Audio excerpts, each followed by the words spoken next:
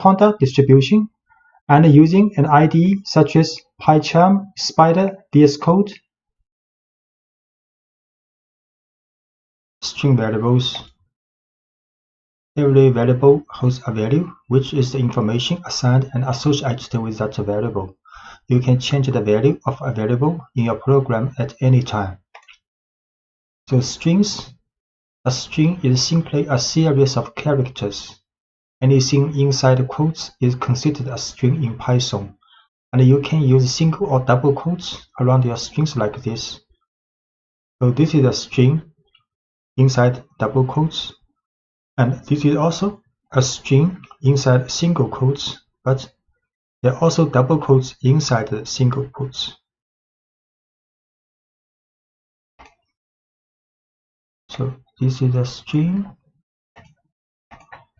message, and we can print this string hello Python world, and this is also a string. We can also print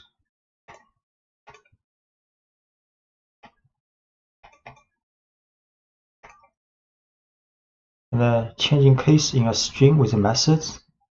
So this is a string with all lowercase alphabet. Then you can print name.title. So each word begins with a capital letter.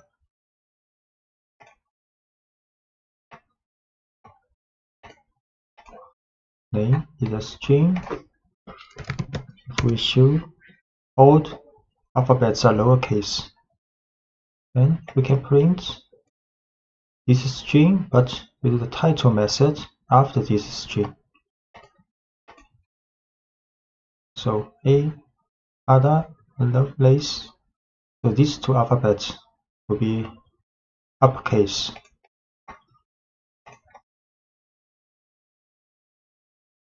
Can also print a name dot up. So all alphabets will be uppercase. Or name dot lower, then all alphabets will be lowercase. So we create string name again. We show name as title case. So we can print with uppercase. All alphabets are uppercase now. And now all alphabets are lowercase.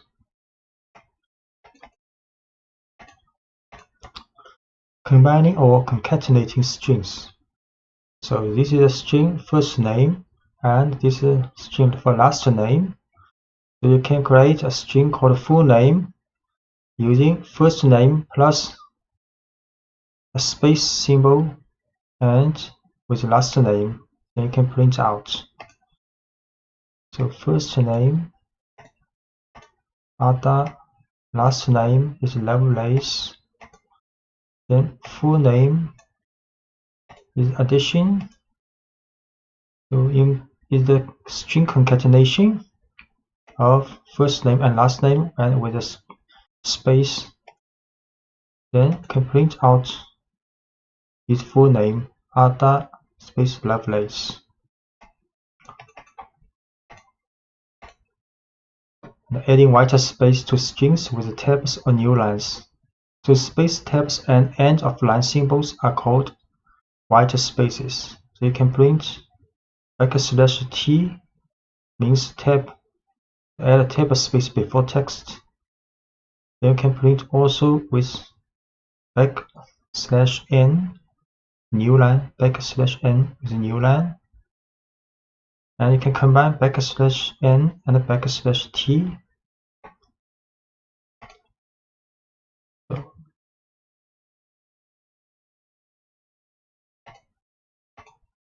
This is for the concatenation. Now we can print Python, then print \t Python. So there are tab space.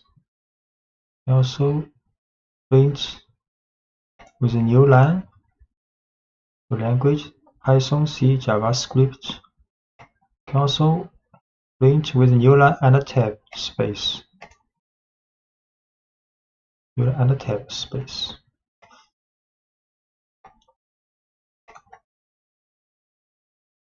Stripping white spaces.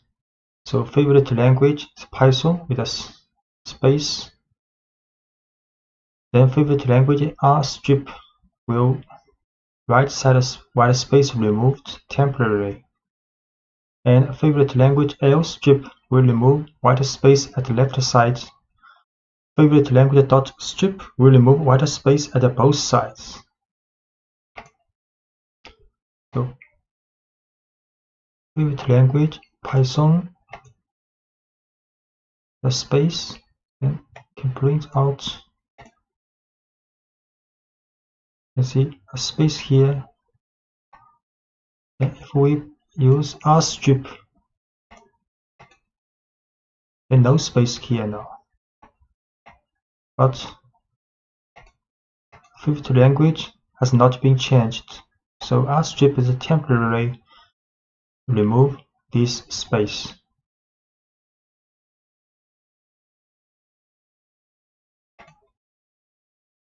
So to remove the white space from the string permanently, you have to store the stripped value back into the variable. So this is favorite language with a string after this, with a space after this string. You can use R strip but assign back to this string variable. So create again favorite language with a string, the right side. Then we R strip this space and assign back to this variable. Then we show this favorite language again. Now string has been removed permanently. You can add, subtract, multiply, and divide numbers in Python. And 3 double star double asterisk 2 means exponents. So 3 square. And 10% symbol 3 means modulo. So returns the remainder of division. 3 exponent 2 9 age 23.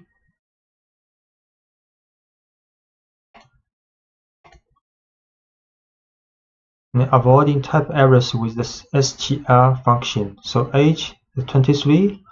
Next, if we create a string variable called message equals happy plus age plus at birthday, then it will have error because Python not allowed you to add numeric variable with string directly, so you have to transform this numeric variable to the type string before adding together.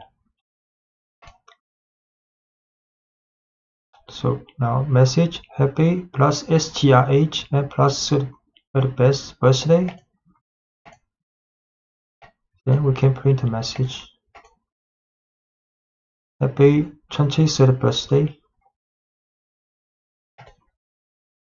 A list is a collection of items in a particular order. In Python, square brackets indicate a list, and individual elements in the list are separated by commas. So we can create a list called bicycles with 4 different types as the elements of this list.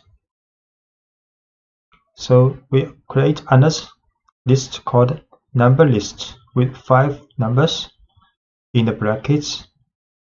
So this is a string type list, and this is a numeric list. Create a list.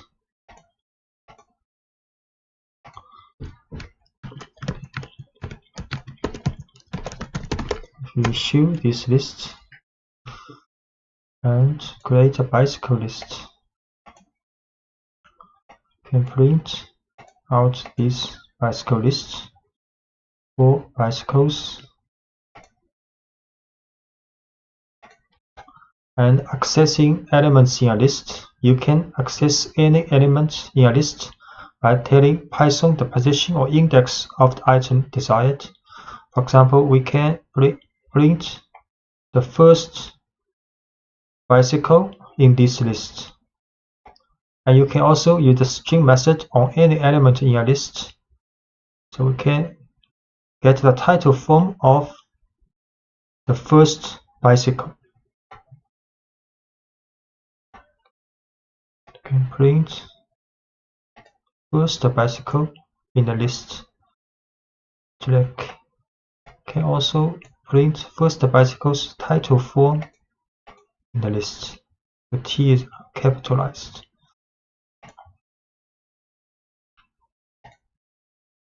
And note that index in the list starts at 0, not 1. And Python considers the first item in a list to be at a position 0, not position 1. The second item in a list has an index of 1. So if we print bicycle bracket 1, then the second item will be pulled out. And if we write print bicycles 3 in the bracket, then the fourth item will be get out. So we can print the second bicycle and print the fourth bicycle. And we can also access items from the end side. So -1 means the last item in a list. -2, the second item from the end of the list, and so on. So we can print the last bicycle. And also print the second item from the end of the list.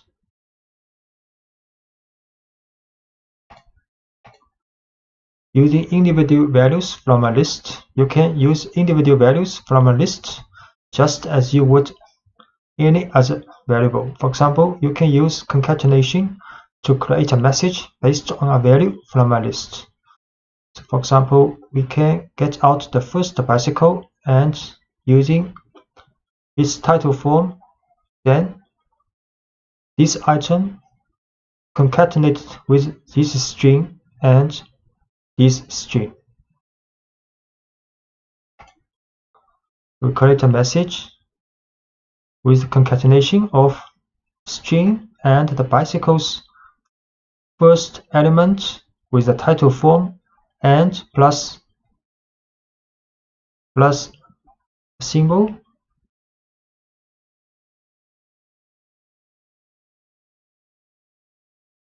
Then we print out this message. So this message is my first bicycle with a track. Most lists you create will be dynamic, meaning you will build a list and then add and remove elements from it as your program runs its course.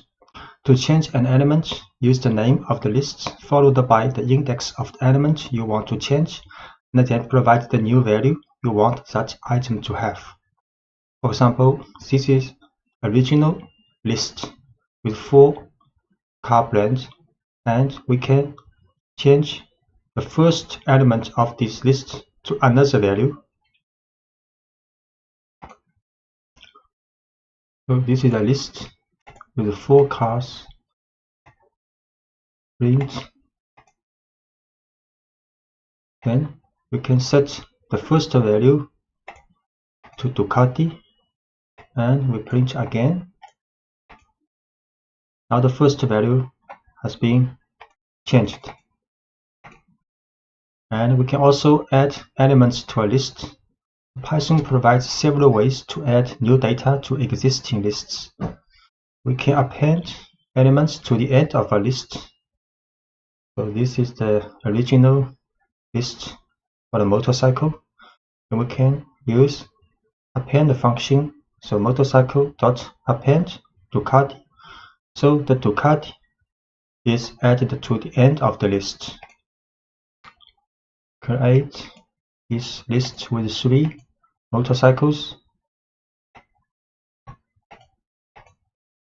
3 motorcycles now. Then we can append Ducati to the end of the list. So now the list has 4 cars now, with Ducati at the last position.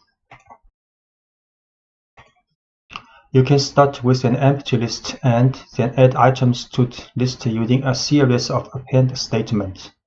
So we can also create an empty list first with 2 brackets. Then motorcycles append Honda, append Yamaha, and append Suzuki. Create first an empty list. Then we can append 3 motorcycles. We show this list again. So now the list motorcycle has 3 cars now. And you can also insert elements into a list. So you can add a new element at any position in a list by using the insert method. You do this by specifying the index of the new element and the value of the new item. So this is a list, and we can insert the first position, a new motorcycle here.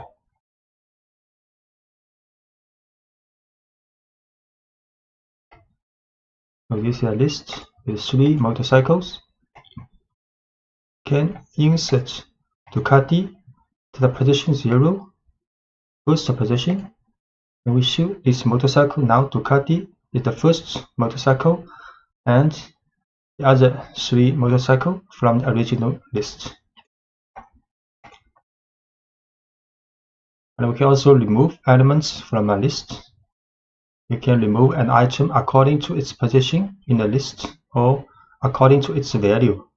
So removing an item according to its position, you can use the del statement if you know the position of the item you want to remove from a list. So this is a list with 3 motorcycles. We can remove the first motorcycle, the second item,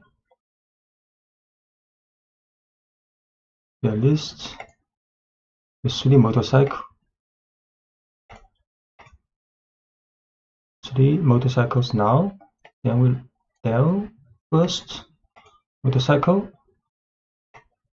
Show again. Now only the 2 motorcycles left in the list. Can also create 3 motorcycles now. The motorcycle has 3 motorcycles in the list now. We can delete the second motorcycle this time. We show again this list. Only 2 left. A second Yamaha has been removed.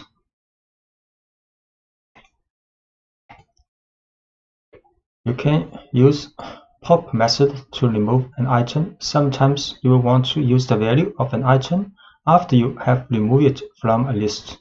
So the pop method removes the last item in a list, but it lets you work with that item after removing it. So this is a list with 3 motorcycles.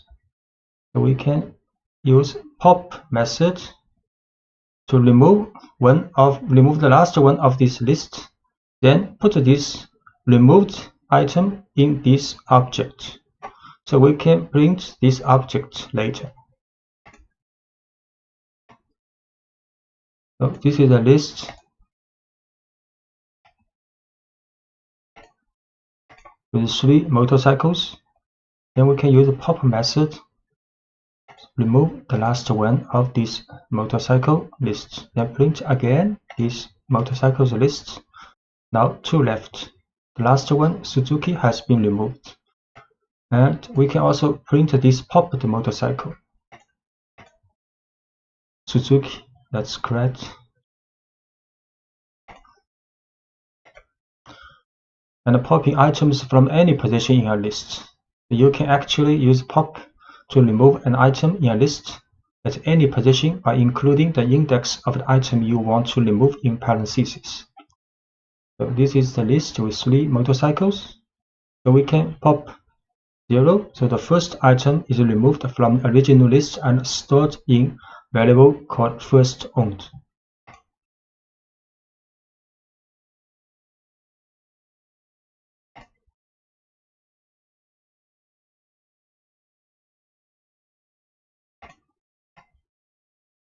Create this motorcycle list again. So we pop the first one. Then we can print the first motorcycle I owned was is the title. This message is the string concatenated with this popped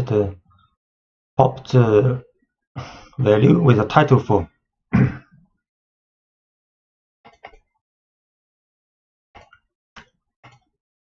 So when you want to remove from a list, if you know the value of the item you want to remove, you can use the remove method.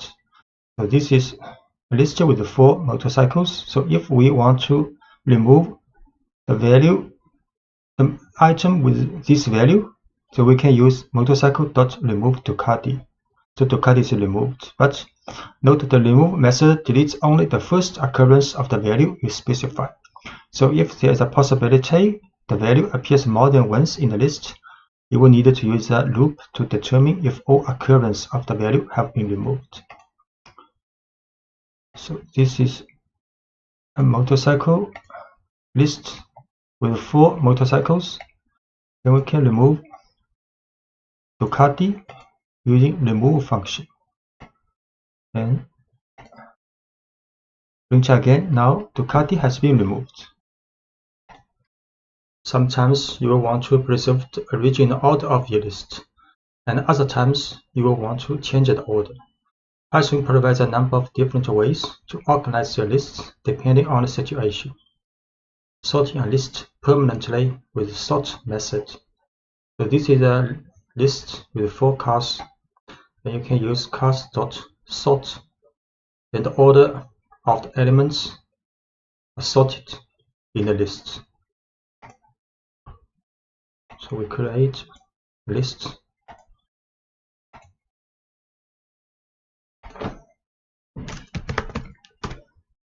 So the order of the elements in the cars, like now, you can use sort. We print again. So now the elements are sorted alphabetically in the list.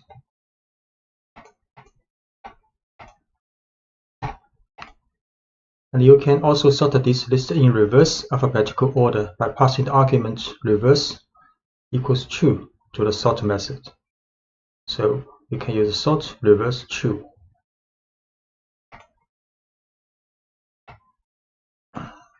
This is a car list with 4 motorcycles. You can sort reverse true. Then print again. So now the elements in the list has been sorted alphabetically with a reverse order. Sorting a list temporarily with the sorted function. The sorted function lets you display your list in a particular order but doesn't affect the actual order of the list. So this is a list of 4 motorcycles. You can use sorted cars. So it will show the list in a sorted order. But if you print this car again, the order has not been sorted. It has the original order. We'll create again this list for the motorcycle. So this is the original order. Copy again. So here is the original list. Print with the sorted function. So this is the sorted list alphabetically. Okay, again print Here is the original list again. We'll choose. So the original order in the list has not been changed. We can also print the sorted cars in the reverse order. So this is the reverse alphabetical list if we use sorted.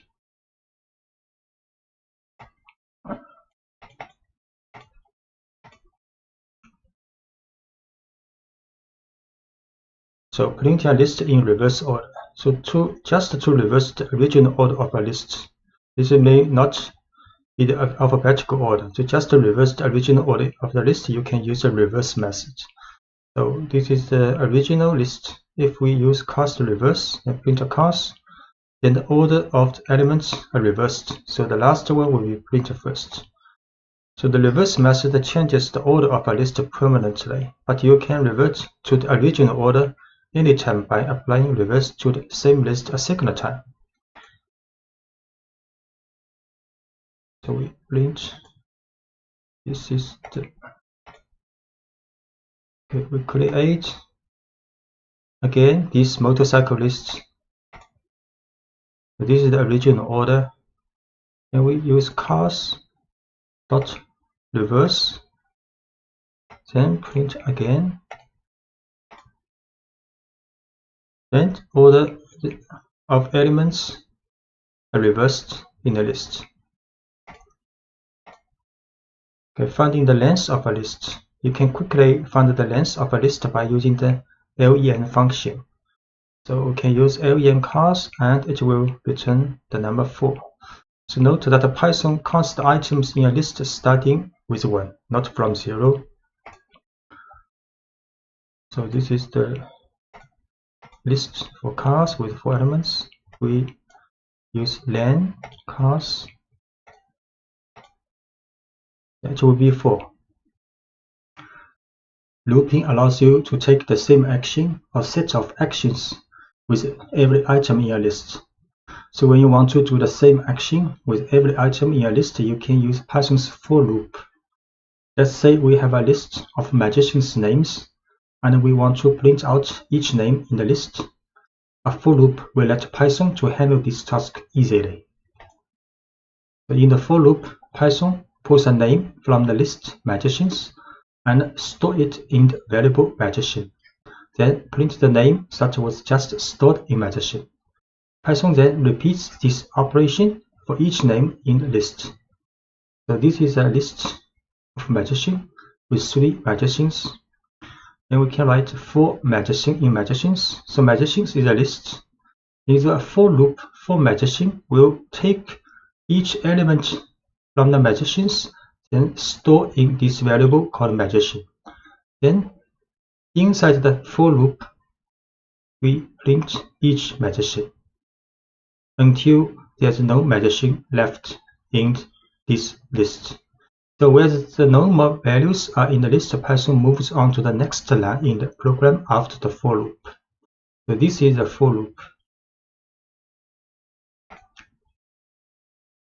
We create a list called magicians with 3 magicians. Then we can write 4 magician, print magician.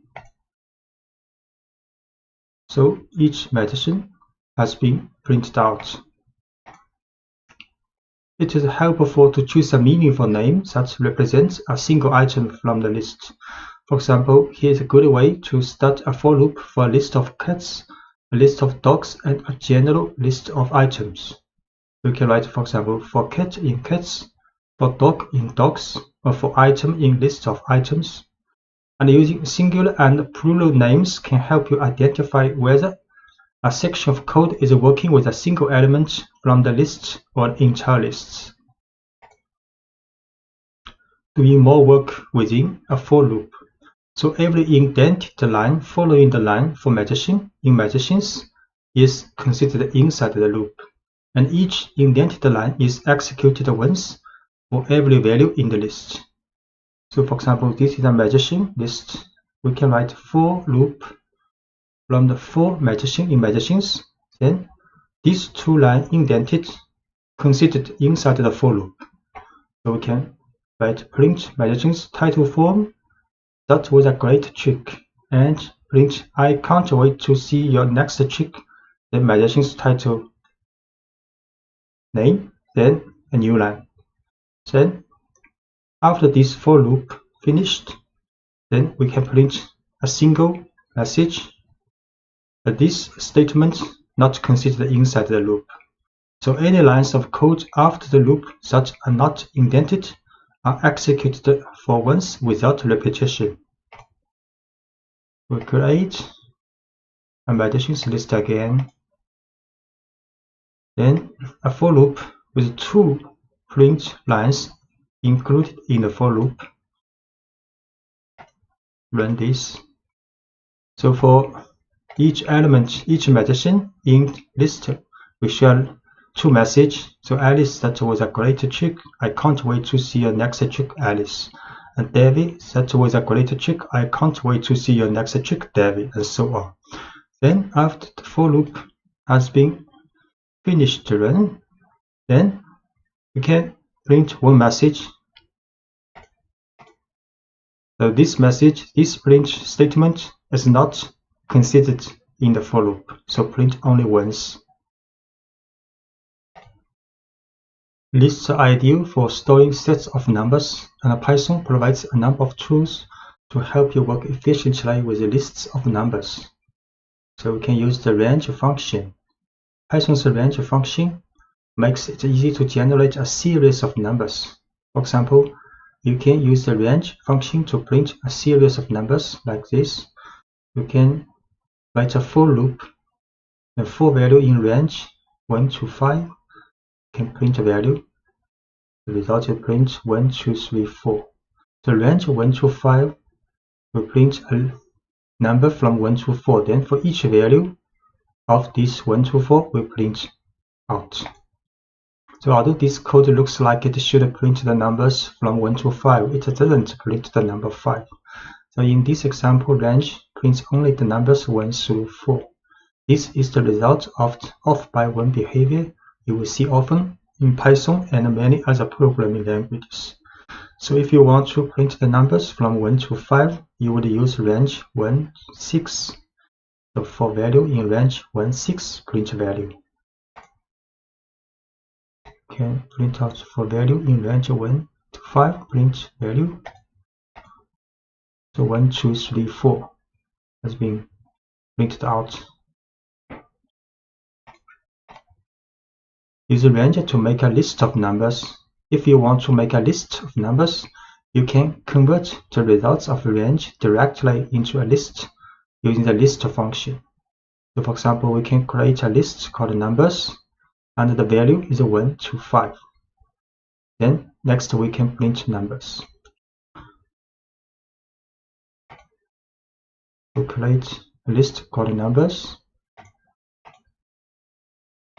then print these numbers. So it's a list 1 to 5.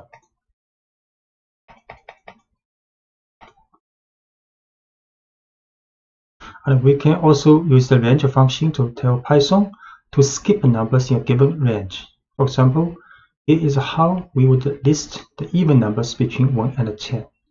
We can write even numbers is a list, create is a list, and the value is from 2 to 11, not including 11, and with a gap of 2. So the result will be 2, 4, 6, 8, 10. So even numbers is a list in the range 2 to 11 with a gap of 2. Then we print out this list. This list has 5 elements. And you can create almost any set of numbers you want to using the range function. For example, consider how you might make a list of the first 10 square numbers. So we start with an empty list, then write a for loop. So for each value in the range 1 to 11, not including 11, then we calculate the square of this value, then assign to square variable. Then in the list of squares, we append this square, and so on.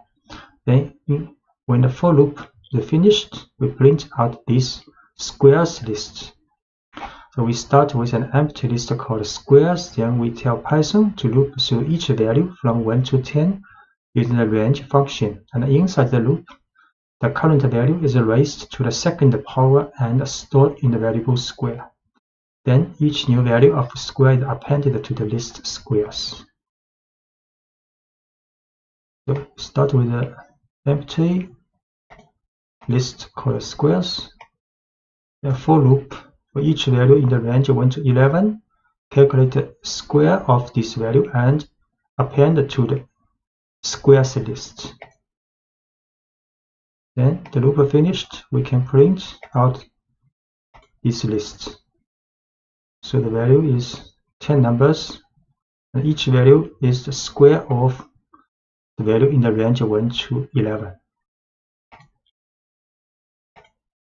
And to write this code more concisely, you can omit the temporary variable square and append each new variable value directly to the list. So we can also start with a squares list, empty list, then write a for loop with only one statement. So for value in range 1 to 11, we can calculate this square of this value, then directly append to this squares list. Then the for loop finished, then print out this squares list. Start with empty list squares. Then for loop for each value in the range 1 to 11, calculate the square of this value, then append to the squares list. Then print out this list. The result is the same with 10 numbers, and each of numbers is the square of each value in range 1 to 11. A list comprehension allows you to generate this same list in just one line of code. A list comprehension combines the for loop and the creation of new elements into one line, and automatically appends each new element. The following example builds the same list of square numbers you saw in previous lectures, but uses a list comprehension. So we can write squares is list, and inside the bracket we write value *2, then space, then it's like a for loop for value in range 1 to 11. Then we can print out this squares list. The list comprehension begins with a bracket and the descriptor name for the list, such as squares. Next, open a set of square brackets and define the expression for the values you want to store in the new list. In this example, the expression is value square of this value, which raises the value to the second power. Then write a for loop to generate the numbers you want to feed into the expression and close the square brackets.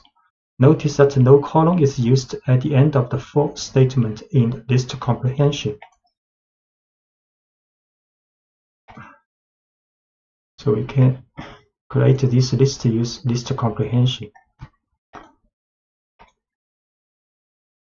Then print out this list. Okay, so 10 numbers, and each number is squares of each number in the range of 1 to 11.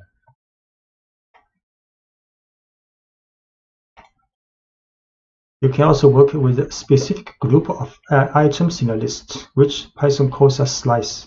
To make a slice, you specify the index of the first and the last elements you want to work with.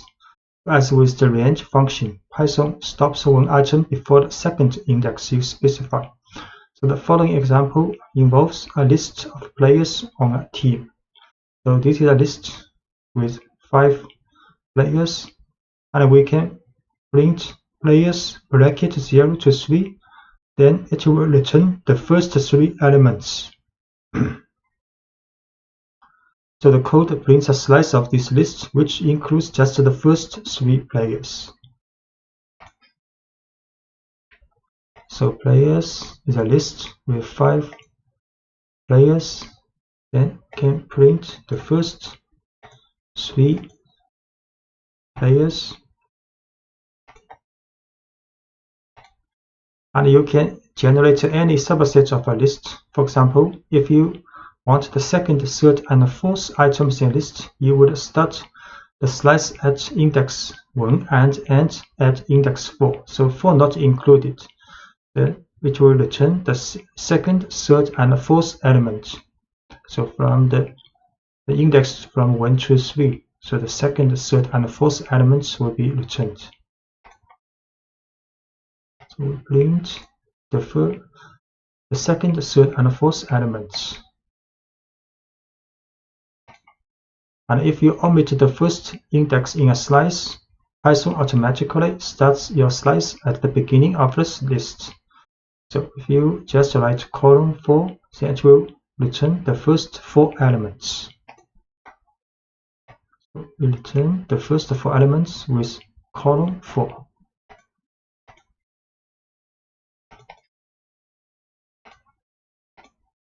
And a similar syntax works if you want a slice that includes the end of a list. For example, if you want all items from the third item through the last item, you can start with index 2 and omit the second index in the bracket.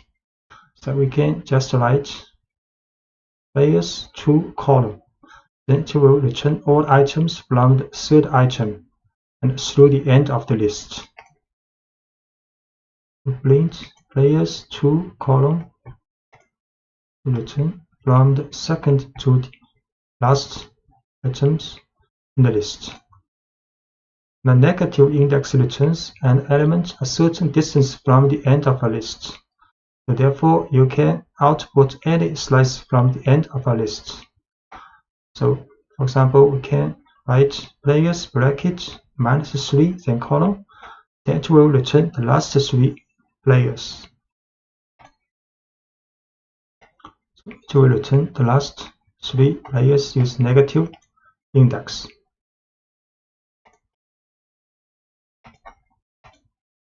And the looping through a slice. You can also use a slice in a for loop if you want a loop through a subset of the elements in a list. In the next example, we loop through the first 3 players and print their names. For example, can write for player in players. The slice with column to 3, then from the first to the third element of this list. Then for each element of these 3 elements, we can print each element's title for. So players 5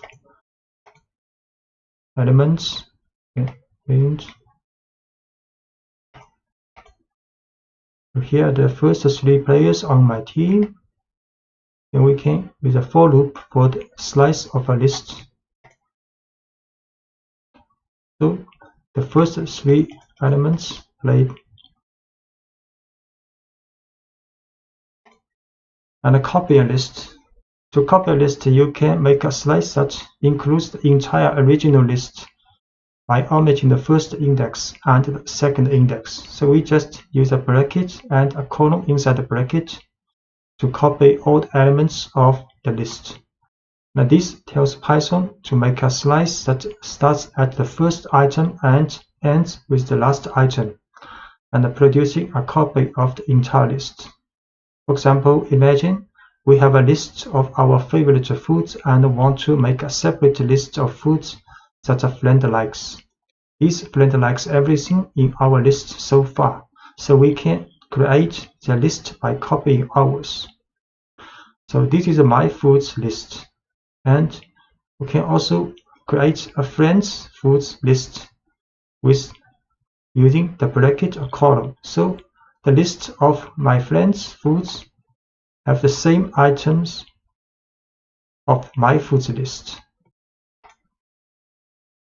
So my foods list pizza, Ferrero, carrot cake. Then we can create my friends foods list. Then we print out. So my favorite foods are this one, these three. Then my friends favorite food lists. Also these three items lists. To prove that we actually have two separate lists, we will add a new food to each list and show that each list keeps track of the appropriate person's favorite foods. So in the My Foods list, we append cannoli, and in the My Friends Foods list, we append ice cream. Then we print out to see. The My Foods append a new food, and My Friends Foods also append a different food. Then we print to see my favorite foods. So this one is appended to in the My Favorite Foods. And this one appended to the My Friend's Favorite Foods. So which means these two lists are independent, separate lists. If we had simply set my friend's foods equal to my foods, we will not produce two separate lists. So for example, this is my food list, and we just use equal. So my friend's foods list is equal to my foods list. Then we append two different items to each list, and in this form, if to connect the two lists, then append item in one list will also do for the other. We will see. So for example, my foods list, create first with three items. Then we just use equal to assign the same value to my friend's foods list. Then we append two items to these two lists. Then we print out my foods list again. Now you can see these two items have been appended in the My Foods list. We also print My Friends Foods.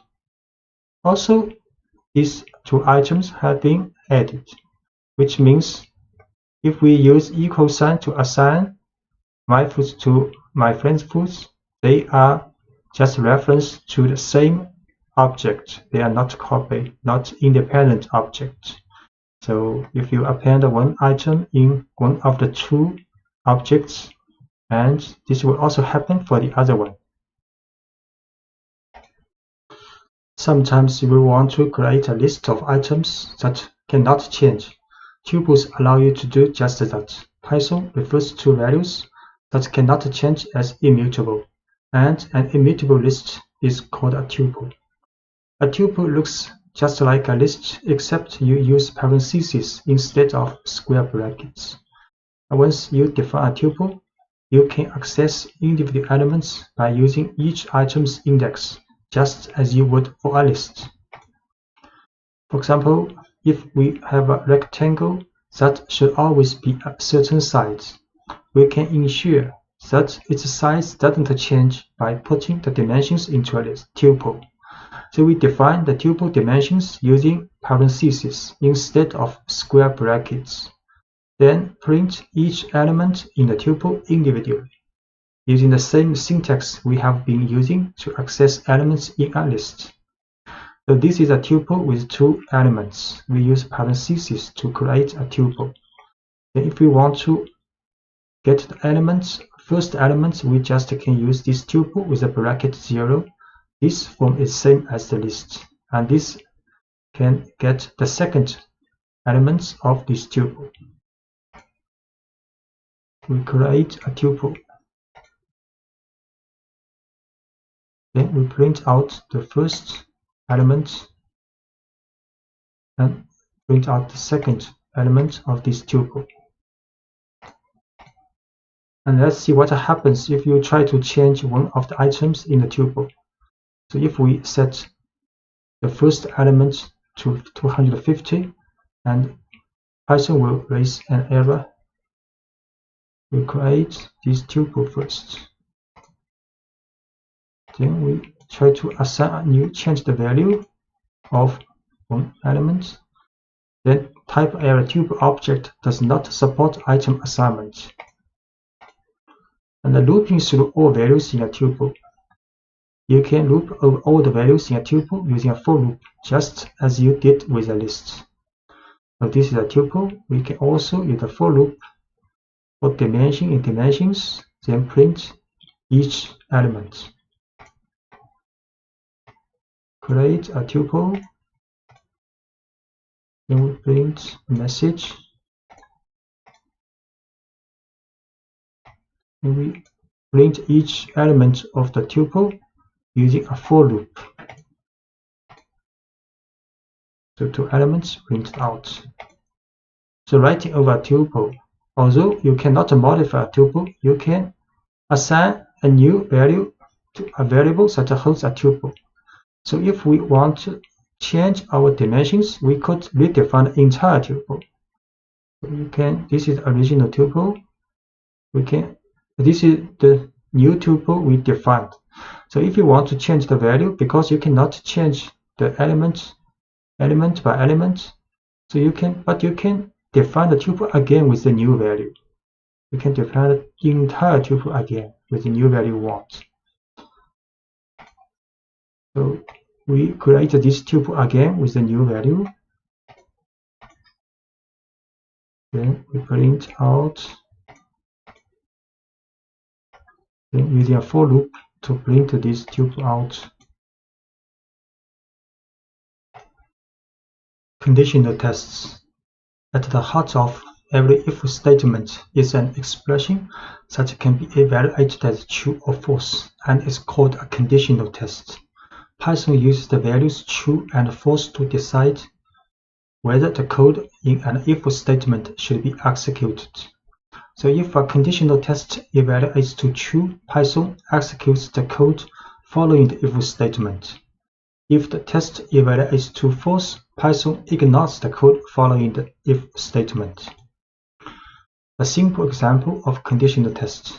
The following example shows how if tests let you respond to special situations correctly.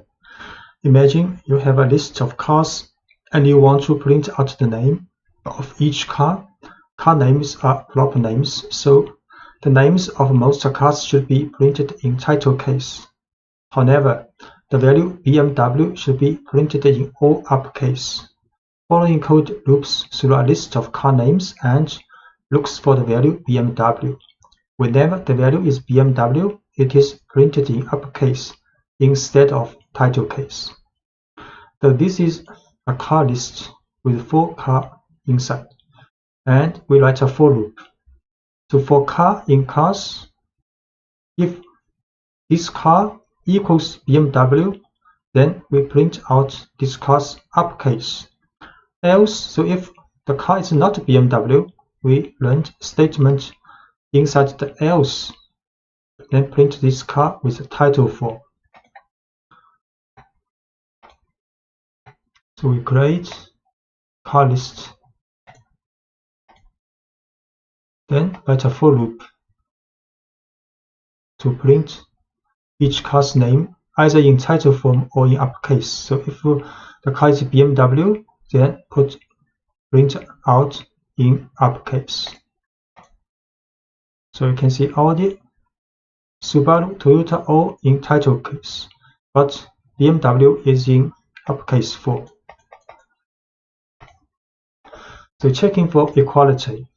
Most conditional tests compare the current value of a variable to a specific value of interest. The simplest conditional test checks whether the value of a variable is equal to the value of interest. So if the value is BMW, then we check car equals BMW, then get true. And if the value is Audi, if we check car if equals BMW, then we'll get false. So we assign the value BMW to car, then we use double equal to check if its value is BMW. we'll get the value result true. And if we assign the odd value to car, then we check again if the car's value is BMW, then you will get false. And ignoring case when checking for equality. The testing for equality is case sensitive in Python. For example, two values with different capitalization are not considered equal. If the car is Audi with title form, but we check car's value is Audi, we'll get a false. So if case matters, this behavior is advantageous. But if case doesn't matter and instead you just want to test the value of a variable, you can convert the variable's value to lowercase before doing the comparison. So we again assign the value Audi with the title form to car. Then we check the condition if the value is equal to Audi with lowercase, but before we run this equal sign double equal, we add car.lower to transform the car's case to lower before we do the condition test. Notice that the lower function doesn't change the value that was originally stored in car. So the car's case is still Audi. And this lower is just a temporary transform this value to lowercase to do conditional tests. So we see car's value is Audi with title form. Then we check its value equals lowercase Audi to get false. And we set again, for example, car's value is Audi, but we use lower function before doing the conditional test to get true now. The checking for inequality. So when you want to determine whether two values are not equal, you can combine an exclamation point and an equal sign. So this means not equal. So we will store a requested pizza topping in a variable and then print a message if the person did not order anchovies. So this is request a topping called mushroom, this value. So if request a topping not equal to anchovy, then we'll print holded anchovies.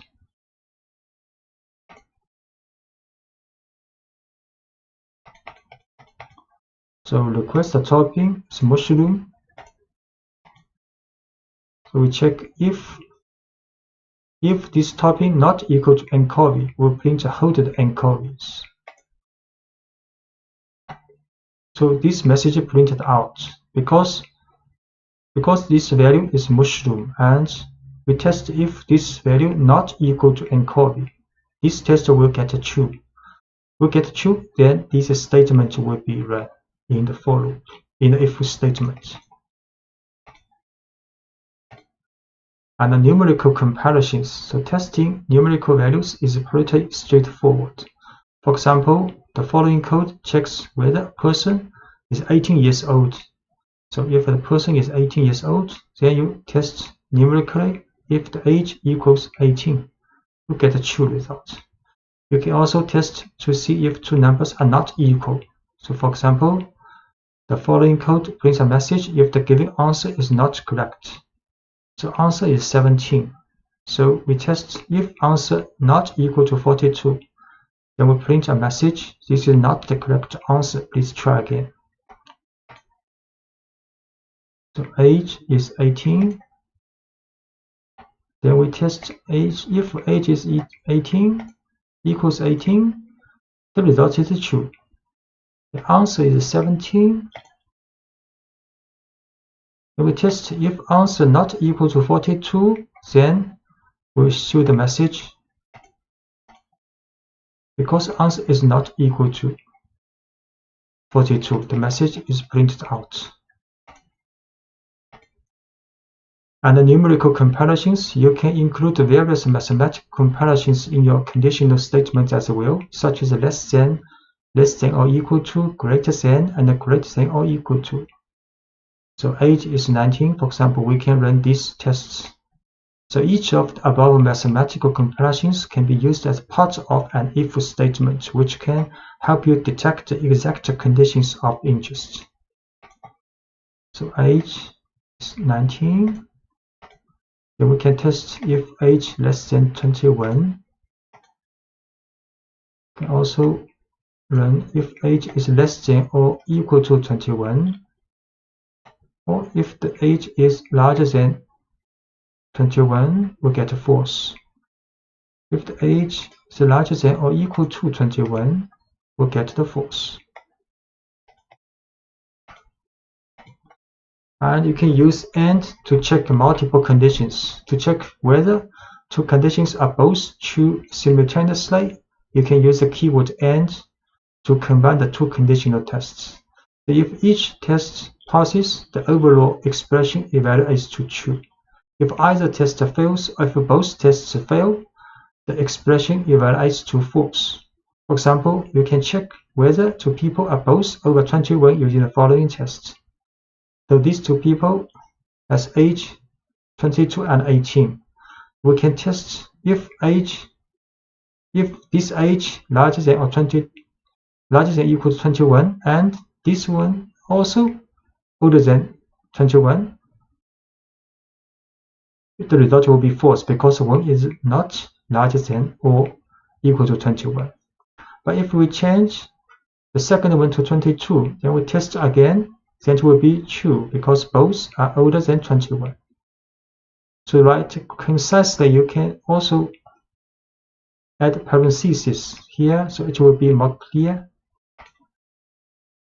So we assign to age to person, and test if both are older than 21, then it will be false. And we assign new value to 22 for the second person. Then we test again, then it will be true.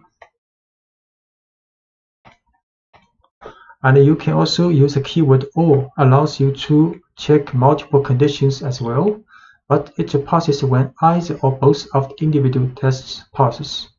So an OR expression fails only when both individual tests fail. So let's consider two ages again, but this time we will look for only one person to be over 21. So these two persons, 21, 22, 18 years old, then we test if one of the person is older than 21, the result will be true. And if we assign the first person to 18 also, then we test again, then the result will be false because none of the two people are older than 21 now. So we need set these two persons' age to 22, 18, then test if using auto test if one of the at least one is older than 21, get the result true. But if we set the first person also to 18 years old, then test again if at least one is older than 21, we'll get the false. And checking whether a value is in a list. So sometimes it's important to check whether a list contains a certain value before taking an action. So to find out whether a particular value is already in a list, you can use the keyword in. So let's consider some code you might write for a pizzeria. We will make a list of toppings a customer has requested for pizza, and then check whether certain toppings are in a list. So this is a requested topping with 3 elements, a list. Then we will run the conditional tests. Mushrooms in requested toppings. This is true because mushroom in. But if we run the pepperoni in requested toppings, we'll get false because this list does not contain pepperoni. The requested topping is a list called pizzeria. Then we run the conditional test. Mushroom in requested topping, get the true in results. If we run pepperoni in requested topping, the result is false. And you can also check whether a value is not in a list. So similarly, you might want to know if a value does not appear in a list. You can use the keyword not in this situation. For example, consider a list of users who are banned from commenting in a forum. You can check whether a user has been banned before allowing that person to submit a comment. So this is a list for the banned user with 3 people. So another user called Mary. So if user not in banned user will print user's title form, you can post a response if you wish. So because this Mary, user's value is Mary not in this list. So this conditional test will get the true. So this message will be printed out. So we create a list for the banned user, and we create a value. Object user is Mary. Then we run this conditional test. If she's not in banned user, then it's true because Mary is not in the banned user. So the print out message, Mary, you can post a response if you wish. A simple if statement. The simplest kind of if statement has one test and one action. We can write if, for example, the conditional test to do something. This is the typical form. So if the conditional test evaluates to true, Python executes the code following the if statement. If the test evaluates to false, Python ignores the code following the if statement. So let's say we have a variable representing a person's age, and we want to know if that person is old enough to vote. So the following code tests whether the person can vote. So assign 19 to this age variable. So this if test if age is older than 18, then the message you are old enough to vote will be printed out. And indentation plays the same role in if statement as it did in a for loop. So all indented lines after an if statement will be executed if the test passes, and entire block of indented lines will be ignored if the test does not pass. So you can assign age is 19. We can test this.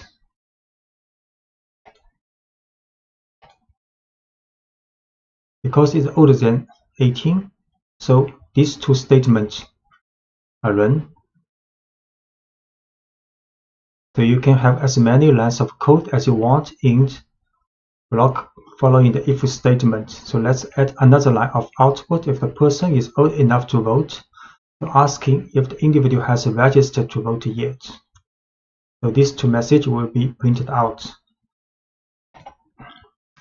And if else statement.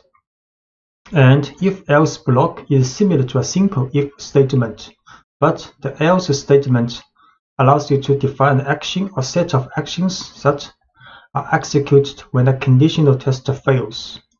So we will display the same message we had previously if the person is old enough to vote, but this time we will add a message for anyone who is not old enough to vote. So if we assign 17 to the age, then test if age is 18, is larger older than 18, we will print these 2 messages. But if this test fails, so we will run the else statement.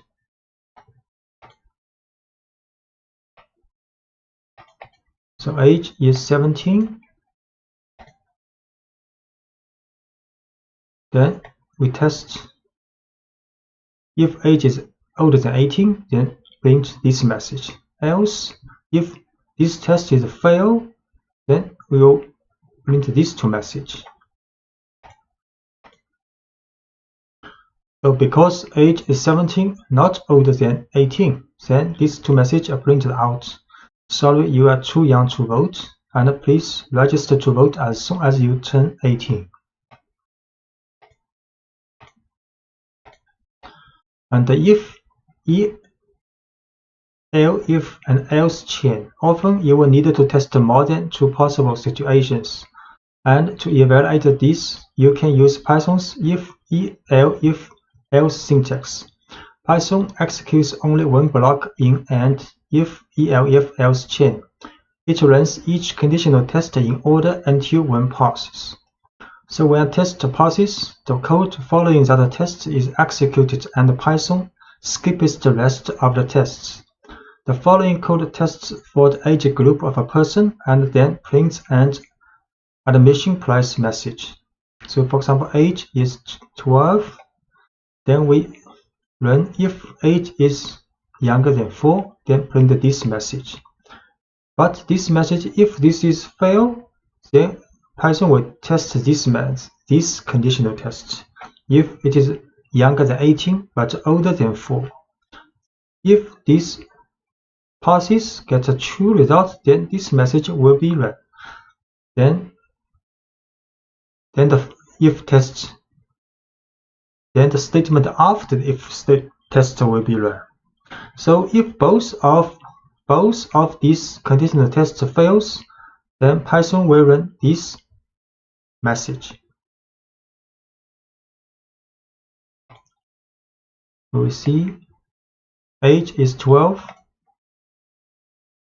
We'll test using if, elif, and else. The admission is 5 now because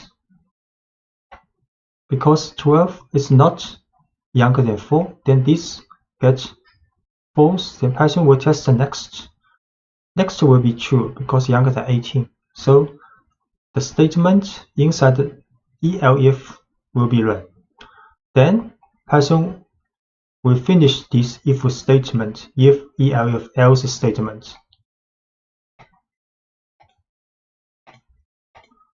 And you can omitting the else block. Python does not require an else block at the end of an if-elif chain. Sometimes an entire block is useful. Sometimes it is clearer to use an additional if statement that catches the specific condition of interest. So for example, age is 12 again. Then we can run if conditional tests. Then elif another one. Then elif another one. Then elif another one. So we do not use else here. We just use very specific conditional test for each age group.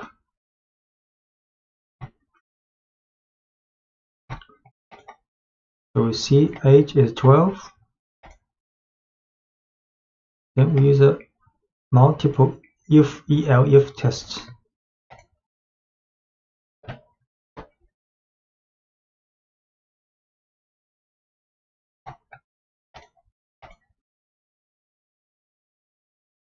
So in this if-elif test, price has been assigned one of each value. Then next we print out this value. You see your admission cost is 5. So age 12 for this group, price 5, because not younger than 4 but younger than 18. And the else block is a catch-all statement. It matches any condition that wasn't matched by a specific if or elif test. And that can sometimes include invalid or even malicious data. So if you have a specific final condition you are testing for, consider using a final elif block and omit the else block. This is what we have seen in this code. You can do some interesting work when you combine lists and if statements. You can watch for special values that need to be treated differently than other values in the list. You can manage change conditions efficiently, such as the availability of certain items in a restaurant throughout a shift. You can also begin to prove that your code works as you expect it to in all possible situations. So checking for special items. So let's continue with the pizzeria example.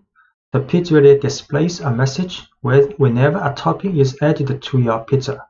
As it is being made, the code for this action can be written very efficiently by making a list of toppings the customer has requested and using a loop to announce each topping as it is added to the pizza.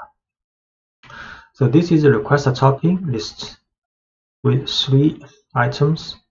Then we can write a for loop for request topping in request toppings for each element of this list. Then we print adding this request topping. So you can create a list called request toppings. Then you can write for loop for each request topping in request toppings, print add this request topping. So it's very clear: add mushroom, add green peppers, add extra cheese. Then last one, outside of the for loop, will print a final message. The job finished. But what if the pizzeria runs out of green peppers, and if statement inside the for loop can handle this situation properly? So this is request topping, and in the for loop, we can test using if statement. So if request topping equals green peppers, then a message, sorry, we are out of green peppers right now, will be printed out. Otherwise, if this test is a fail, which means if the request topping is not equal to green peppers, then the message adding this request topping will be printed out. So create a request topping again. Then this for loop. In the for loop, we use an if statement to test if it is a green pepper.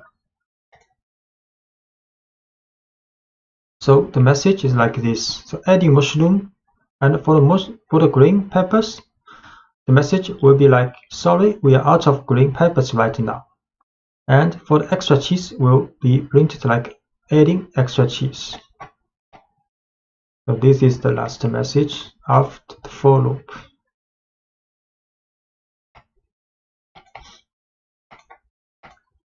And checking that a list is not empty. Sometimes it's useful to check whether a list is empty before running a for loop.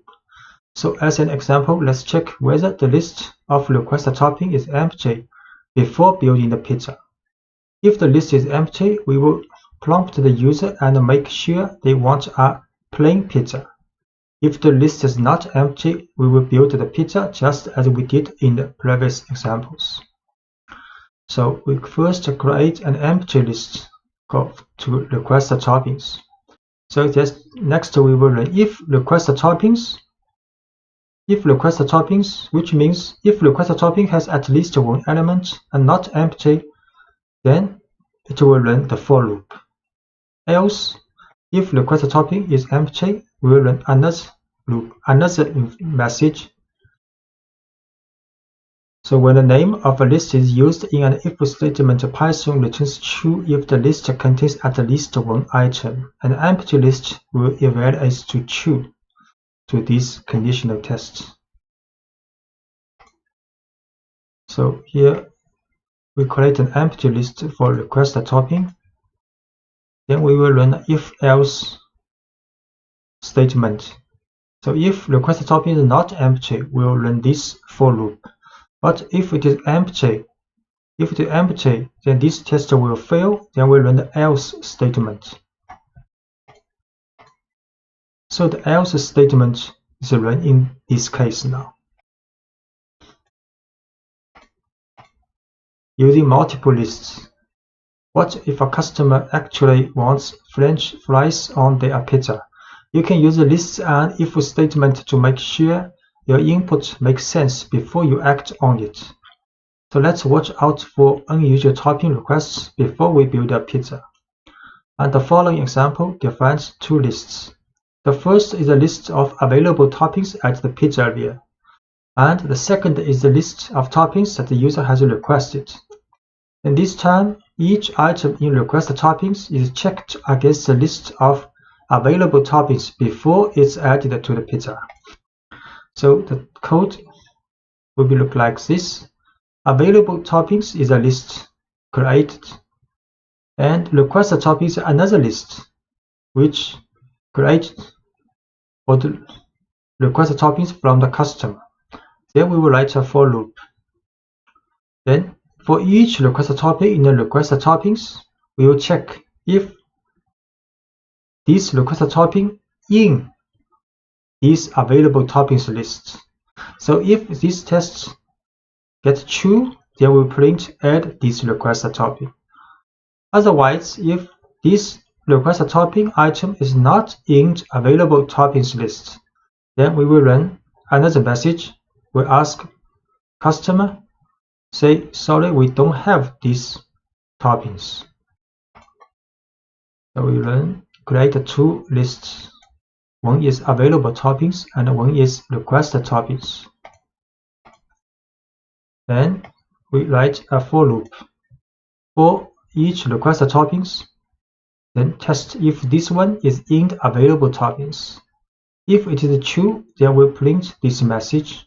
If it is not true, then we run the else statement. So you can see the mushroom is in the available topping list. So we're adding mushrooms.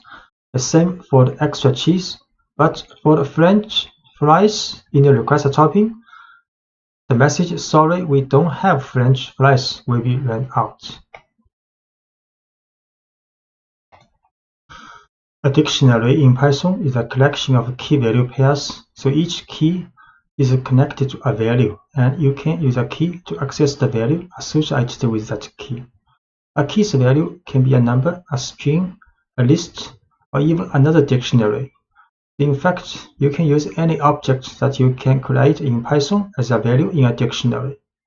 In Python, a dictionary is wrapped in braces, with a series of key-value pairs inside the braces. So this is a dictionary with two key-value pairs, and the key is color and points, and the value is green and 5. Accessing values in a dictionary. To get the value associated with the key, give the name of the dictionary and then place the key inside a set of square brackets as shown here. So we can access the value of key color. So this will print out the value of color. And similarly, this will print out the value of points in this dictionary.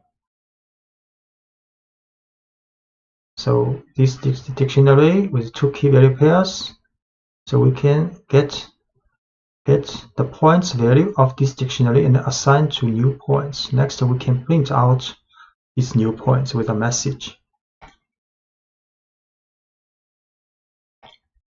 So alien 0 is a dictionary with two key-value pairs,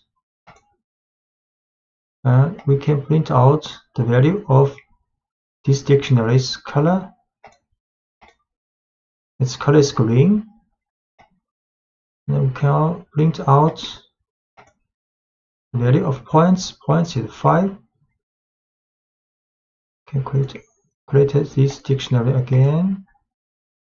And we can get out the value of points and assign to this variable called new points. Then we can print out a message using these new points. So you just earned 5 points. So you can add new key-value pairs to a dictionary. To add a new key-value pairs, you would give the name of the dictionary followed by the new key in square brackets along with the new value. So let's add 2 new pieces of information to the alien 0 dictionary. The alien's x and y coordinates. So this is original dictionary has 2 key-value pairs. Then we can add a new key-value pair called x position equals 0 and y position equals 25. So this is the dictionary with 2 key-value pairs. And print out this dictionary, 2 key-value pairs. Then we add another 2 key-value pairs. We print out again. Now the dictionary has 4 key-value pairs, color, points, x position, and y position, and their values. Notice that the order of the key value pairs does not match the order in which we added them. So Python doesn't care about the order in which you store each key value pairs in a dictionary. It cares only about the connection between each key and its value. And you can start with an empty dictionary. It's sometimes convenient or even necessary to start with an empty dictionary and then add each new item to it. To start filling an empty dictionary, you can define a dictionary with an empty set of braces and then add each key value pairs on its own line. So we can start with an empty dictionary with 2 braces. Then we add 1 key value pairs using alien0, brackets color equals green, and points equals 5. So add these 2 key value pairs into this dictionary. We start with an empty dictionary. Then we add these 2 key value pairs into a dictionary. Then print out again. Now the dictionary has 2 key value pairs. Can modify values in a dictionary. To modify a value in a dictionary, give the name of the dictionary with the key in square brackets and then the new value you want associated with that key. So for example, consider an alien that changes from green to yellow as a game process progress. So we create a dictionary with only 1 key value pair, color is green. Then we can modify the value of this key color to yellow. So we create first key value pair green in this dictionary, and we print out the alien's color. The alien is green now. Then we modify the color to yellow in this dictionary. And we can print out again. The alien is now yellow now. And you can set dictionary with, for example, for x position, y position, and a speed medium. Can print original position for this alien x position. So position is 0 now, original. Then we can move the alien to the right.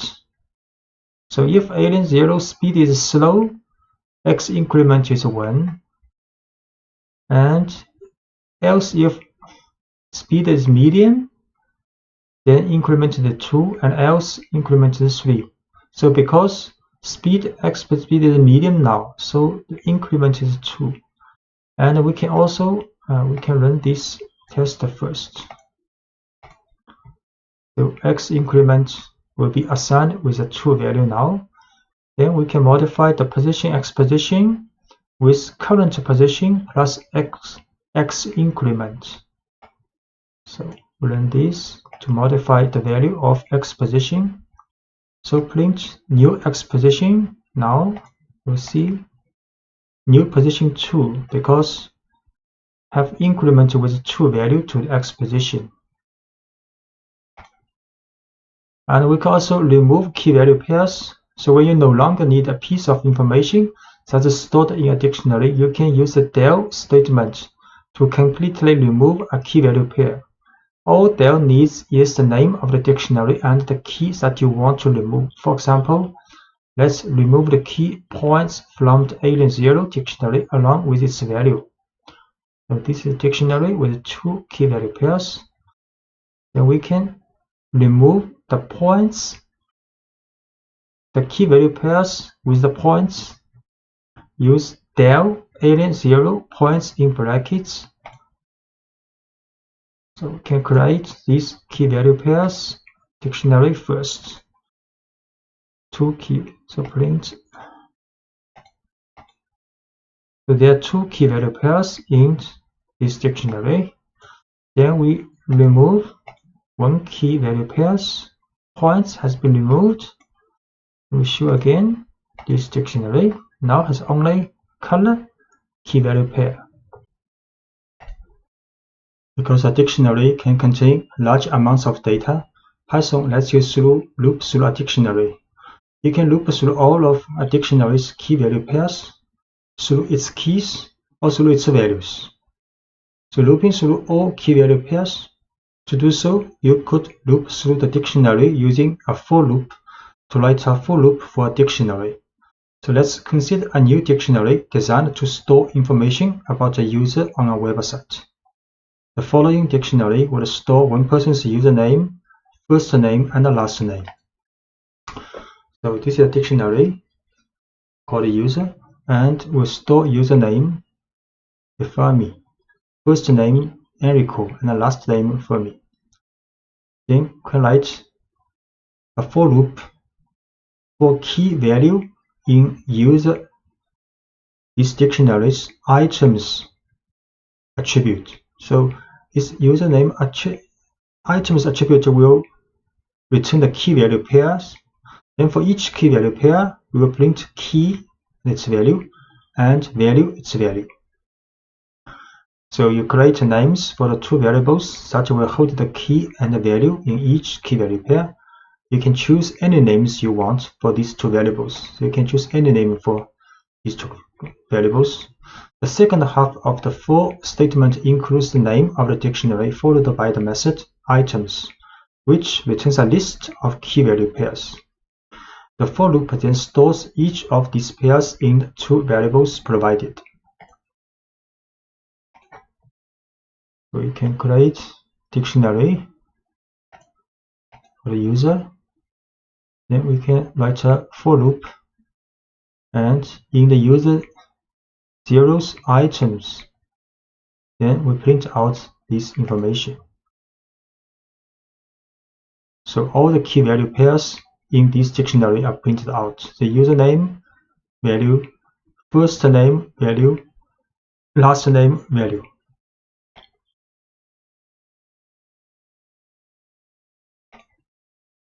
Another example of looping through all key value pairs, we will look at a dictionary of a favorite programming language of a number of people. So favorite language is a dictionary. Then the key is people's name, and the value are favorite languages of those people. Then we can write for loop. We'll create two variables called name language for name language in these dictionaries items. Then we can print names title form, concatenate with a message, and then concatenate with languages title form. So favorite language is a dictionary. Then a for loop will print out information for each person's favorite language. So Yan's favorite language is Python, Sarah's favorite language is C, and so on. So looping through all the keys in a dictionary. So you can use the keys method. It's useful when you don't need to work with all of the values in a dictionary. So let's loop through the favorite language dictionary and print the names of everyone who took the poll. So this is the same dictionary as before. Then we can write also for name, create one variable called name in this dictionary's keys attribute. So then can print out each name's title form. So this is a dictionary. Then a for loop in dictionary's keys attribute. Then only the keys and the people's name are printed out.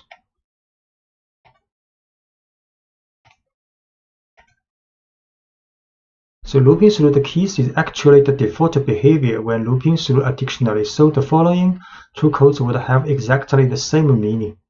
We can write for name in favorite languages. Do not add any methods after this dictionary. Or we can write for name in favorite languages dot keys. These two statements will get the same result. You can choose to use the keys method explicitly if it makes your code easier to read, or you can omit it if you wish. And you can access the value associated with each key you care about inside the loop by using the current keys. So let's print a message to a couple of friends about the languages they choose. So we will loop through the names in the dictionary as we did previously, but when a name matches one of our friends, we will display a message about their favorite language.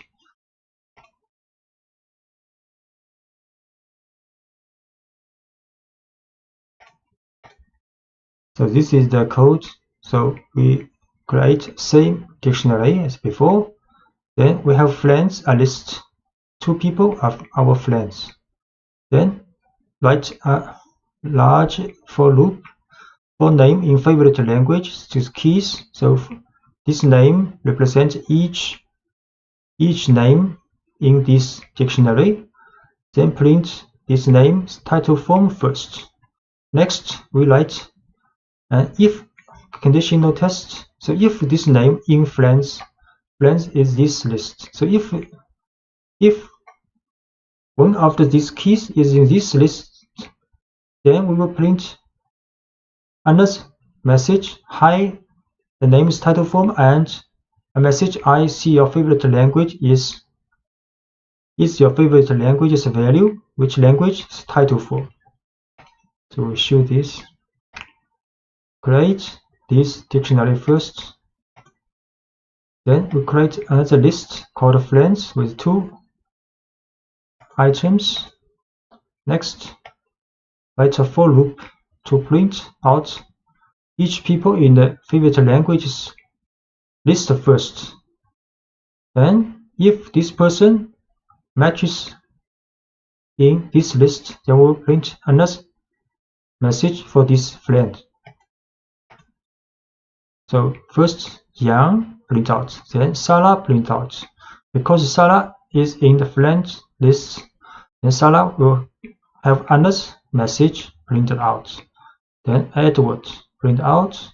Then Phil, because Phil also in the friend list, then Phil will also have another message printed out.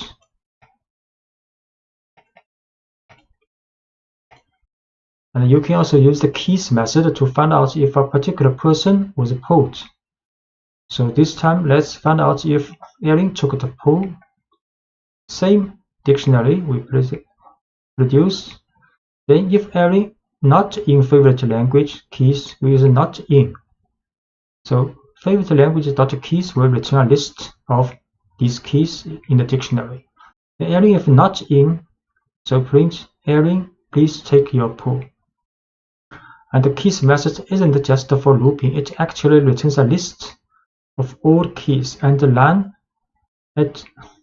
line simply checks if Erin is in this list. Because she is not, a message is printed inviting her to take the poll. We can create this dictionary first. Then check if Erin not in this dictionary's keys list, we'll print a message. Because Erin is not in, so the message is printed out.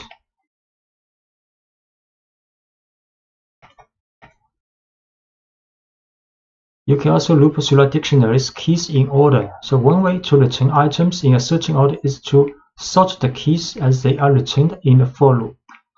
You can use the sorted function to get a copy of the keys in order. So create this list. Then we use naming sorted favorite languages keys, then print out.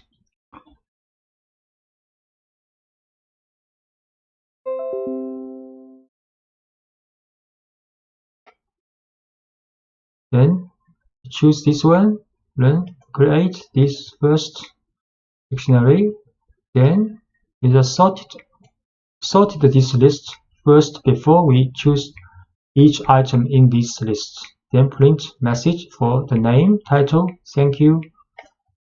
You can see. So now the names are sorted in alphabetical order.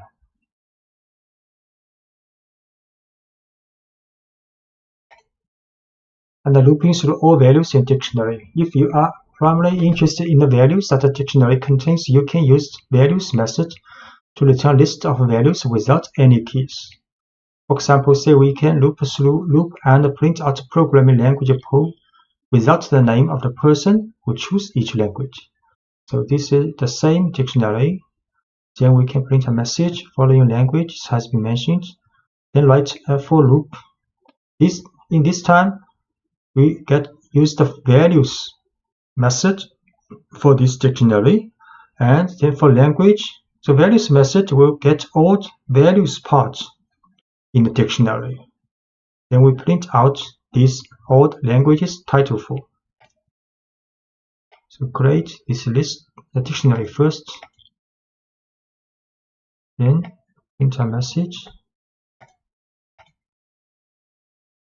Then we use a for loop to print out all languages in this list. Sometimes you will want to store a set of dictionaries in a list, or a list of items as a value in a dictionary. This is called nesting. You can nest a set of dictionaries inside a list of items inside a dictionary, or even a dictionary inside another dictionary. So first look at a list of dictionaries. In the last lecture, the Alien Zero dictionary contains a variety of information about one alien, but it has no room to store information about a second alien, so much less a screen full of aliens. How can you manage a fleet of aliens? One way is to make a list of aliens in which each alien is a dictionary of information about that alien. For example, the following code builds a list of 3 aliens. So we create 3 aliens with different information, for example, different colors. Then we can store these 3 aliens in a list called aliens. Then next, we can write a for loop for alien in aliens, print out each alien. Actually, each alien is a dictionary's information with key value pairs. A more realistic example will involve more than 3 aliens with code that automatically generates each alien. So in the following example, we also can use range to create a fleet of 30 aliens. So we can start with an empty list. Then next, use a for loop. For loop in the range from 0 to 30. For each alien number, we create each alien, new alien. Then append this new alien in the aliens list. Actually, each alien's information is the same. So next, we can show the first 5 aliens in this alien list. Print out. We should create 3 aliens first. Each one a dictionary. Then we can put these 3 aliens in a list. Then next, using a for loop for alien in aliens, print out each alien. So each alien is a list printed out. The next, we make an empty list first. Then we create 30 aliens and put them in this list. Then we can print out the first 5 aliens in this aliens list. Actually have the same values, key value pairs for these 5. And we can also print the length of aliens, how many aliens in this list. So the total number of aliens is 30. So these aliens all have the same characteristics, but Python considers each one a separate object, which allows us to modify each alien individually. So imagine that one aspect of a game has some aliens changing color and moving faster as the game progresses. For example, to change the first 3 aliens to yellow, median speed aliens was 10 points each. We can do this. We write a for loop for the first 3 alien in this list. Then the if test, if alien's color is green, then we change it to yellow, and change the speed to medium, and change the alien's point to 10. So we can set alien's color speed point to this value if alien's color is green in the first 3 aliens.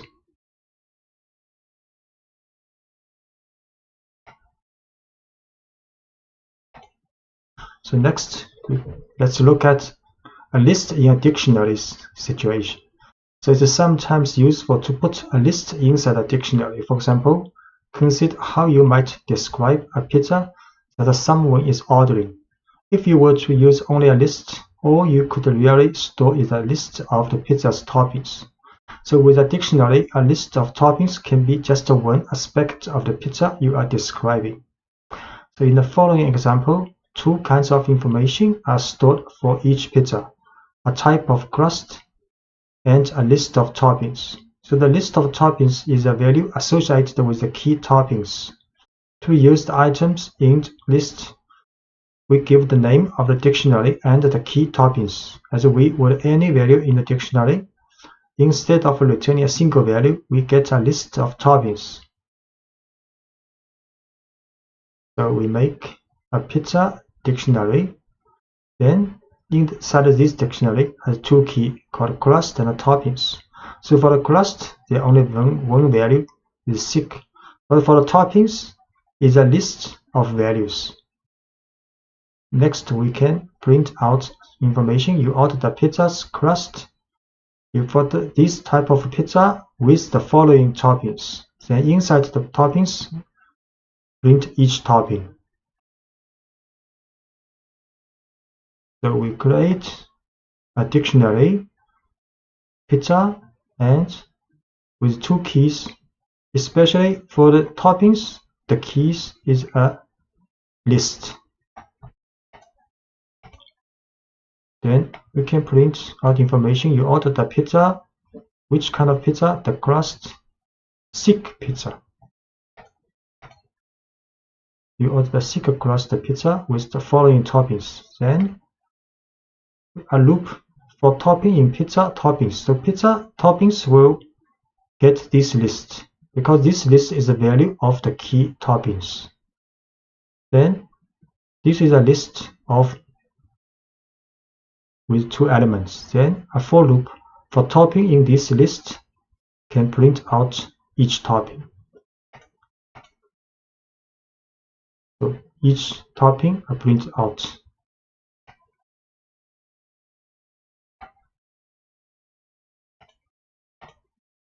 You can nest a list inside a dictionary anytime you want more than one value to be associated with a single key in a dictionary. So in the earlier example of favorite programming languages, if we were to store each person's response in a list, people could choose more than one favorite language. So when we loop through the dictionary, the value associated with each person would be a list of languages rather than a single language. So for the programming languages dictionary, in this time we use list to store the value for the languages each person like. For example, Phil, there are 2 programming languages, and Jan also 2 programming languages, but for Sarah only 1 programming language. Next, we can write a for loop for name language in favorite languages item. The item method will get name, will get a key value pairs. So key is the name, language is the value of this person. Then we can print name, the titles forms, favorite language are. Next, inside the for loop we write another for loop because this is a list. So we can write a for loop for language in languages. So languages is a list here. key value pairs, the value for this key, for example, is a list. Next, we can write a for loop for the value for each item in this list, then print out each language.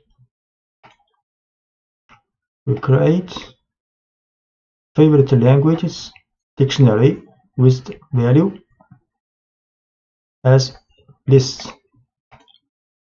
Then for each people, we will print out his favorite languages. So this is the result. Jan's favorite languages are Python, Ruby. Sarah's favorite languages are C, so on. And the last case is dictionary in a dictionary. So you can nest a dictionary inside another dictionary, but your code can get very complicated quickly when you do this. For example, if you have several users for a website, each with a unique username, you can use the usernames as the keys in a dictionary. You can then store information about each user by using a dictionary as the value associated with their username. So in the following listing, we store 3 pieces of information about each user: their first name, last name, and the location. We will access this information by looping through the usernames and the dictionary of information associated with each username. We create a dictionary. So inside of this dictionary, for the key Einstein is a person, then we store another dictionary as the value of Einstein, this key. And for Marie Curie, we store another dictionary as the value of this person. Next, inside, and for each dictionary of the value, there's 3 information for the first name, last name, and the location for this person. Next, we can write a for loop. For loop, first use the items method for the users. User is a dictionary, main dictionary. Then items will get the list of username and the user info pair. Then print a message. Then we create variable called full name is user info. User info is a dictionary. User info's first name plus username info's last name concatenated with a space. Then location is user info's location's value. Next, we can print message with full name and the location, title form. So create a dictionary with 2 scientists as the key and dictionary including first name, last name, and location as this person's value. Next, run a for loop which extracts the information of the key is the username and the user info, the dictionary, from user's items method. Then print out information of username, then create a full name with the concatenation of the user info's first name and the last name, as well as the location information, then print out. So the result is username Einstein, then full name Albert Einstein, location Princeton, and similarly for username Marie Curie. In this lecture, you will learn how to accept the user input in Python, so your program can then work with it. When your program needs a name, you will be able to prompt the user for a name. When your program needs a list of names, you will be able to prompt the user for a series of names. To do this, you will use the input function. How the input function works? The input function pauses your program and waits for the user to enter some text.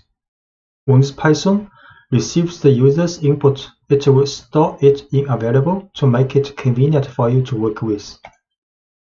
For example, we can use input function, and this is a prompt to the user. User will see this prompt to tell me something, and I will repeat it back to you. Then, after user has input the text of something, then this was stored in the message variable. Next, we can print out this message. For example, we can try this. The user will see this, tell me something, and I will repeat it back to you. I try, for example, hello everyone. Then this information has been stored in the message. Next, we can print out this message. Hello everyone. So the input function takes one argument, the prompt or instructions that we want to display to the user so they know what to do. In this example, when Python runs the first line, the user sees the prompt, tell me something, and I will repeat it back to you. The program waits while the user enters their response and continues after the user presses enter. And the response is stored in the variable message. Then print message displays the input back to the user. And when you run input in Spider, sometimes comes with internal problem with this function. One way to solve this problem is to upgrade the Spider to version 5.3.0 using command and Anaconda prompt. So you can start Anaconda prompt in Windows Start menu, activate your environment. You have create an environment called NumPython, for example. Then you activate this NumPython environment, use conda activate NumPython. Then you can install Spider with the version 5.3.0 using this command pip install spider equals 0 double equal.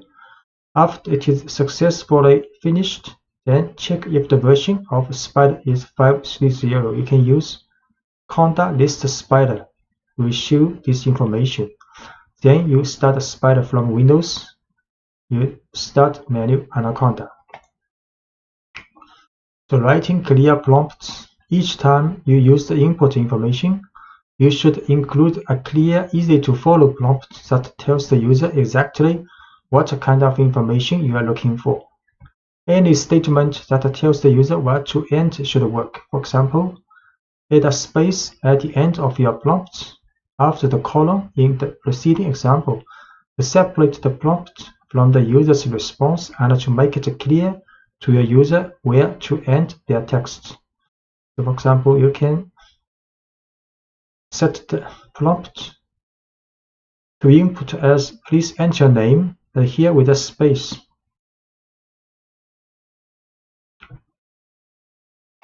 Try.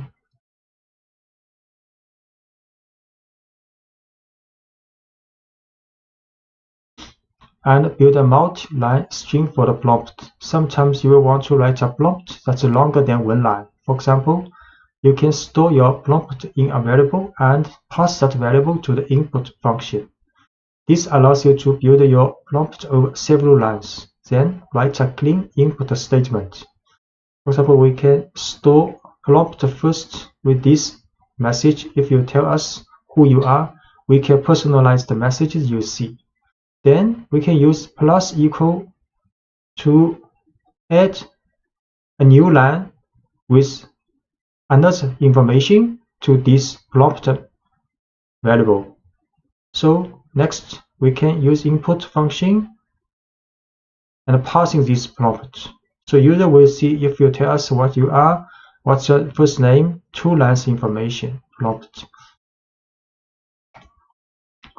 So we create prompt this line first. Then we add another line to this prompt.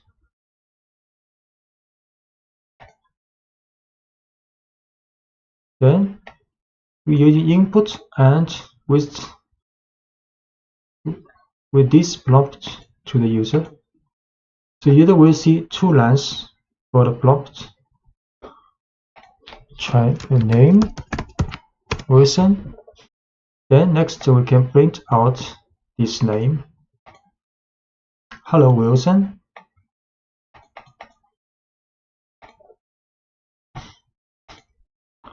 Using int to accept a numerical input. So when you use the input function and the user inputs a number, Python interprets it as a string. If all you want to do is print the input, this works well. But if you try to use input as a number, you have to use the int function, which tells Python to treat the input as a numerical value.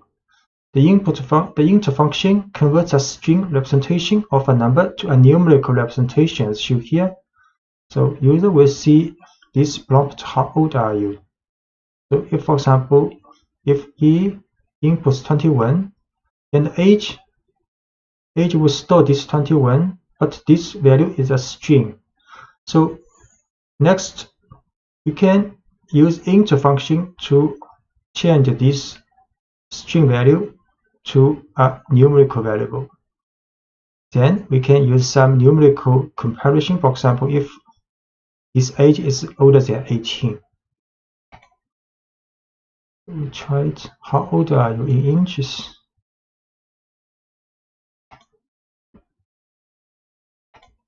$25, for example.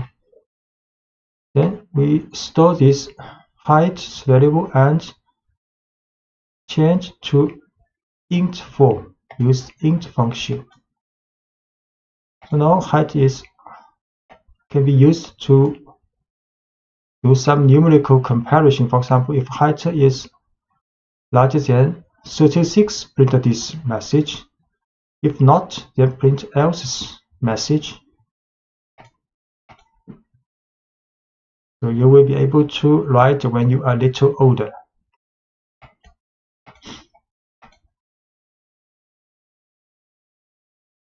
Yeah, this is the code what we have used.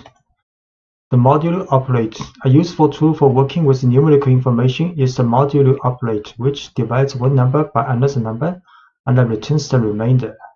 So we use the percent symbol for the modulo operation. For example, 4 modulo 3 will get 1, and 5 modulo 3 will get 2 here. Get 2 here. The following program will tell the input value is even or odd using modulo operation. So user will input something according to this prompt, enter number, and I will tell you if it's even or odd.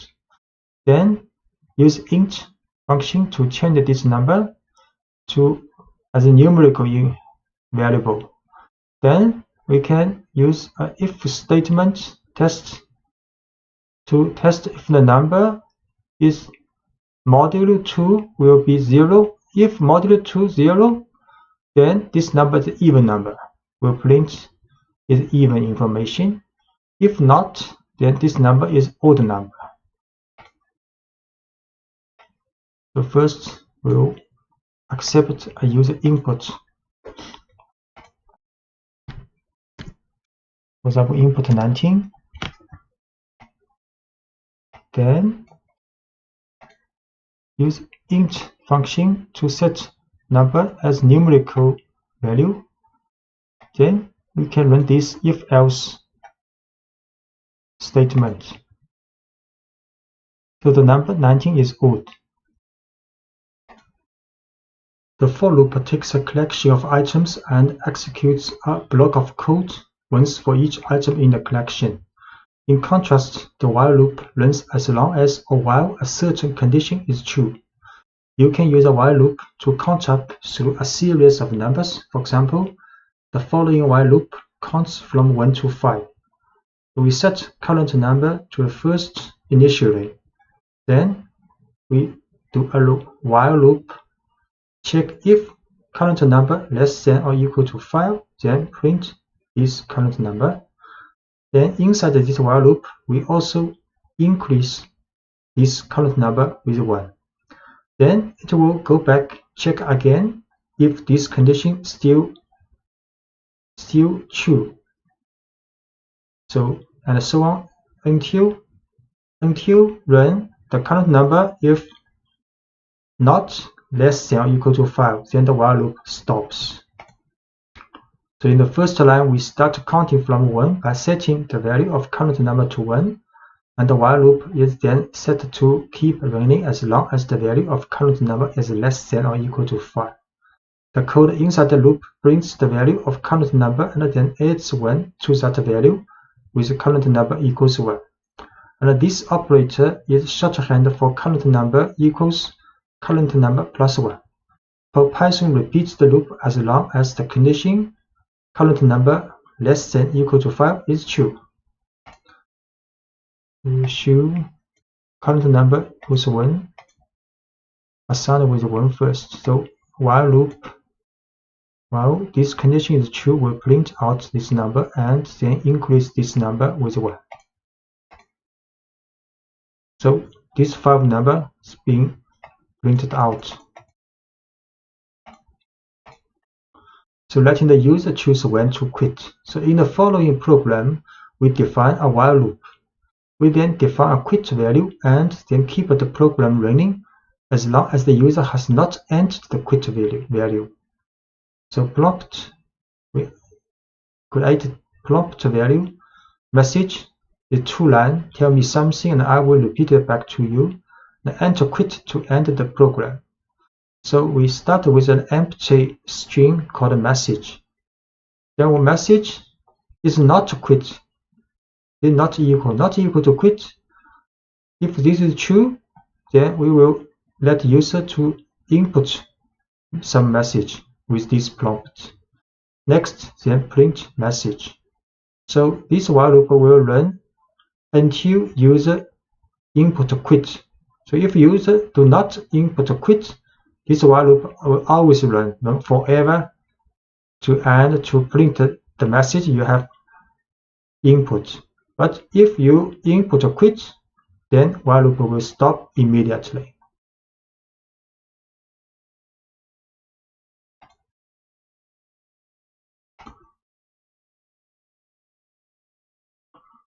So we create this prompt variable,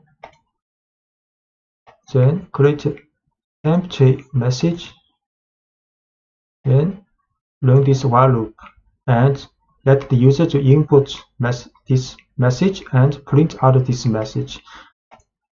Try hello. So print out hello has been printed out. Okay. Everyone print out. So now we input a quit. So quit print out and while loop stopped.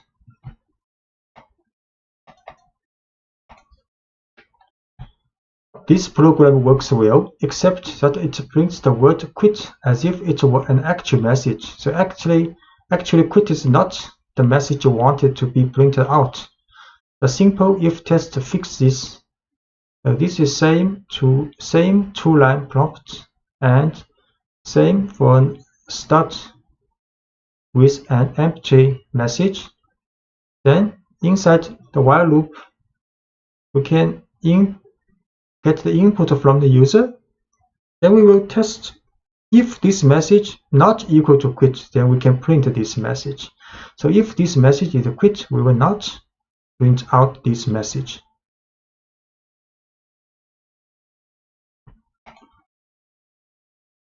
So we can try this.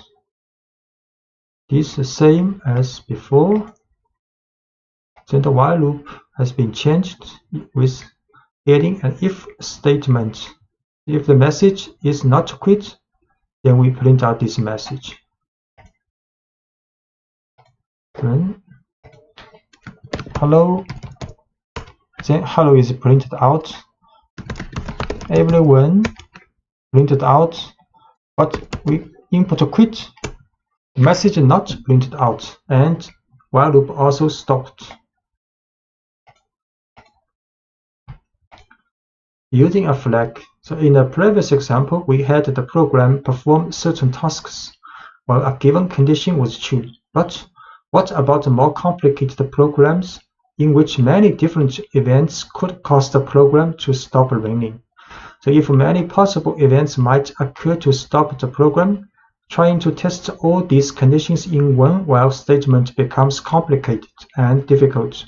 So for a program that should run only as long as many conditions are true, you can define one variable that determines whether or not the entire program is active. This variable, called a flag, acts as a signal to the program. So we can write our program so they run while the flag is set to true, and stop running while any of several events sets the value of the flag to false. So let's add a flag to the previous program. This flag, which we will call active, so you can call it anything, will monitor whether or not the program should continue running. So we set create to their message, prompt message. Then we create a variable called active is true. Next, we will run a while loop. Start with while active. So while active means if the active's value is true, then while active will be true.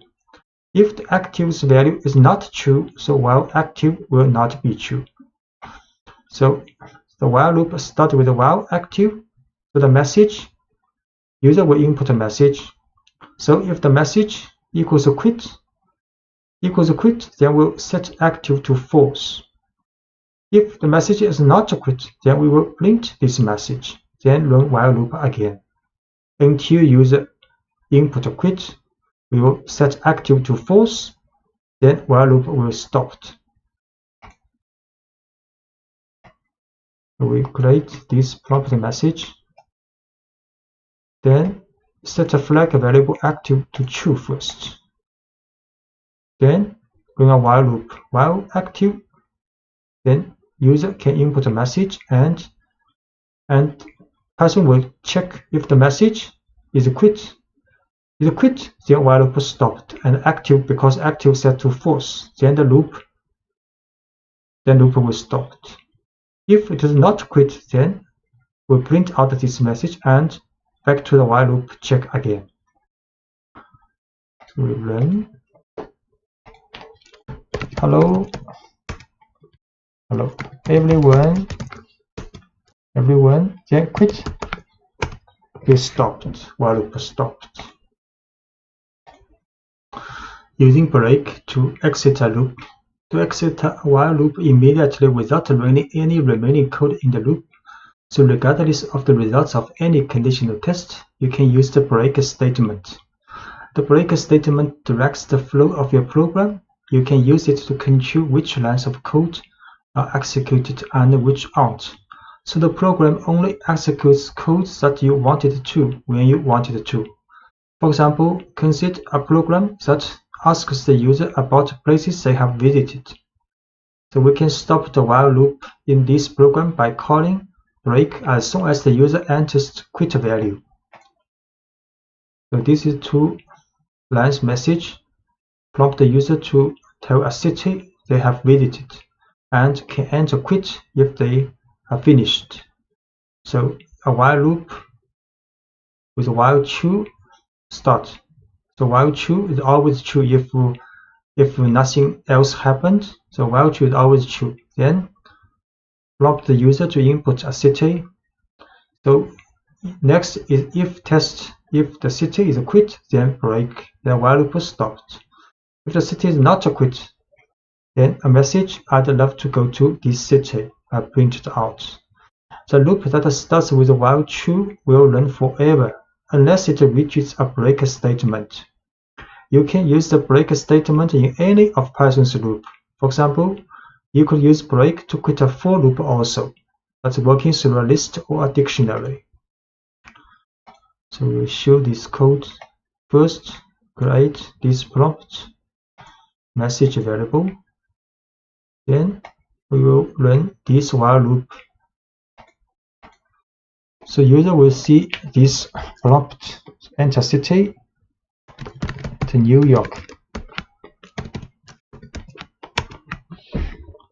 Then the message I'd love to go to New York printed out. Next I will input London.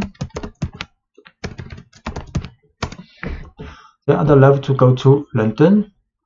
Then here now I have put input quit.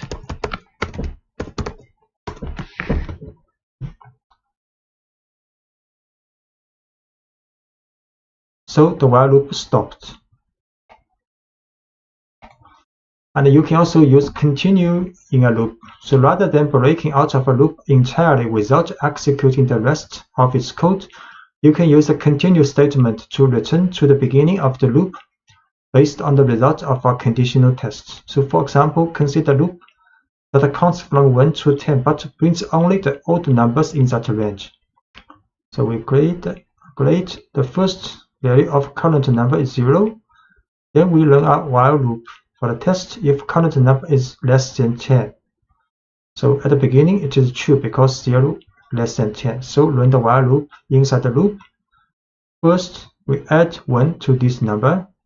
Then we if test if this number modulo 2 equals 0, which means it is an even number, then it will continue. So continue will go back to the while loop, and without running the rest of code in the while loop, but not stop this while loop. Just skip the rest of the code and back to the while loop. So if it is an even number, we do nothing, just back to the while loop. But if it is not even number, it's an odd number, then we print this number and back to the while loop also. So first we set the current number to 0 because it's less than 10. Python enters the while loop. So once inside the loop, we increment the count by 1. So current number is 1. And the if statement then checks the modulo of current number and 2. If the modulo is 0, which means current number is divided by 2, the continue statement tells Python to ignore the rest of the loop and return to the beginning.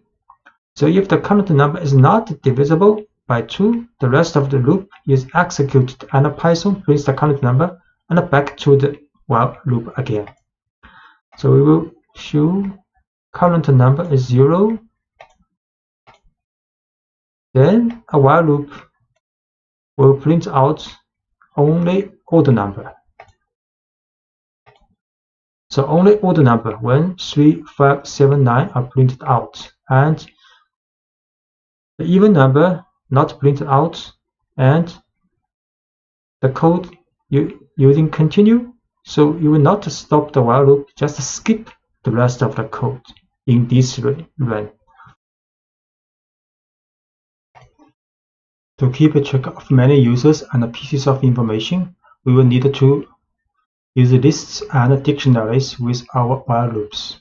A for loop is effective for looping through a list, but you shouldn't modify a list inside a for loop because Python will have trouble keeping track of the items in the list.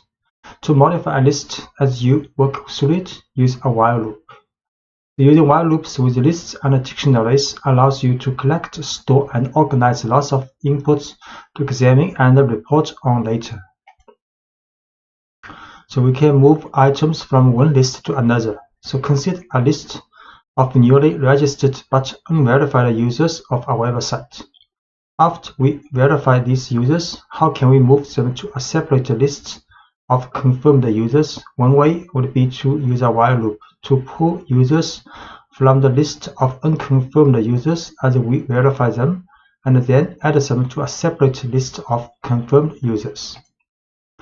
So this is a list of unconfirmed users. Then we create an empty list called confirmed users. The next use a while loop. So while loop, the purpose of this while loop is to move each unconfirmed users to verify and then to confirm the users list. So while unconfirmed users means if unconfirmed users list is not empty, there are users in this list, then we will run the while loop. So we use a pop function to take the last one of this list, last item of this list out, then store in a current user. Then we print a verifying message. Then in confirmed users list, we append this current user.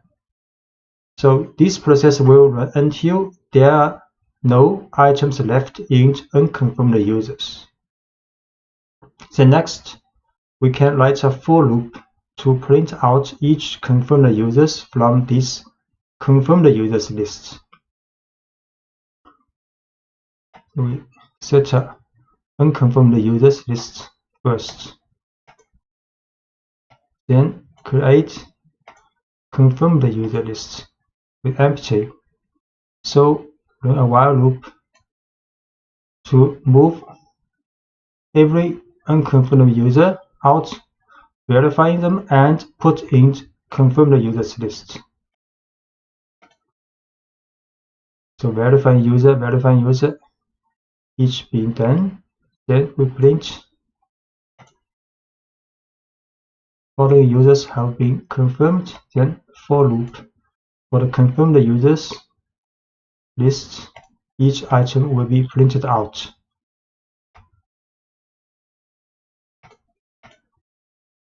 And you can remove all instances of specific values from a list. The remove function will remove the instance that appeared only once in the list. But what if you want to remove all instances of a value from a list?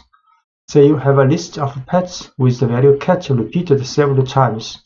To remove all instances of that value, you can run a while loop until cat is no longer in the list. So there's a list with pets. So cat occurs 3 times here. Then we can write a while loop. So while cat in pets, then we will remove cat. So while cat in cat means while cat exists in this list, it still have cats list exists in this list, then we'll remove this cat. So until there are no cat in these pets, then the while loop will be finished. So we create these pet lists and print cat, cat, cat. Then a while loop will remove each one cat in the list. And we print pets again. There are no cats now in the list.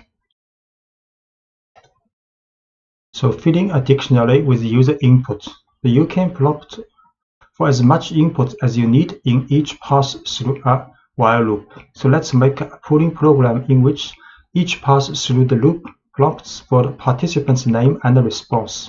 We can store the data we gather in a dictionary. So first we create an empty dictionary, then set a pooling active flag to true. So while pooling active, then user will see prompt what is your name. Then the response is input and user input name to name variable. Similarly, user will input the mountains information for the response variable. Then int for the dictionary, this dictionary created here, we add key value pairs for name, the person, and its response, the value of this mountain. Then repeat is another input for user to enter. The prompt is would you like to let another person respond? So if the user does not enter no, then process will be continue and the user can go back to the while loop, and the user can input again the name and the information for the response with mountains, then add another key value pairs in dictionary. So this process will until user enter no in the repeat input. If the user enter repeat input with no, then pooling active flag will be false. So back to the while loop, pooling active will not be successful, then the while loop is stopped.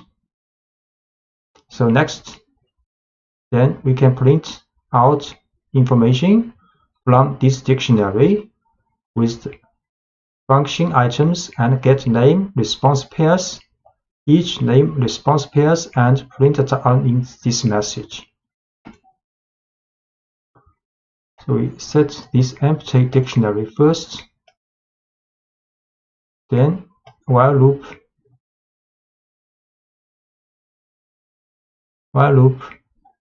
in the while loop user will enter name and response of the mountain, and while loop will set key value pairs in this dictionary. Then user will see Anna's prompt. Would you like to let another person respond? So if the user does not enter no or enter yes or other input, then the while loop will continue on, and user then enter another name and mountain, and so on until user has entered no here. Then the key pooling active flag will be false. Then the while loop will be stopped. So we run this process. Okay, we have to define pooling active first. Then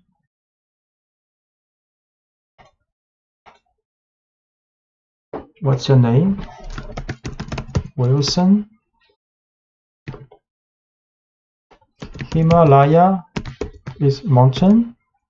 Would you like to let another person respond? Yes. What's your name? Shirley. What mountain would you like to climb someday? Kilimanjaro. Would you like to let another person to respond? This time enter no. So the while loop stopped. Then we print out the results. Pulling results, and for name items, a for loop to get out all the key value pairs in this dictionary, and print out all information. Wilson would like to climb Himalaya, and Shirley would like to climb Kilimanjaro. In this lecture, you will learn to write functions, which are named blocks of code that are designed to do one specific job. So when you want to perform a particular task that you have defined in a function, you call the name of the function responsible for it. If you need to perform that task multiple times throughout your program, you don't need to type all the code for the same task again and again. You just call the function dedicated to handling that task, and the code tells Python to run the code inside the function. So we define a simple function. Here's a simple function named greet user that prints a greet message. So we use diff greet user. Then this is the description of this function. Use triple quotes. Then inside the function, print a message hello. Then we can call this function just write greet user. The keyword diff to inform Python that you are defining a function. Then next name of the function is greet user. Then parentheses are empty here, means no more information needed to run this function. And a comment called a docstring enclosed in triple quotes, which describes what the function does. The docstrings are enclosed in triple quotes. Greet users could call the function. So we define a function called greet user, and inside the function print hello message. Then we'll call this function just print greet user and parentheses. The function greet user can not only tell the user hello, but also greet them by name. So for the function to do this, you enter username in the parentheses of the function's definition at the diff greet user. So by adding username here, you allow the function to accept any value of username you specify. So if we want to print message with different username, so we can put a parameter here in the definition of function in the parentheses. So inside the function, print message will take this information of username and print a message. So when we call this function, we have to add a name, for example, Jesse here. So the variable username in the definition of greet user is an example of a parameter, a piece of information the function needs to do its job. And the value Jesse in greet user Jesse is an example of an argument. An argument is a piece of information that is passed from a function call to a function. So when we call the function, we place the value we want the function to work with in parentheses. In this case, the argument Jesse was passed to the function greetUser, and the value was stored in the parameter username. Note that people sometimes speak of arguments and parameters interchangeably. So we create again this function greetUser with the username as a parameter. Then we can print out a message using this username. The function defined. Then we call this function and adding a Jesse here in the parentheses. So the message "Hello Jesse" is printed out. Because a function definition can have multiple parameters, a function call may need multiple arguments. You can pass arguments to your functions in a number of ways. You can use positional arguments, which need to be in the same order the parameters were written, keyword arguments, where each argument consists of a variable name and a value, and the lists and dictionaries of values. So, positional arguments. When you call a function, Python must match each argument in the function call with a parameter in the function definition. The simplest way to do this is based on the order of the arguments provided. So values matched up this way are called positional arguments. To see how this works, consider a function that displays information about pets. The function tells us what kind of animal each pet is and the pet's name. We define a function called DescribePet with two parameters needed to run this function. First is animal type, second is pet name. Then in the function definition, we print a new line, then a message "I have this type, animal's type." Then print another line, this animal type's name is this pet name's title form. So when you call this function, you have to write DescribePet, then the type first, then name second. Or you can run again, call the dog is the type, then Willy is the name. So we define this function first. Then we call this function. Then I have a hamster. My hamster's name is Harry. We call again with this information input. I have a dog. My dog's name is Willy. So order matters in positional arguments. You can get unexpected results if you mix up the order of the arguments your function call when using positional arguments. So for example, if you call this function but write this order, Harry hamster, so this will print the message "not you want." And a keyword arguments. A keyword argument is a name-value pair that you pass to a function. You directly associate the name and the value within the argument. So when you pass argument to the function, there is no confusion. Keyword arguments free you from having to worry about correctly ordering your arguments in function call. So let's rewrite the pets examples using keyword arguments to call DescribePets. So we can also call this function. Then in the parentheses we write key value. So you can write any order if you input the key value pairs. And we can also call a pet name, right first, Harry, and animal type second. It's correct. So the order of keyword arguments doesn't matter because we explicitly tell Python which parameter each argument should be matched with. So we call using keyword arguments. So I have a hamster. My hamster's name is Harry. Then call again with this keyword order So I have a hamster, my hamster's name is Harry. The return result is the same. And default values. So when writing a function, you can define a default value for each parameter.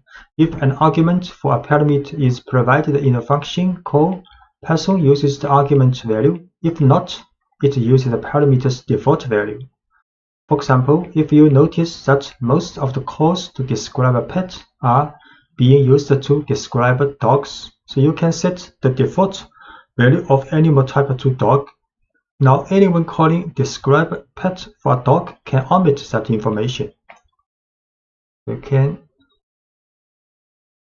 define this function with pet name, but animal type we set a default value as dog.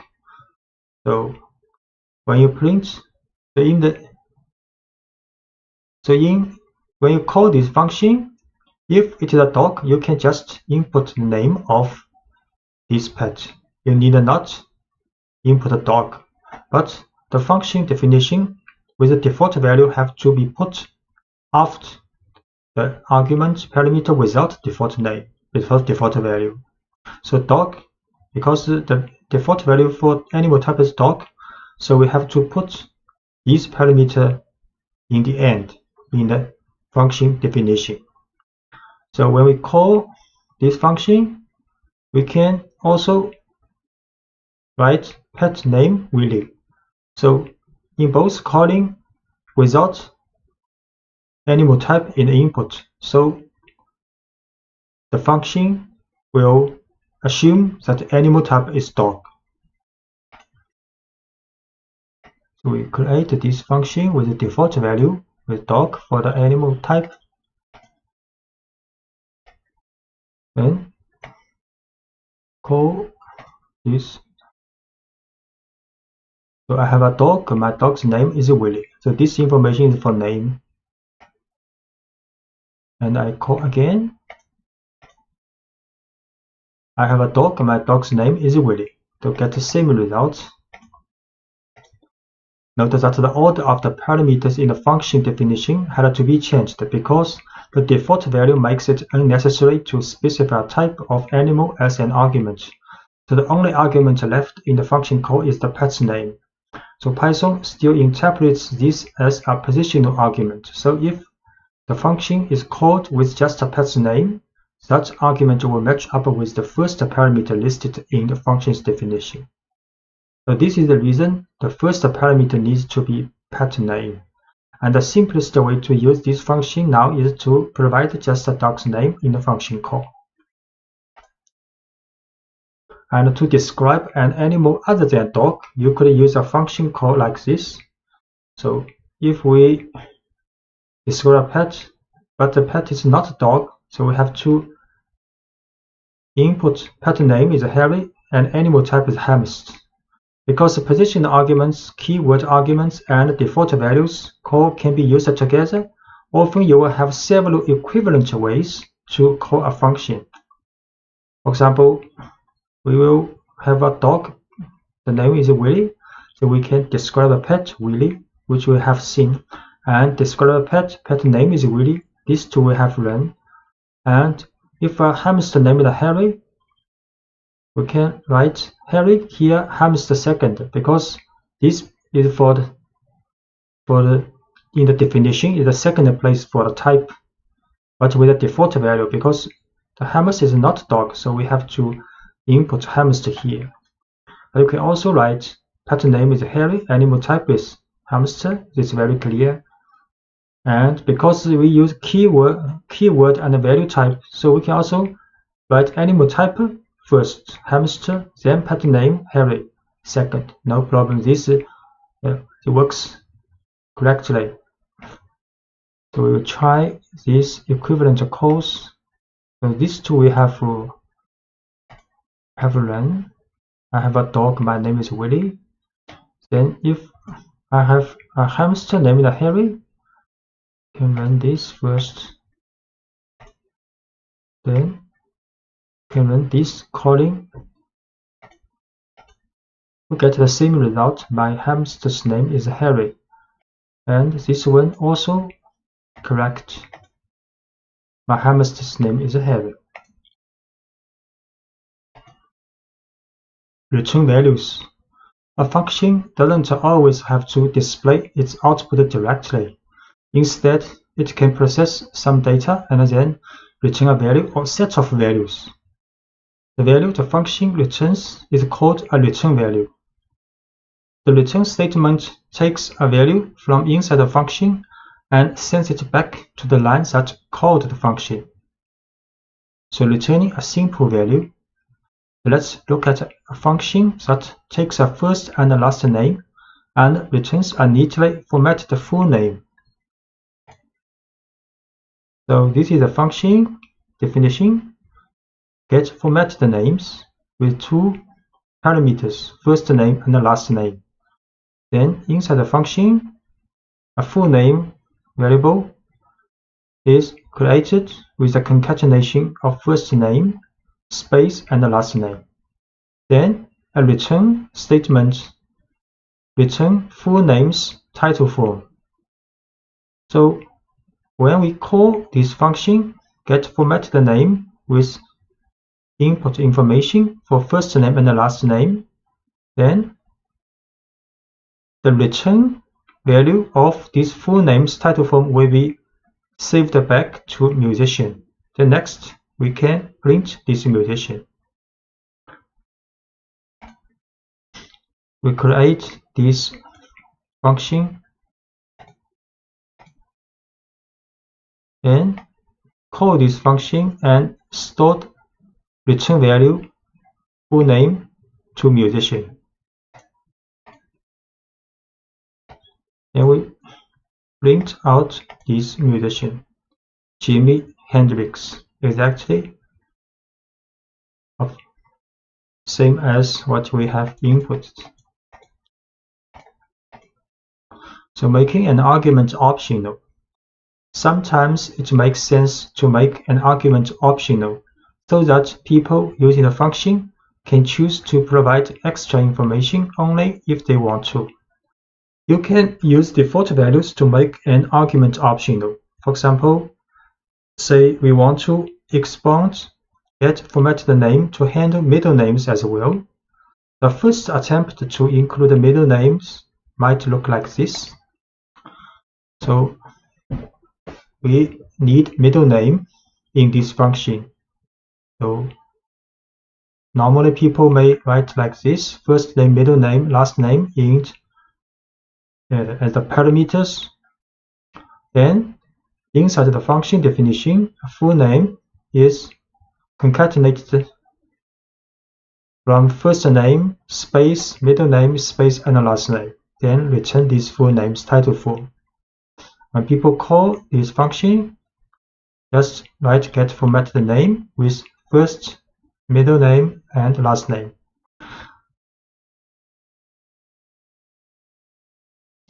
So we try this function definition and call this function with first name, middle name, and last name. It's a positional argument, passing position arguments. So then after calling this function, the musician will get the value of this returned value full name. Then we print this musician. So first name John Hooker Lee printed out. This function works when given a first, middle, and a last name. The function takes in all three parts of a name and then builds a string out of them. But middle names aren't always needed, and this function as written would not work if you try to call it with only a first name and a last name. So this function does not work when people have not middle name to input. The better solution would be to make middle name optional. So we can give the middle name argument an empty default value and ignore the argument unless the user provides a value. So this is a better solution for definition of this function. So inside the parenthesis position, we write first name, last name, then middle name at the last with a default value of empty string. Then inside the function, we use if-else test. So if middle name means if the middle name is not empty, which means if user inputs some middle name, then the full name is the concatenation of these three names together. Else means if user did not input the middle name, so full name is only first name concatenated with the last name. Then in the end, function will return full name, the title form. So when we call this function, no matter whether the people has middle name or not middle name, this function works. So in this case, we call this function with only first name and last name.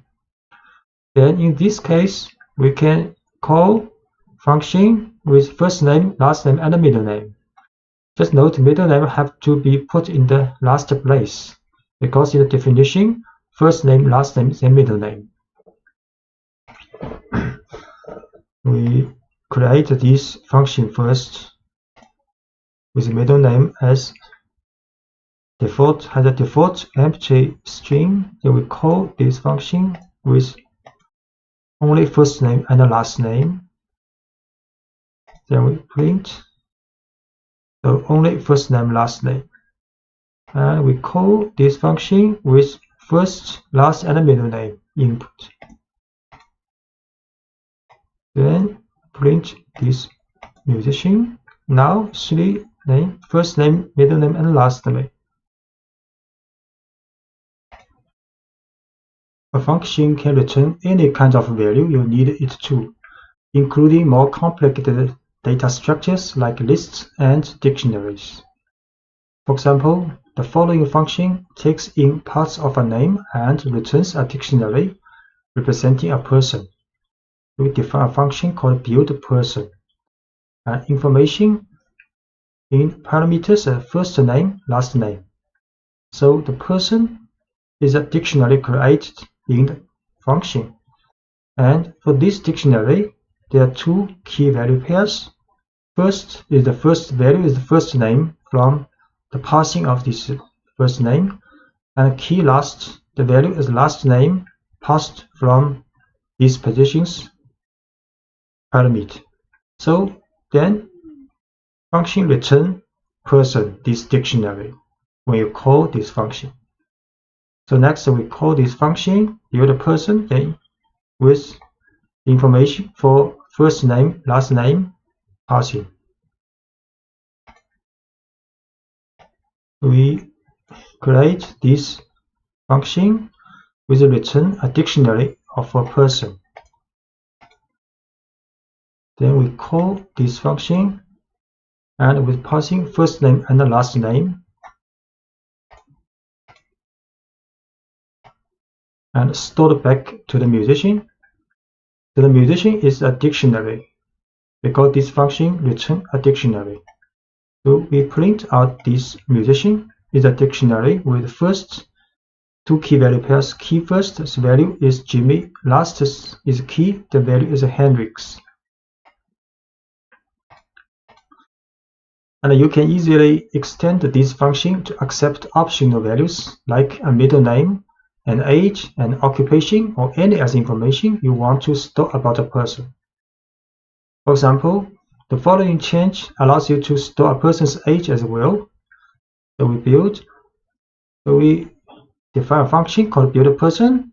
But this time we add another parameter called age with default value is empty string in addition to first name and the last name.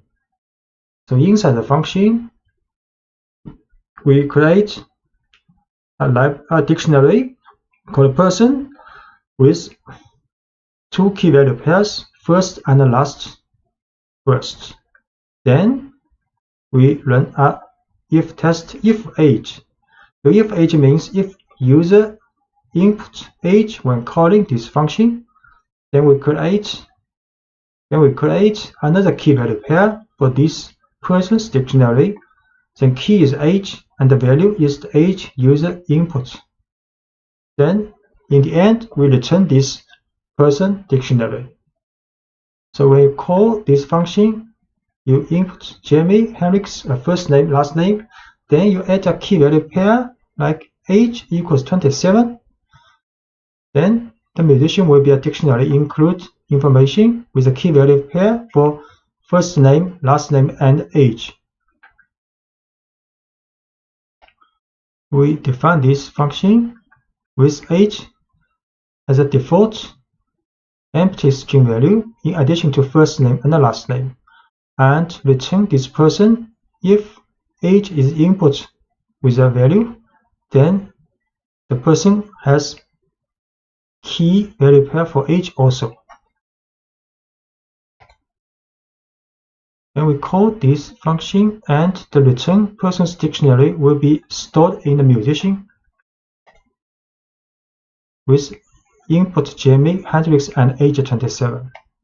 Then we print out this musician. So now musician is a dictionary with 3 key value pairs: first name, last name, and age. Using a function with a while loop, you can use the functions with all the Python structures you have learned about so far. For example, let's use the getFormatTheName function with a while loop to greet users more formally. It is the first attempt at greeting people using their first and last names. So you can define a function with 2 parameters, first name, last name. Then inside the function, create variable called full name with the concatenation of first name, space, and the last name. Then return these full names title form. Then we write a while loop. So while true, it will be always true if nothing happens. So in the while loop, print message for the user to input a name, and if user input a Q, then it will be quit. Then the while loop will stop. Then next, create 2 variable called fName, get the information of the first name, the lName get information of last name user input. Then format the name, calling this getFormatTheName function, and store the return value of full name to format the name. Then print message including this format name. In the previous example, we use a simple version of getFormatTheName that doesn't involve middle name. And the while loop asks the user to enter their name, and we prompt for their first and last name separately.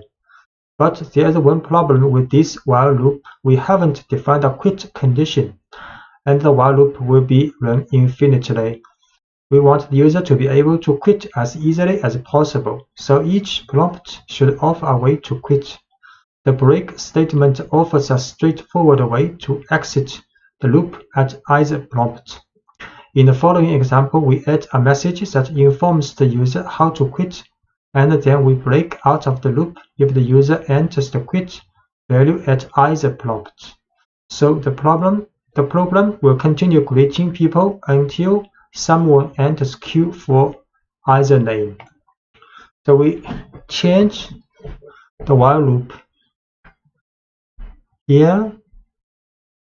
After user see the input for the first name, after user input, there will be a if conditional test. So if user input Q for the first name, then it will be break. Then the while loop will stop. So if the next for L last name input from the user also will be a if test. If this time user input Q, then also will be break.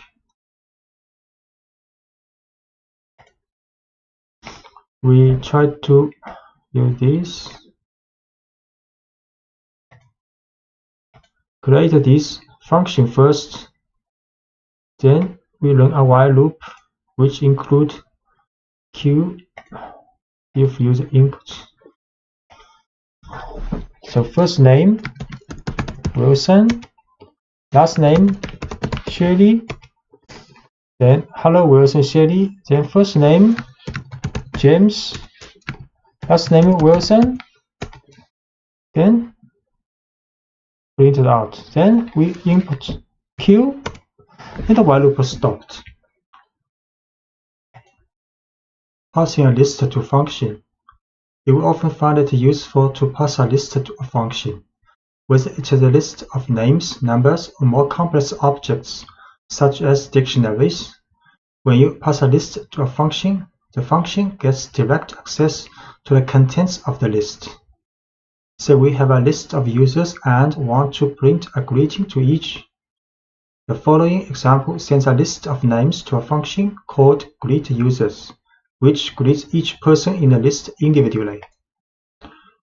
So we define a function called greetUser with parameter called names, and the names is a list. So inside the function, there's a for loop for name in names. So get each element of this names list, then set it to variable name. Next, we create a message with the concatenation of hello and the names title for, then print this message. So when we call this function, we create a user names with 3 names in this list, then call this function greetUsers with passing this usernames list. We define this function first, then create a list called usernames, and call this function with passing this list. Then greeting message for each person in the list has been printed out. Hello Hannah, hello Chai, hello Margot. Modifying a list in a function. When you pass a list to a function, the function can modify the list. So any changes made to the list inside the function's body are permanent. Consider a company that creates 3D printed models of designs that the users submit. So designs that need to be printed are stored in a list, and after being printed, they are moved to a separate list. The following code does this without using function. So if we do not use a function, we will use the following codes. So we create a list called unprinted designs with 3 elements, then create a completed models with empty list first. Then we write a while loop. So while unprinted designs, if there's any element left in unprinted designs, then we pop out this element, the last element in this list, then set to current design. Then we print a message, so printing model, printing this current design now. Then we append this current design to this completed models list we created here. So when the while loop runs until unprinted design is empty, because we pop it out empty. So then the while loop are finished and all items have been moved from the unprinted design to the completed models. So next we can print out this information for each completed model in the completed models list.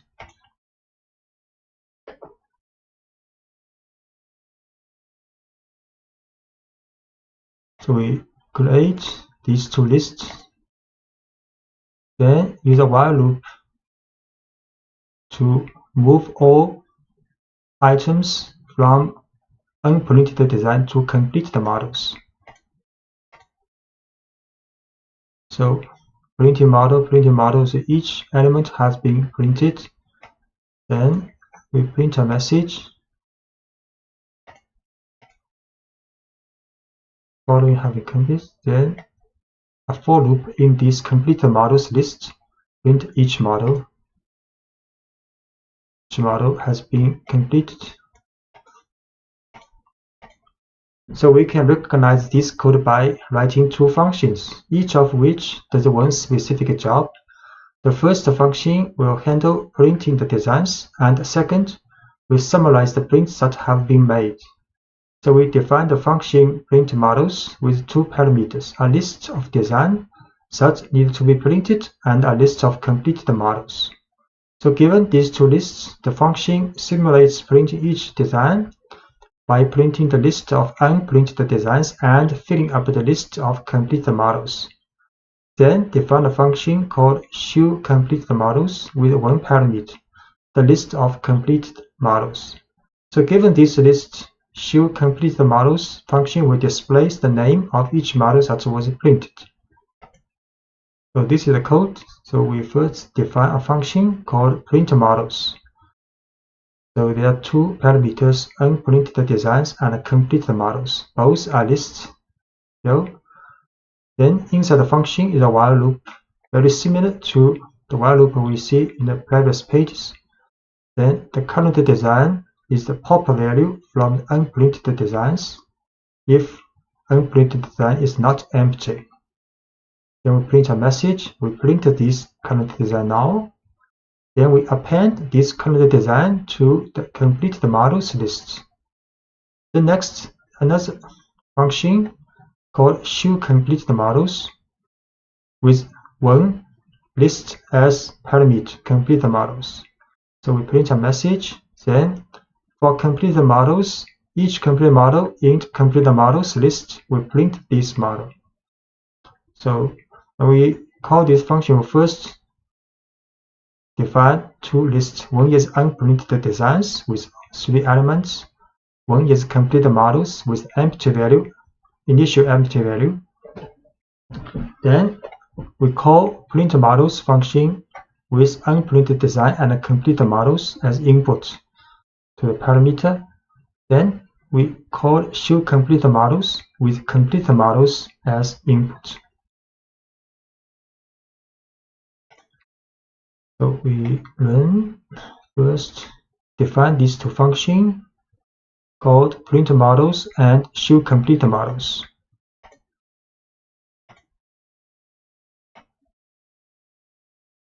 Then we define two lists. One is unprinted design and one is complete design with empty lists. Then we first call printModels with input as unprinted design and completed models as parameter input. So 3 models has been printed. Then we show the printed models.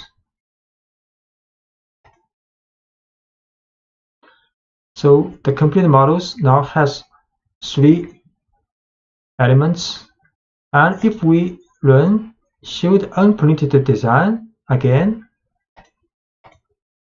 it is empty now. So which means for the calling this function, printModel calling this line, we input two lists, and both have been changed. So for the unprinted designs, it's empty now, and for the completed models, it's now full of 3 completed models. So passing lists to the function will be changed. And preventing a function from modifying a list. So sometimes you want to prevent a function from modifying a list. For example, say that you start with a list of unprinted design and write. In this case, you can address this issue by passing the function a copy of the list, not the original. So any changes the function makes to the list will affect only the copy, leaving the original list intact. So you can send a copy of a list to a function like this. So if we call this function again, we can use the bracket colon. This is a copy of this list. So this list will not be changed after running the function. The slash notation makes a copy of the list to send to the function. If we did not want to empty the list of unprinted designs in previous example, we could call printModels like this. So printModel unprinted design with a colon. So this list will not be empty after we have called the model. We try this. So these two lines are the same as before. We create two lists. One is unprinted design and one is empty design. Empty for the complete models at first. Then we call this function called print model with unprinted designs, but we use a colon here. So unprinted designs, this list, original list will not be affected. But completed models, this list will be affected, will be filled with each element from unprinted designs. So we call, then we call again for the show complete models. So the complete models has 3 elements now, and we run unprinted design still has 3 elements.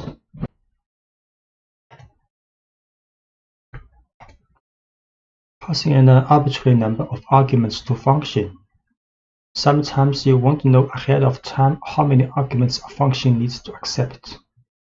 Fortunately, Python allows a function to collect an arbitrary number of arguments from the calling statement. For example, consider a function that builds a pizza. It needs to accept a number of toppings, but you can't know ahead of time how many toppings a person will want. The function in the following example has one parameter, asterisk toppings, but this parameter collects as many arguments as the calling line provides. So we define a function called makePizza with the parameter asterisk toppings. Then we print these toppings.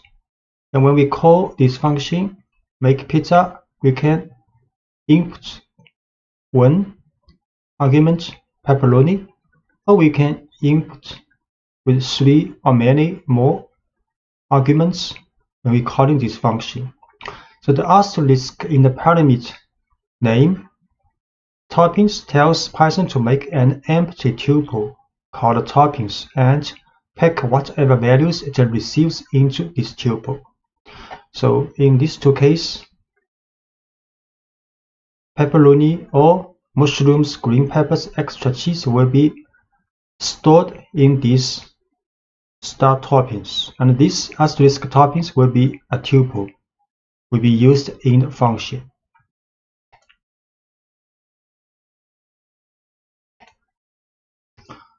We make function called makePizza with asterisk toppings as the parameter.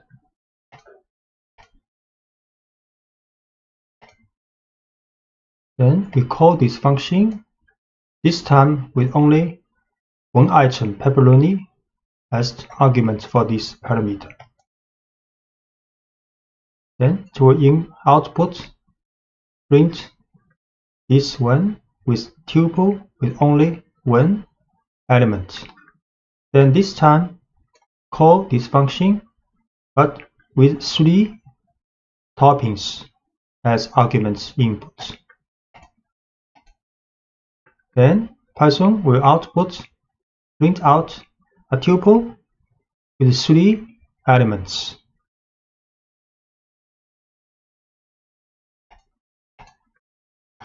Now you can replace the print statement with a loop that runs through the list of toppings and describes the pizza being ordered. We can make some change for this function.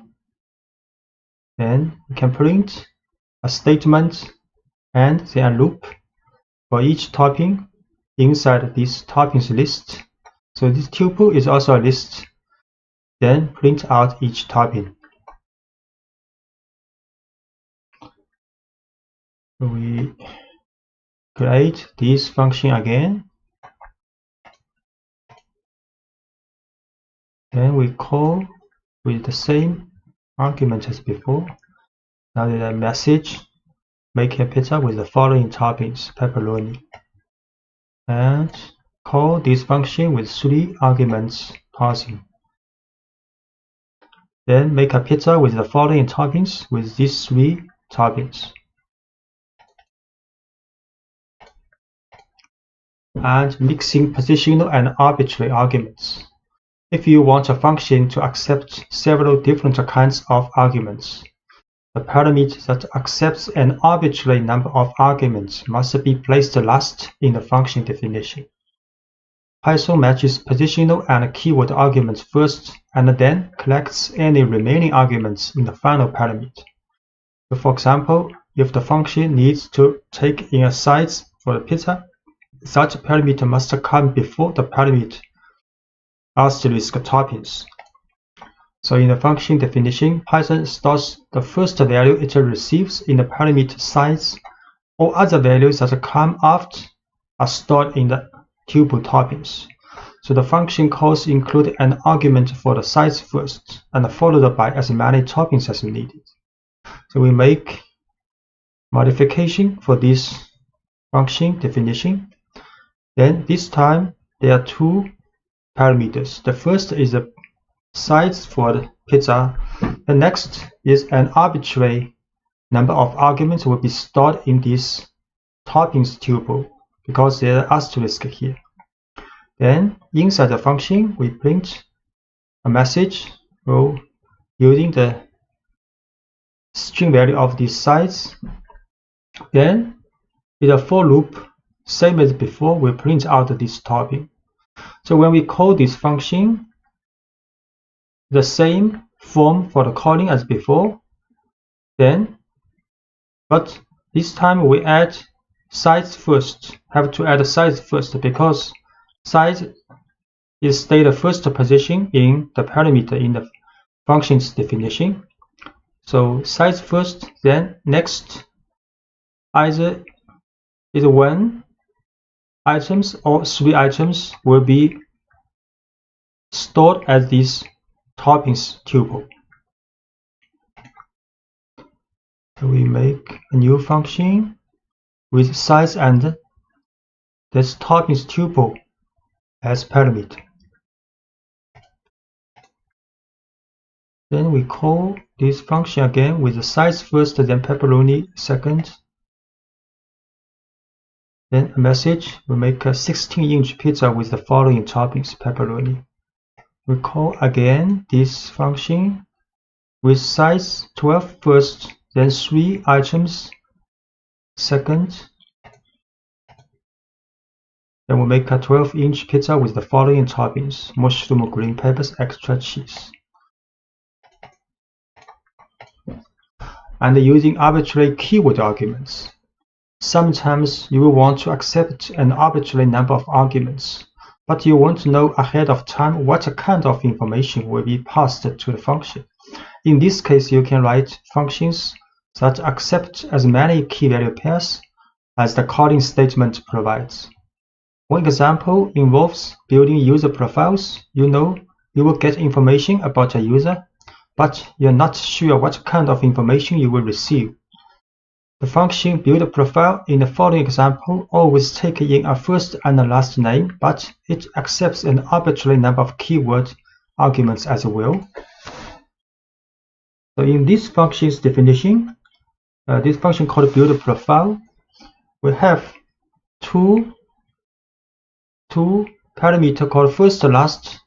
This is like a normal parameter. Then is a double asterisk user info. So this will be stored as a dictionary in the function's definition. So in the function, we define an empty dictionary first. Then we'll create the keys of this dictionary, and with the value coming from the parsing of this parameter. Same as for the last name. Then next we write a for loop for this dictionary's items. Methods will get a key value pair. That for each key value pair in this dictionary's items, then we will create new key and value pairs and use this information from this user's info. So this user's info is a tuple or is a dictionary when we call this function, and the extra information after first and the last, these two values will be stored in this dictionary. So this for loop will use this dictionary and put these key value pairs in dictionary profile. Then in the end, function returns this profile, the dictionary, which include all the key value pairs from last name, first name, last name, and user infos. So when we call this function, we will add first, last name's value first. Then we will add several key value pairs as we want.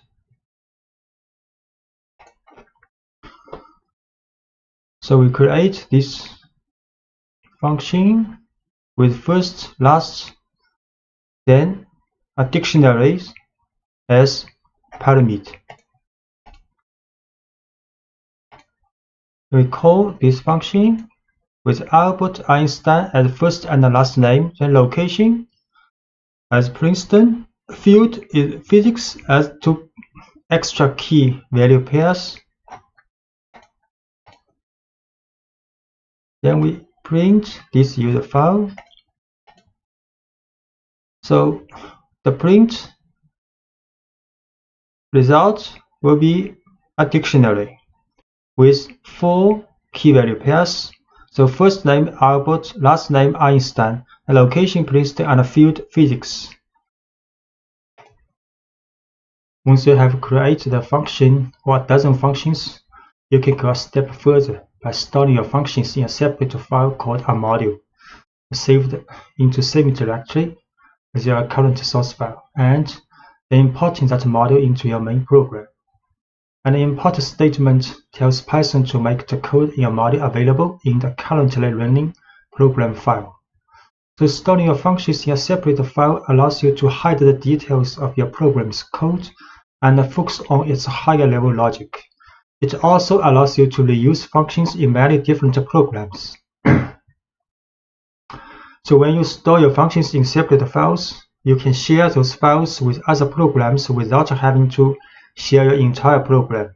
There are several ways to import a module. So importing an entire module. To start importing functions, we first need to create a module. A module is a file ending in .py that contains the code you want to import into your program. So let's make a module file called pizza.py that contains the function make pizza. So this function is written in the file pizza.py in the working directory.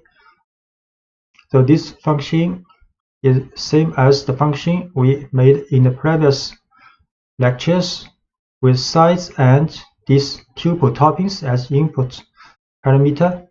Then print a message with the size of this pizza and print out each topping.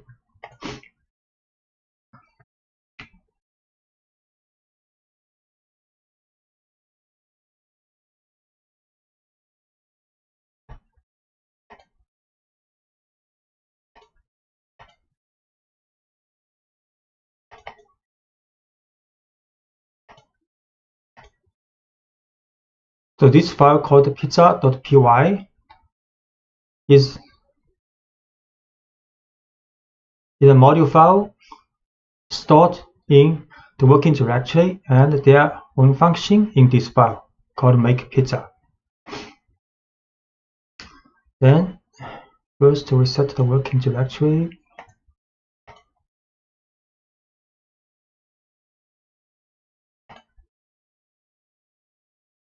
Then we can import the module pizza. We just create it and then make 2 calls to make pizza using the form. So we can first import this module called import pizza. Pizza is a file pizza.py, but we have need not add extension here, just import pizza. Then we can call this function make pizza using pizza.makepizza. Then is the argument for the input.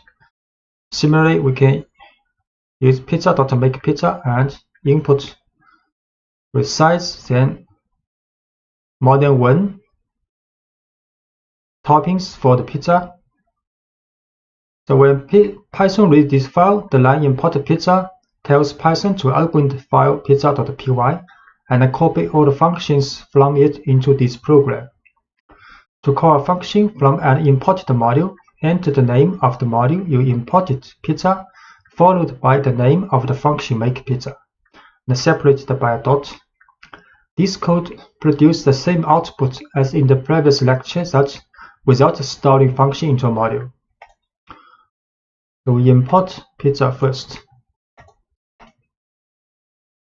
Then we can use makePizza.pizza with argument parsing. So output making a 16-inch pizza with the following toppings: pepperoni.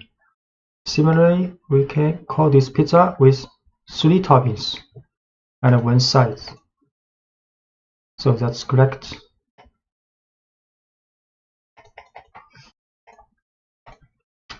And you can also import specific functions from this import module file. You can also import a specific function from a module. Here is the general syntax for this approach. You can also write like from module name, import this function name. So you can import as many functions as you want from a module by separating each function's name with a comma. So if the module file contains more than 1 function and you want to import these functions, you can write from module name, this file, import the function, first function, second function, third function, and so on.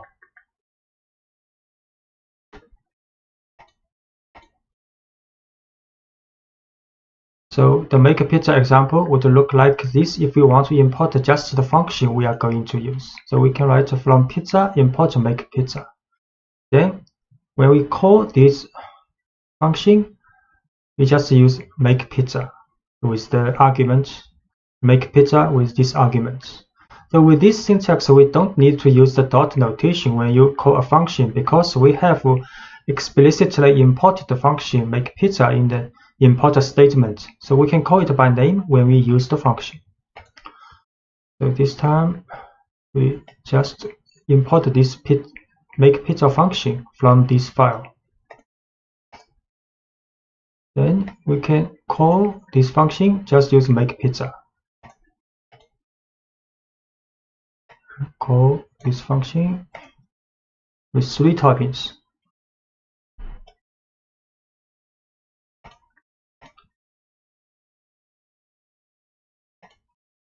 And using s to give a function an alias. So if the name of a function you are importing might conflict with an existing name in your program, or if the function name is long, you can use a short unique alias, an alternate name similar to a nickname for the function. You will give the function this special nickname when you import the function. The general syntax for providing an alias is like, so from module name, import function name is an alias. So here we give the function makePizza an alias np. So by importing makePizza as np, so the s keyword renames a function using the alias you provide. So you can write from pizza import makePizza as np. Then we can call this function using np now with the parameter parsing. np now with the parameter parsing. We can from pizza import makePizza as np. Then we can use np16 pepperoni to call this function. You can make a call with np12 mushroom, green peppers, extra cheese. So the output of this calling is the same. We use s to give a module an alias. You can also provide an alias for a module name. The general syntax for this approach is import module name as an alias. So giving a module a short alias, like p for pizza, allows you to call the module's functions more quickly. So calling p.makePizza is more concise than calling pizza.makePizza. So we can import pizza as p. So we can call module with p.makePizza. p.makePizza. So we can import the module as p. Then call module with p.makePizza 16 pepperoni. P.makePizza 12 and with 3 topping. So the result is the same in the printing. And you can also import all functions in a module. You can tell Python to import every function in a module by using the asterisk operator. So we can write from pizza import this asterisk, means all the function. Next, we can also use makePizza with the parsing. The asterisk in the import statement tells Python to copy every function from the module pizza into this program file. Because every function is imported, you can call each function by name without using the dot notation.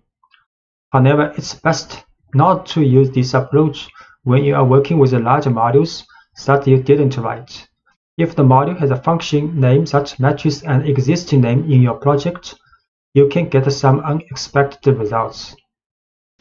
Python may see several functions or variables with the same name, and instead of importing all the functions separately, it will overwrite the functions. So this is not a good approach.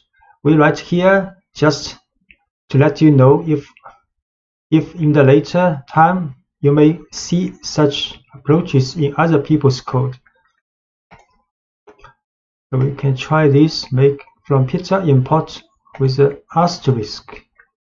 Then we can call this function with just to make pizza. The result is the same.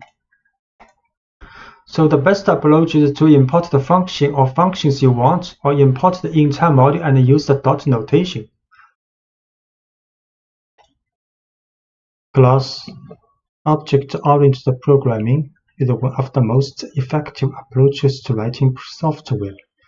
In object-oriented programming, you write classes that represent real-world things and situations, and you create objects based on these classes. When you write classes, you define the general behavior that a whole category of objects can have. And when you create individual objects from the class, each object is automatically equipped with the general behavior. You can then give each object whatever unique traits you desire. Making an object from a class is called instantiation, and you work with instances of a class. You can also specify the kind of information that can be stored in instances. So creating a dog class. So let's start by writing a simple class, dog, that represents a dog, not one dog in particular, but any dog. So they have all a name and age. We also know that most dogs sit and roll over. These two pieces of information, name and age, and those two behavior, sit and roll over, will go in our dog class because they are common to most dogs. After our class is written, we will use to make individual instances, each of which represents one specific dog. So this is a dog class. So class dog, then this is a description of this class. Then we define df initial method. So every class has an initial method with the parameter self and a name age. Then inside this method function, then we define self.name is a name, because we need a name when we create this class for instantiation, and self-age is the age, these two information. Then we define two functions or called methods of this class. So sit, inside the sit parentheses, we pass self. So this means all the dog will have this sit method, same as roll over. Then inside these two function method, then we print the name of this dog and is not setting a message. And similarly, for rollover, we print this dog is rollover. So by convention, capitalize the name referred to classes in Python. The parentheses in the class definition are empty because we are creating this class from scratch. So the initial method, a function that's part of a class, is a method, and everything you learned about the functions applies to methods as well. The initial method is a special method. The Python runs automatically whenever we create a new instance based on the dog class. Now, this method has two leading underscores and two trailing underscores. There are two underscores here and two underscores. We define the initial method to have three parameters: self, name, and age. The self parameter is required in the method definition, and it must come first before the other parameters. And it must be included in the definition because when Python calls the initial method later to create an instance of dog, the method call will automatically pass the self argument. And every method call associated with a class automatically passes itself, which is a reference to the instance itself. It gives the individual instance access to the attributes and the methods in the class. So when we make an instance of dog, Python will call the initial method from the dog class, and we will pass dog a name and an age as arguments. The self is passed automatically, so we don't need to pass it.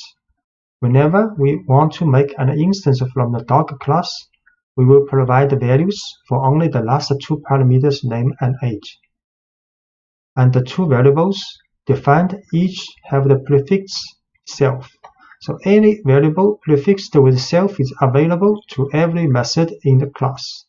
And we will be able to access these variables through any instance created from the class. So self name equals name takes the value stored in the parameter name and stores it in the variable name, which is then attached to the instance being created. The variables that are accessible through an instance like this are called attributes. And the dog class has two other methods, defined sit and rollover, because these methods don't need additional information like a name or age. We just define them to have one parameter self.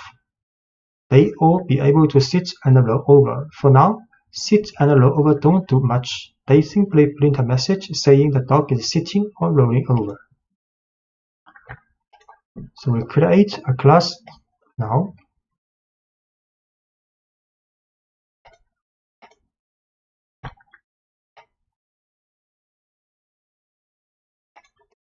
Then making an instance from class. The class dog is a set of instructions that tells Python how to make individual instances representing specific dogs. So let's make an instance representing a specific dog. So we can create a specific dog, use dog equals, then this dog is the class name, and inside parentheses is the name and age, two parameters needed when we define initial function in the class definition. So we tell Python to create a dog whose name is Willy and whose age is 6. When Python reads this line, it calls the initial method in dog with the arguments Willy and 6. The initial method creates an instance representing this particular dog and sets the name and age attributes with the values we provided. The instance is stored in variable myDog. We create an instance myDog with Willy and 6 age old. And we can create another dog called your dog, named Lucy and 3 years old. Then we can access attributes. To access the attributes of an instance, you use dot notation. So we can get the name and age of my dog using myDog.name and myDog.age. For example, we can print a message using myDogs.names title4. and print a message of my dog .8 years old. Can print a message. So my dog's name is Willie. Then print message using the attribute of age. My dog is 6 years old. And we can also print your dogs. So your dog's name is Lucy. And print using your dog's age attribute. Your dog is 3 years old.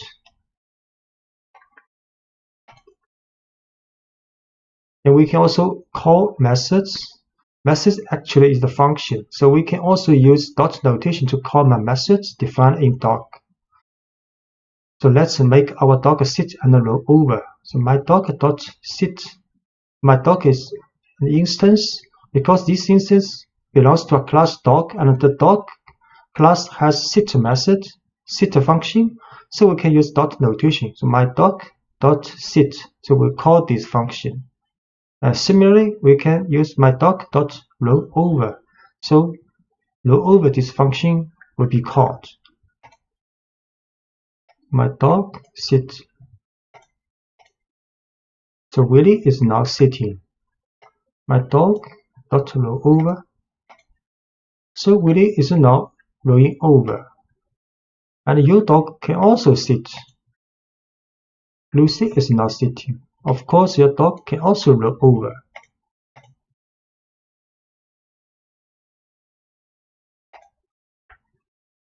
So let's write a new class representing a car.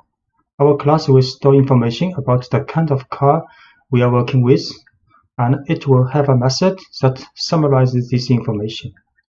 So we defined initial method with the self parameter first. We also give 3 other parameters: make, model, and year. A method called getDescriptiveName that puts a car's year, make, and model into one string neatly describing the car. Then we make an instance from the car class and store it in the variable myNewCar. Then we call getDescriptiveName to show what kind of car we have. So this is a class for car, capitalized class for car. And inside the class definition is an initial method with self first, then 3 parameters: make, model, year. With the information, when we calling this, when we make an instance of this car, we will put and input this information. Then for this initial method, we'll pass this 3 information to the attribute of this car called make, model, and year. Then a method called getDescriptiveName with the parameter self will create a variable called longName, which concatenates the information of year, make, and model together. Then we'll return these names title form. So next we can make an instance of this car class called myNewCar with 3 information for make, model, and year. And we can also call this method getDescriptiveName for myNewCar. So we see create this class.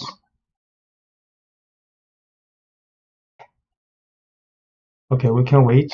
There are lots of other methods.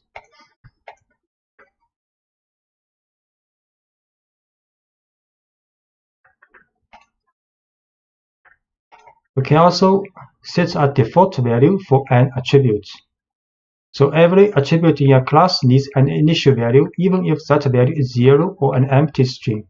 So in some cases, such as when setting a default value, if you do this for an attribute, you don't have to include a parameter for that attribute.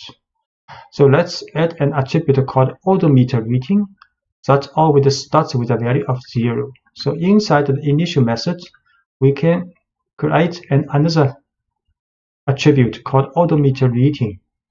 Odometer reading, but with the initial value 0. So in this function, initial function, we do not need other information for this attribute, which means when we call this class to make an instance, we do not need to add odometer reading when we make an instance of this class. So you can see class definition, initial method with make module year coming from the instance information, but odometer reading was an initial value 0. Then this is the function for get descriptive name.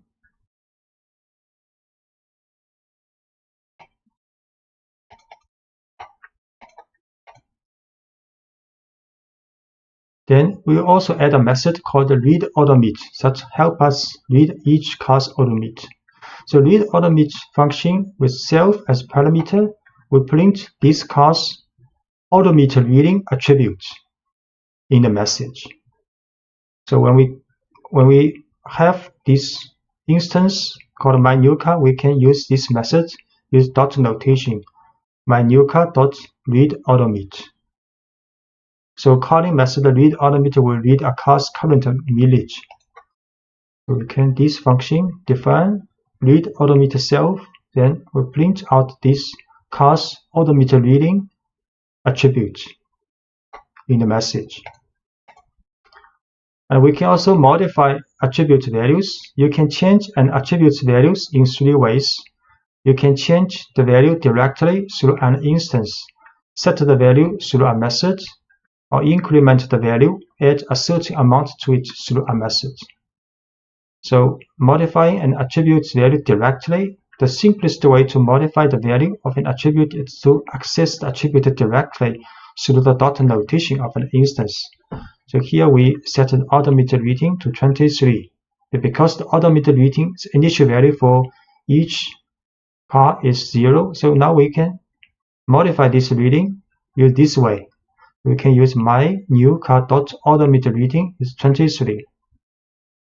So next we use my new car dot read odometer. We'll get this new value. We will try this. We create this car class.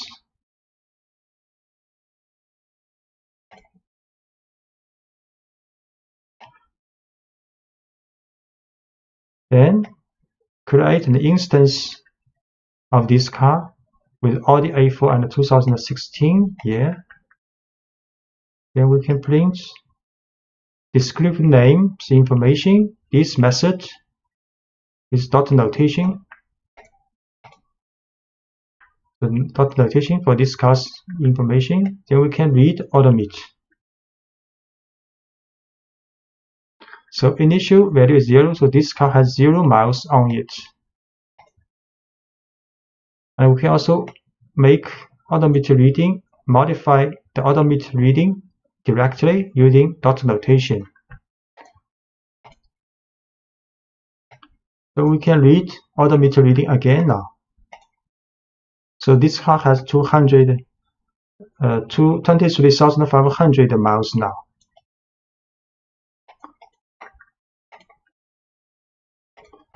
So you can also modify an attribute value through a method. So instead of accessing the attribute directly, you can pass the new value to a method that handles the updating internally. Here is an example showing a method called update odometer. So we can also write a method called update odometer with 2 parameters. First is self for this car, then the miles. So next, int function definition of update odometer. Can write self dot odometer reading. Self is this car dot odometer reading is this attribute, then equals the miles we passing for this function with the new value. So next, when we make an instance called my used car, post car, put in 3 information, make module year, then we can update this odometer reading to a new value. Use the dot notation of my used car dot update odometer with new value. Then we can read AutoMeet again. So we create an instance of this car, Subaru Outback 2013. So then print the get information name of this car dot notation. So the information is printed out 2013 Subaru Outback. Next, we can update the odometer reading of this car to 23,500.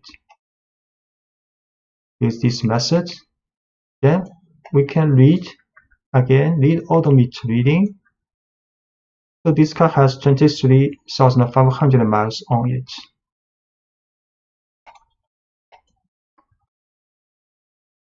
So we can extend the method update odometer to do additional work. Every time the odometer reading is modified, let's add a little logic to make sure no one tries to roll back the odometer reading. So we can define update odometer self miles with inside the function with if statement. So if miles larger than the current odometer reading, then we assign these new miles to the odometer reading. So if this conditional test is not true, which means the miles is less than the current odometer reading, we will not assign these new miles to the odometer reading. We will print a message: you cannot roll back an odometer.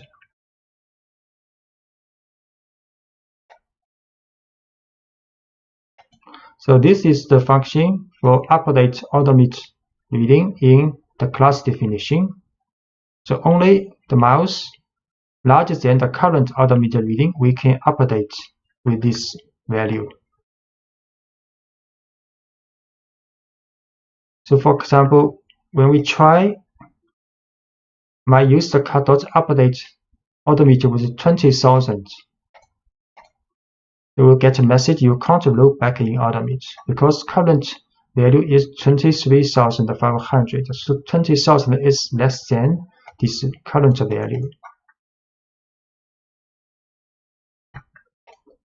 So incrementing an attribute value through a method. So sometimes you will want to increment an attribute value by a certain amount rather than set an entirely new value. Say we buy a used car and put 100 miles on it between the time we buy it and the time we register it. Here is a method that allows us to pass this incremental amount and add that value to the odometer reading. We can define a function called increment odometer, with self is the car and miles is increment the value with two parameters. So inside the function, we can write self means that this car dot odometer reading plus equal means odometer readings attribute of this car will be incremented with this value miles, which have been passed for the function. So when we create this instance called myUsedCar of car class with the information Subaru Outback 2013, we can use a function, use dot notation with the myUsedCar dot increment odometer this function, and with input value was 100. So then the car's odometer reading will be incremented with 100 miles upon the current value. Then we can also read odometer reading. So we'll try create an instance first called myUsedCar. Then we print out the information of this car.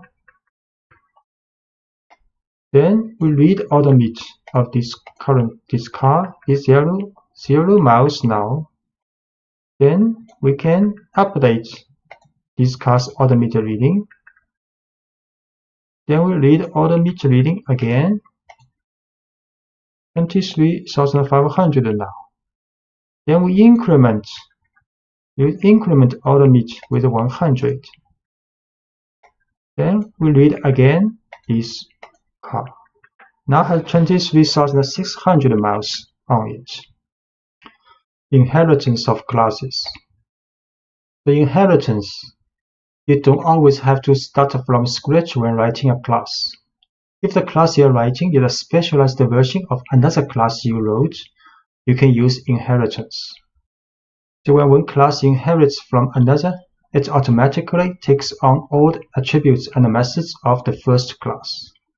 The original class is called the parent class, and the new class is the child class.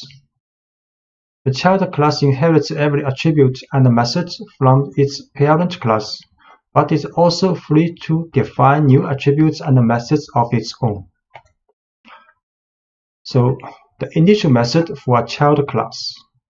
The first task Python has when creating an instance from a child class is to assign values to all attributes in the parent class. To do this, the initial method for a child class needs help from its parent class. So as an example, let's model an electric car. An electric car is just a special kind of car, so we can base our new electric car class on the car class we wrote earlier. Then we will only have to write code for attributes and behavior specific to electric cars.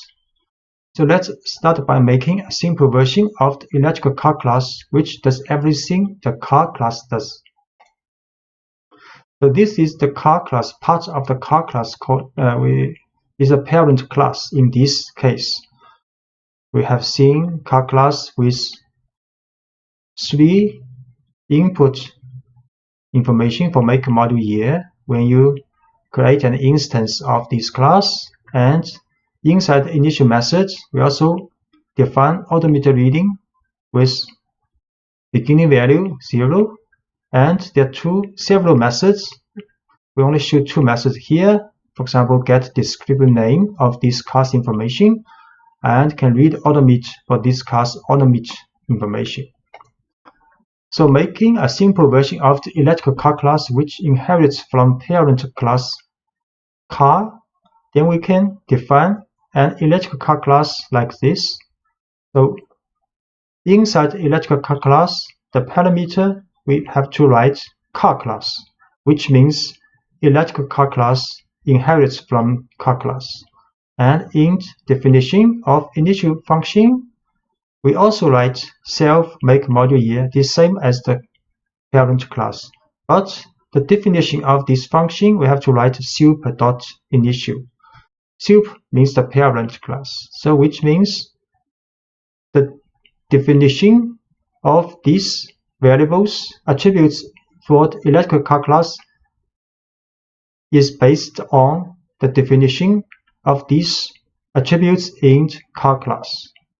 So when we call or make instance of electric class, we can just write electric car, then with the information Tesla Model S 2016, and we can also use the method, for example, get descriptive name, same as we using this function method for a normal car. So when you create a child class, the parent class must be part of the current class and must appear before the child class in the file. So we define the child class electric car, and the name of the parent class car must be included in parentheses in the definition of the child class. And the initial method for child class. The initial method takes in the information required to make a car instance, and the super function is a special function that helps Python make connections between the parent and the child class. This line tells Python to call the initial method from electric car class's parent class, which gives an electric car instance all the attributes of its parent class. And we make an instance of the electric car class with the same kind of information we had provided when making a regular car, and store it in my Tesla. The initial method defined in electric car, which in turn tells Python to call initial method defined in the parent car class. So let's see, because we have to create the car class before this line, so we can create an electric car class now. So electrical car, and in the parentheses is a car class. So this means electrical car class is inherited from car class. Okay, so initial method self module make year, and super have to write a super dot initial make module year.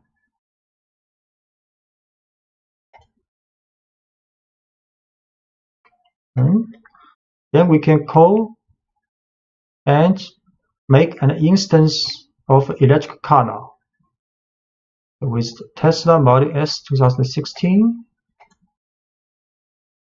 Then we can use this method which defined in the parent class. So get descriptive name. Although we do not need to create this function in electric car class definition because we inherit from car class, and the car class has this method defined in car class definition. So we can use this. The information is 2016 Tesla Model S. Working with attributes and methods for the child class.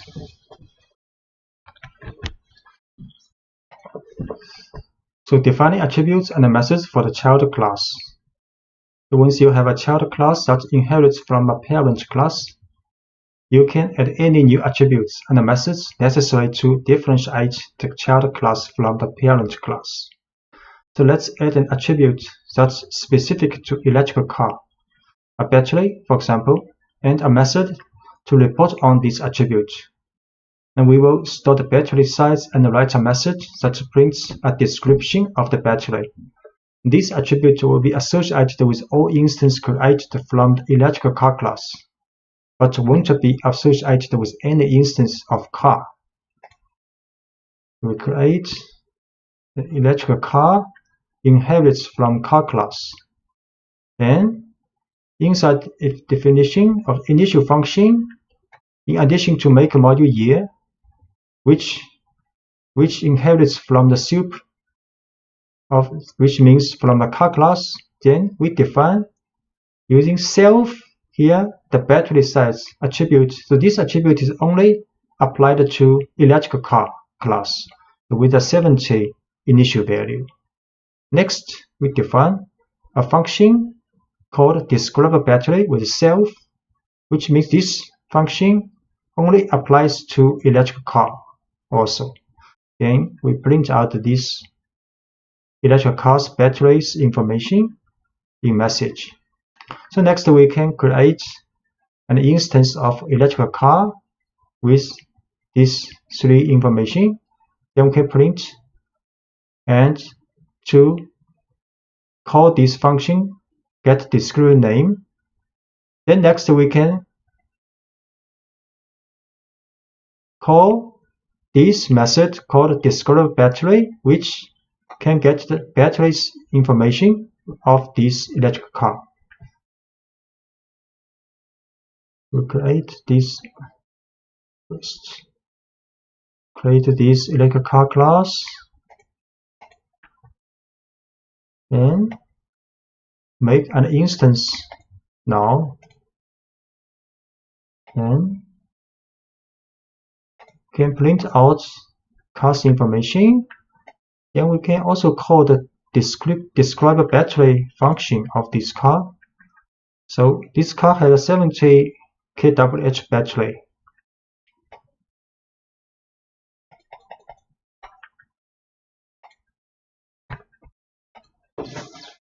So overriding methods from the parent class. So you can override any method from the parent class that doesn't fit what you are trying to model with the child class.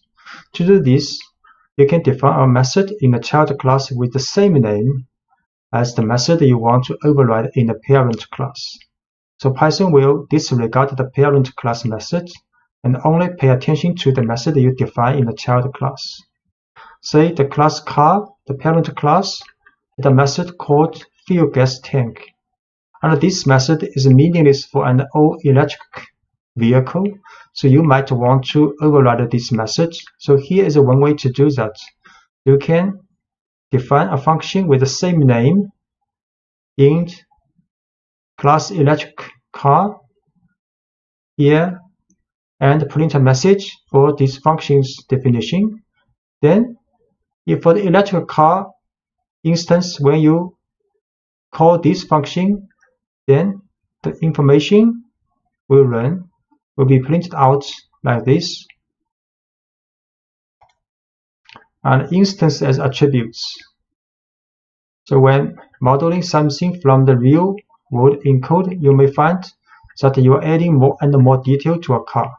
You will find that you have a growing list of attributes and methods, and that your files are becoming lengthy. In this situation, you might recognize that parts of one class can be written as a separate class. So you can break your large class into smaller classes that work together. For example, if we continue adding details to the electrical car class, we might notice that we are adding many attributes and methods specific to the car's battery.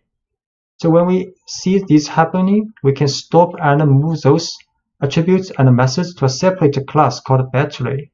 Then we can use a battery instance as an attribute in the electrical car class. What this means, you can see, you can create a battery class. There are lots of information associated with this battery class. So first, define initial method function for this battery class. So there's attribute called battery size created, and battery size initial value is 60. Then we can describe this battery function created, then show the battery size. You can also define a function called getRange. So if battery size is 60, the range is 140. So if the size is 55, the range is 155. Then we can print out the message of the range of this battery. So this is a battery class with battery size as attribute and two functions. Then next we can create an electrical car class inside the initial function definition. In addition to this make module year information, we can add an attribute battery, but this time the attribute's value is the instance of battery class now. So this electrical car class has attribute make module year and battery. And make module year are the information we input when we make an instance of electrical car. But the battery is an instance of the battery class. So next, when we make instance of electrical car, we can print information of this car. Then we can use this car's attribute battery to describe a battery function. We can also call this car's battery's attributes getRange function. These two functions defined in class battery in the previous page. So in the electrical car class, we now add an attribute called battery. This line tells Python to create a new instance of battery with a default size of 60, because we are not specifying a value, and store that instance in the attribute battery. This will happen every time the initial method is called, and the electrical car instance will now have a battery instance created automatically. Then we create an electrical car and store it in the variable myTesla. But when we want to describe the battery, we need to work with the car's battery attribute and methods. So these two lines use dot notation. MyTesla's battery dot describe battery is a function defined in class battery. Similarly, MyTesla.battery dot getRange, this function defined in class battery. So we show this, create a class called battery.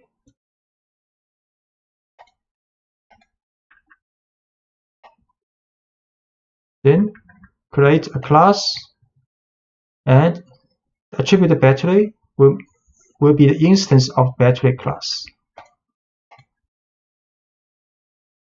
Then after this class has been created, we can make instance of electrical car. Then we show this car's name information. Then we describe battery, show this car's battery information. And we'll get a range information of this electric car. The car has approximately 140 miles on a full charge. Importing classes. As you add more functionality to your classes, your files can get long, even when you use inheritance properly.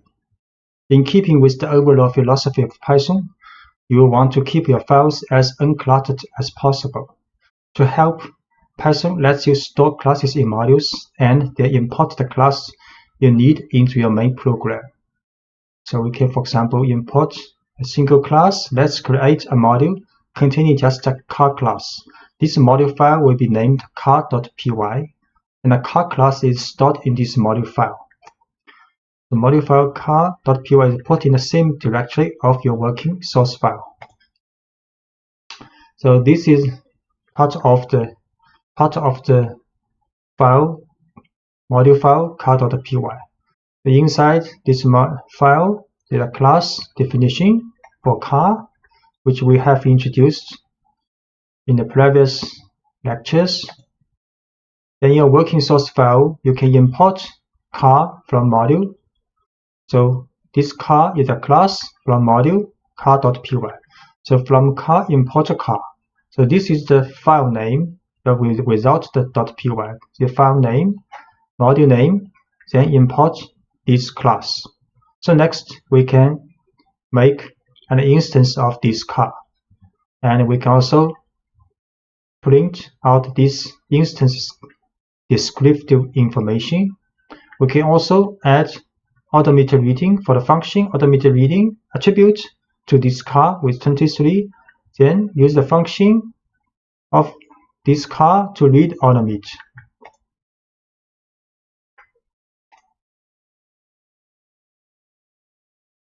So we first set a working directory because this file called car.py stored in this working directory.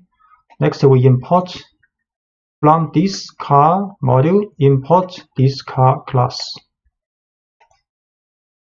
Then can create an instance of the car class.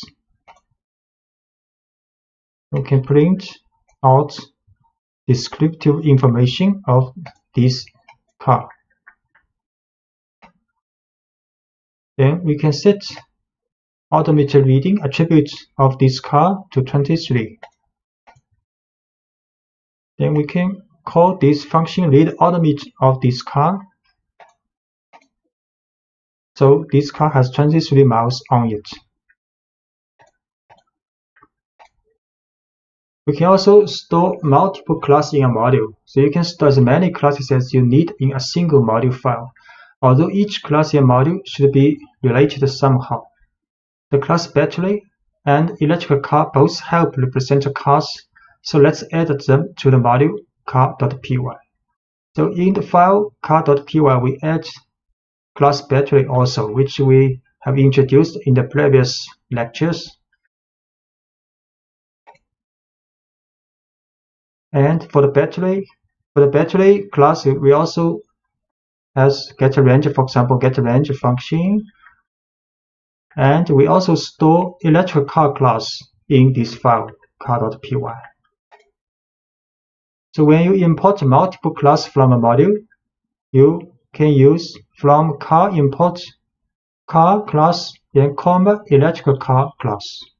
So next, in our program, we can make instance from car, or we can make instance from electric car. And we can also print out attributes or information of this car and attribution of this electric car. So we see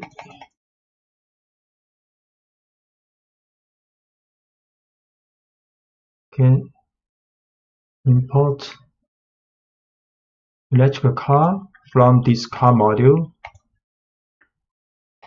Can create an instance and print out descriptive information of this electric car, and we can print out descriptive battery of this electric car. We can also run this, call this function getRange of the battery attribute of this car. So import multiple class from this module. Then we can create a normal car with the information Volkswagen Beetle 2016. Then print out descriptive information of this car. Then we can create an electric car instance called My Tesla. We can print out name information, model information of this car.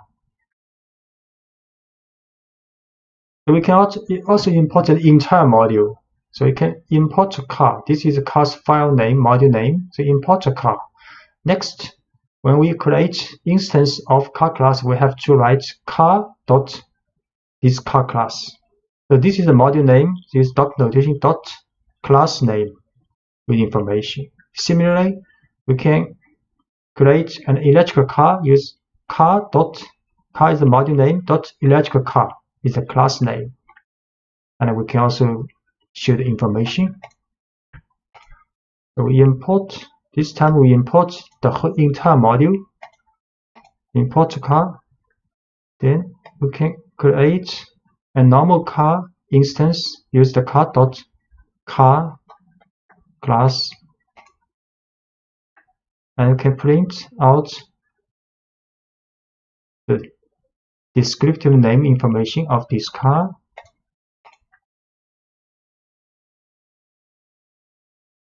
And we can also create an electric car. Use the car dot notation electric car,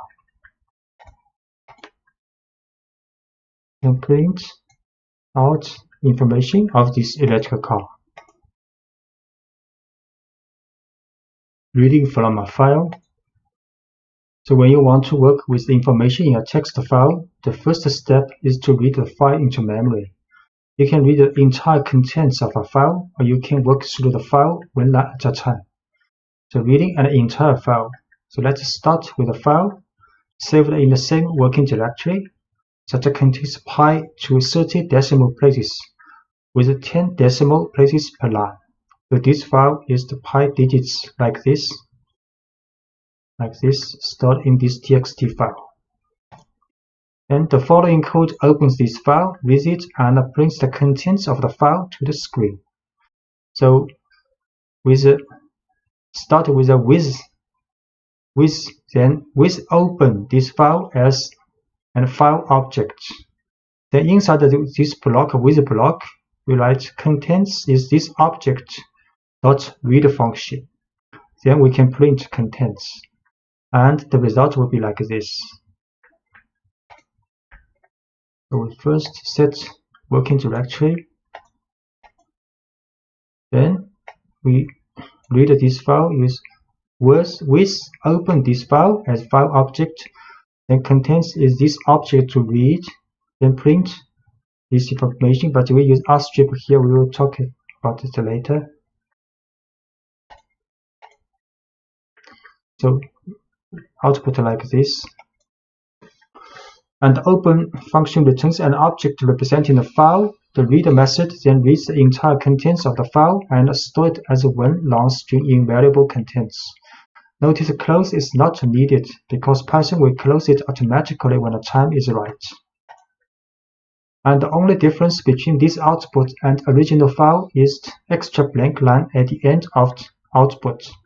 The blank line appears because read returns an empty string when it reaches the end of the file, and this empty string shows up as a blank line. So if you want to remove the extra blank line, you can use rstrip in the print statement.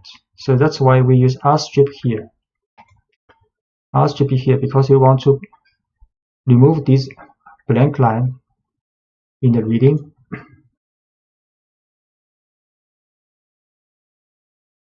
And file paths. Sometimes, depending on how you organize your work, the file you want to work won't be in the same directory as your program file.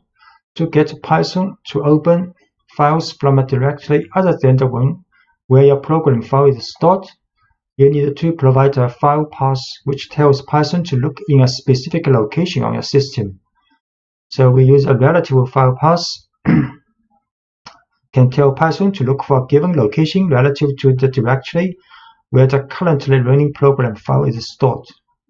So on Linux and OS X system, you have to write, for example, with open test. Test is a directory relative to your current working file. Then the file stored in this directory as open as file object. On Windows system, you use a double backslash instead of a forward slash in the file path.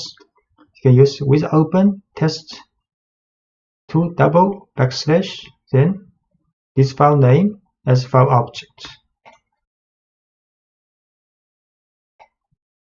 So now the file is stored in the test location relative to this working file.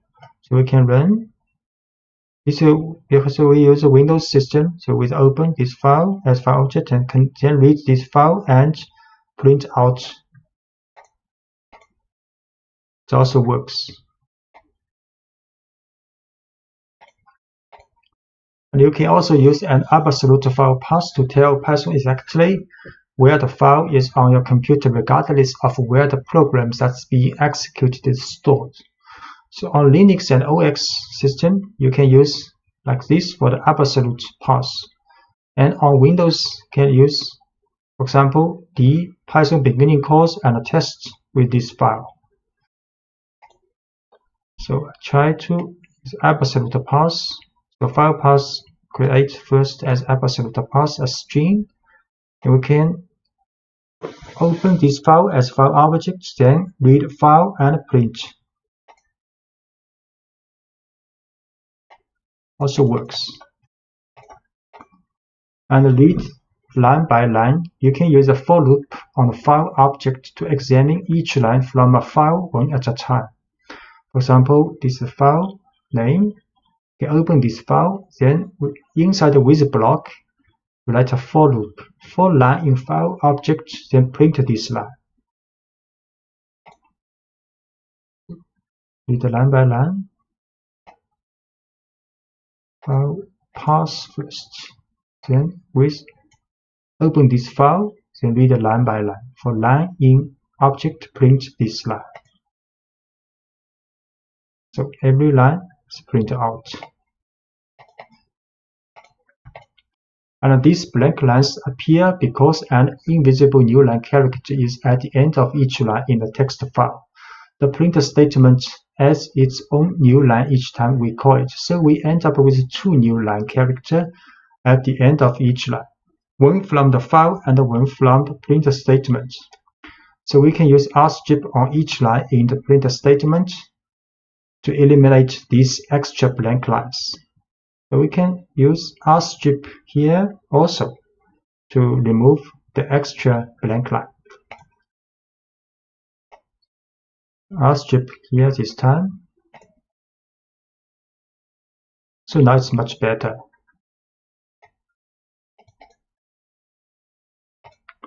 Make a list of lines from a file. So when you use with, the file object returned by open is only available inside the with block that contains it. So if you want to retain access to a file's content outside the with block, you can store the file's lines in a list inside the block, and then you can work with that list later. And the following example stores the lines of pi digits text in a list inside the with block, and then prints the lines outside the with block. So we can read this file with block, then use read lines and save these lines to a list called lines. Then outside of the with block, we can next print out each line with a for loop.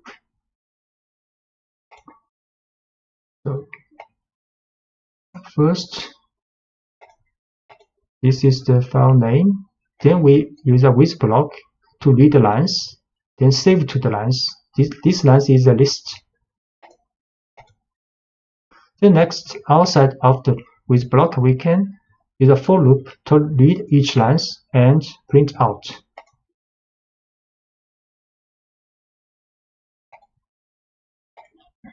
Working with the file's contents, after you have read a file into memory, you can do whatever you want with that data. So let's briefly explore the digits of pi. First, we will attempt to build a single string containing all the digits in the file with no white space in it. So file name, then we open this file, then read the lines and store back to the lines list. Next, we can create an empty string called pi string. Then for line in lines this list, we will use concatenate with odd lines with this string. Then print out a long string. Next, we can print out the length of this string.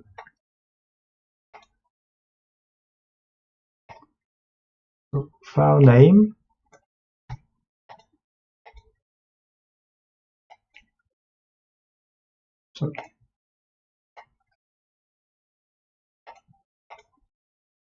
Name, then read the lines and store to this list lines, each line. Next, pi string, not a space string. Then for each line, we can take this lines string, then use rstrip, then concatenate the two pi string. Then we print out this long string. And we print out the length of this string. 36 elements. And the variable pi string contains the white space that was on the left side of the digits in each line, but we can get off that by using the strip instead of rstrip. So here we use strip. Strip can get the white space on the left side also. File name, read the lines, but use strip this time. Then print pi string. So it is a long string without white space. Then length of this string 32 now. And the larger files, 1 million digits, the code in previous example would work just as well on much larger files. If we start with a text file that contains pi to 1 million decimal place instead of just 30, we can create a single string containing all these digits. We'll print just the first 50 decimal place. The file this time the file name is pi million digits. We open this file and read the lines. Then we create a pi string, empty string. Then for each line, we will concatenate all the strings for each line. Then we will print out the first 52 decimal place of this string. And we will print the length of all the string.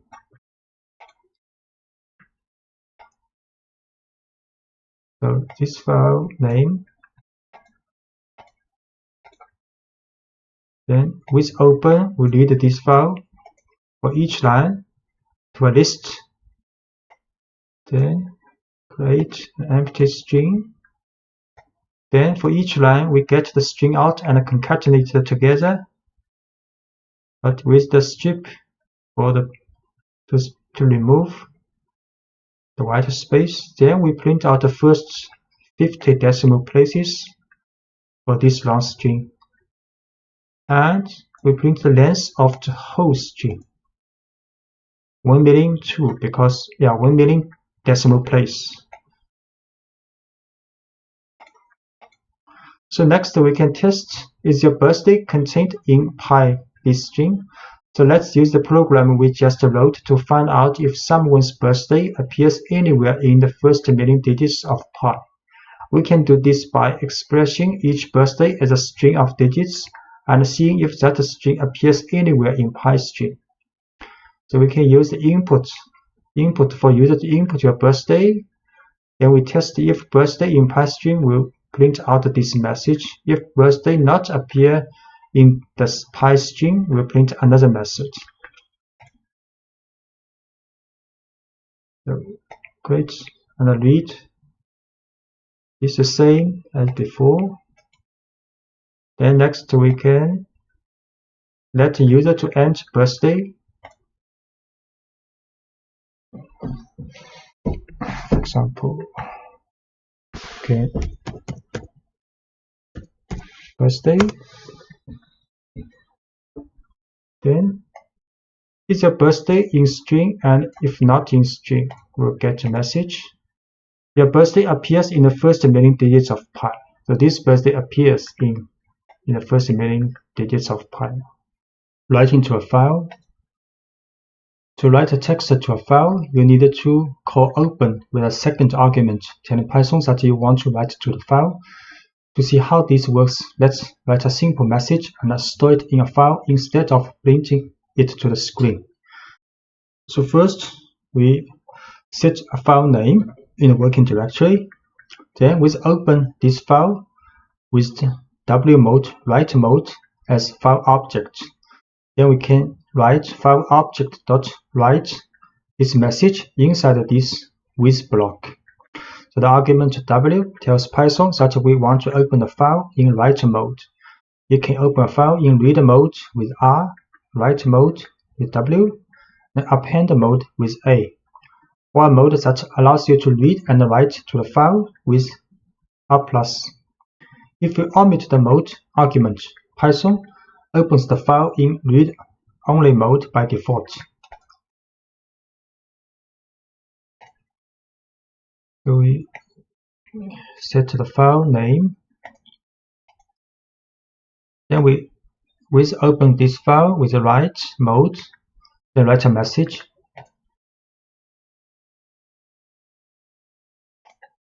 Then we open this file in the working directory, create it. Do the message in this file now. The open function automatically creates the file you are writing to if it doesn't already exist. However, be careful opening a file in write mode W, because if the file does exist, Python will erase the file before returning the file object. Python can only write strings to a text file. If you want to store numerical data in a text file, you will have to convert the data to string format first using the str function. So we can also write multiple lines. The write function doesn't add any new lines to the text you write. So if you write more than one line without including new line character, so including new lines in your write statement. For example, we write this file again. We open this file with the write mode. Then first we write this message. Then we add a new line. Then we write next message, new line. We try this.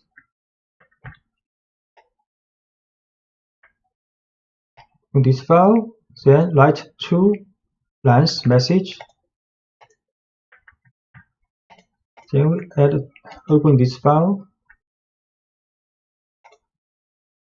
Now there are two lines message in this file now. And we can also append to a file. If you want to add content to a file instead of writing over existing content, you can open the file in append mode. Let's modify this file by adding some new reasons why we love programming to the existing file programming txt, so file name.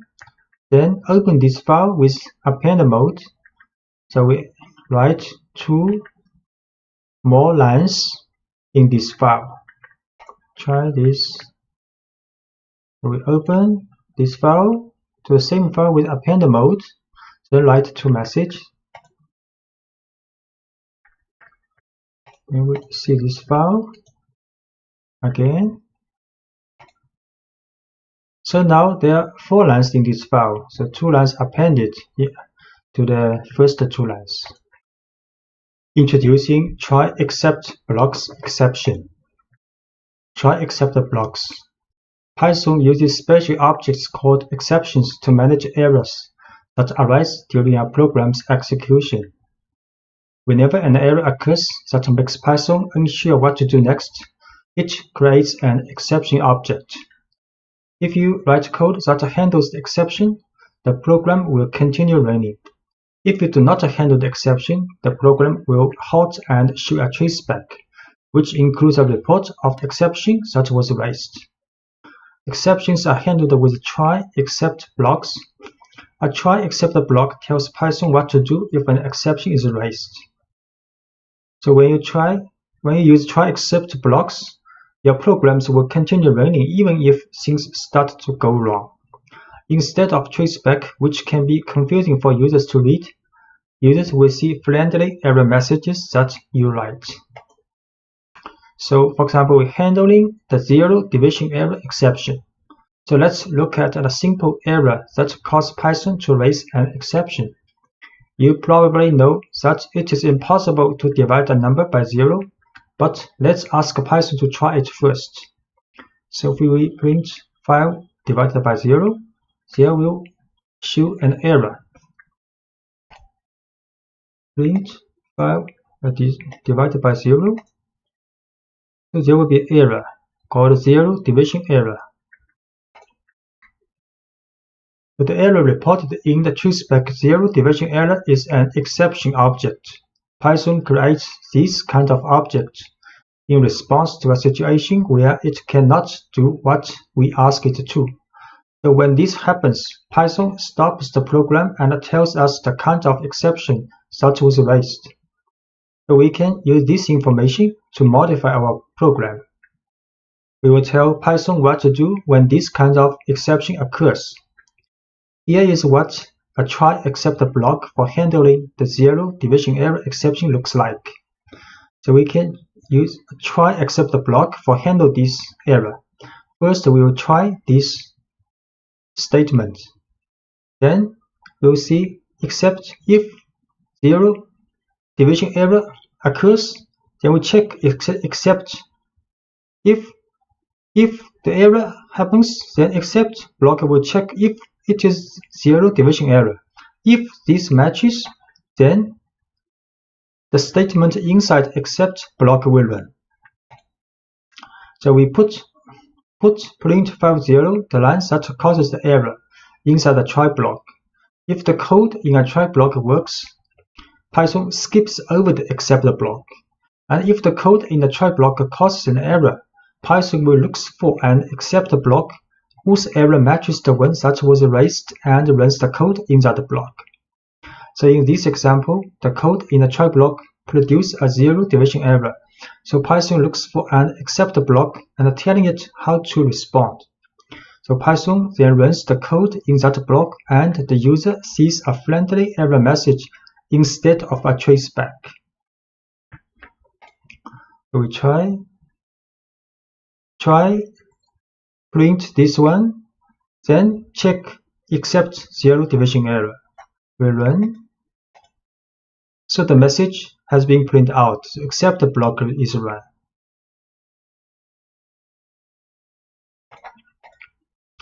We can use try except else to prevent crashes. So in some cases, we can use try except else block, handling errors smoothly when the program has more work to do after the error occurs. This happens often in programs that prompt the users for input. If the program responds to invalid input abruptly, it can prompt for more valid input instead of crashing. So let's create a simple calculate that does only division. We can make this program more error resistant by wrapping the lines that might produce errors in try except else block. So the error occurs on the lines that performs the division, so that's where we will put the try except block. And this example also includes an else block. So any code that depends on the try block executing successfully will go in the else block. We print a message, then print another message, then if while true, let the user to input first number. If user input first number equals to Q, then the while loop will break. Then second number is also an input by user. Next, we'll run a try except else block.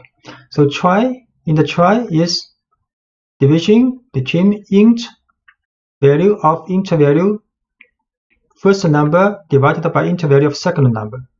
So if this statement runs successfully, then the else block will run.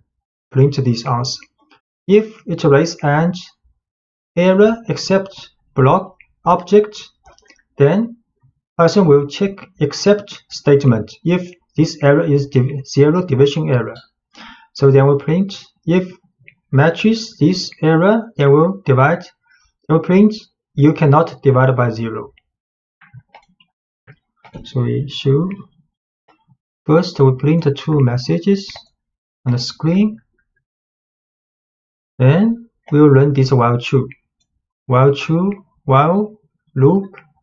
So let user to input first number and second number. If user in the first number enters Q, then the while block running will stop. And if user enters 0 in the second number, then the error will come and will print out this message.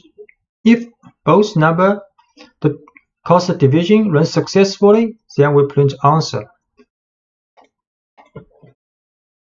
First number 10, second number 5. Then the answer printed and while loop runs again. First number 100, second number 3, also runs successfully. Then first number 19, second number 0. Then you can't divide by 0. Message is printed out. Then the while loop is not stopped. You can also try next first number. For example, write Q, then stopped while loop. So handling the file not found error exception. So one common issue when working with files is handling missing files. The file you are looking for might be in a different location. The file name may be misspelled, or the file may not exist at all. You can handle all of these situations in a straightforward way with the try except block. Let's try to read a file that doesn't exist. The following program tries to read in the content of Alice in Wonderland, but file Alice 1 text has not been saved in the same directory as the current working source file. So we try to read this file, but this file does not exist. We'll see how it happens. So file is alice1.txt. We open this file, then try to read this file. The file not found error happens. So Python cannot read the file from a missing file, so it raises an exception. No such file or directory. So to handle it, you can use a try block that will begin just before the line that contains open to look for and accept blocks that matches that error, and the result is a friendly error message instead of a traceback. We can change with the try except block, then open this file, then read. So if this block successful, the accept block will be skipped. And if try block raise an exception object with error, so the accept block will be checked if the error matches file not found error. If it matches, then the message and this block will be run. So the code in the try block produces a file not found error. So Python looks for an except block that matches that error. Python then runs the code in that block, and the result is a friendly error message instead of a traceback. So we try this file name. Then use try except block. So now the message is run. The file, this text does not exist. So we can also analyze text using try except else block. So for example, you can analyze text files containing entire books. The texts used in the following example come from Project Gutenberg, which maintains a collection of literary works that are available in the public domain. Now let's pull in the text of Alice in Wonderland and try to count the number of words in the text. We will use the string method split, which can build a list of words from a string, then count the items in the list to get a rough idea of the number of words in the text. So this is the file we want to work with, and we write try to read this file. If it's not successful, then except block will be implemented to check if the error is file not found error. And we'll run this message if it matches. If try block successful, then the else block will be run. We'll split the text first, then count the words, then print out the message how many words this book has. We try this. Alice, this book, then try except else block to read and count the words. So to run successfully, this text has about 29,000 words. And we can also create a function holding the whole try except else block. You can move the try except else block to a function called count words. So it will be easier to run the analysis for multiple books. And missing this file has no effect on the rest of the program execution.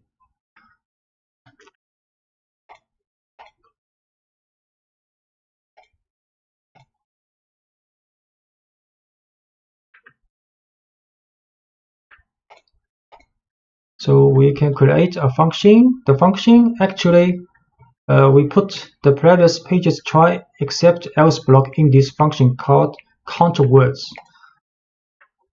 Then next we can try to read several books using a for loop and count words. In the working directory, we have these 4 books. So we run this function first. Count words, create this function. Then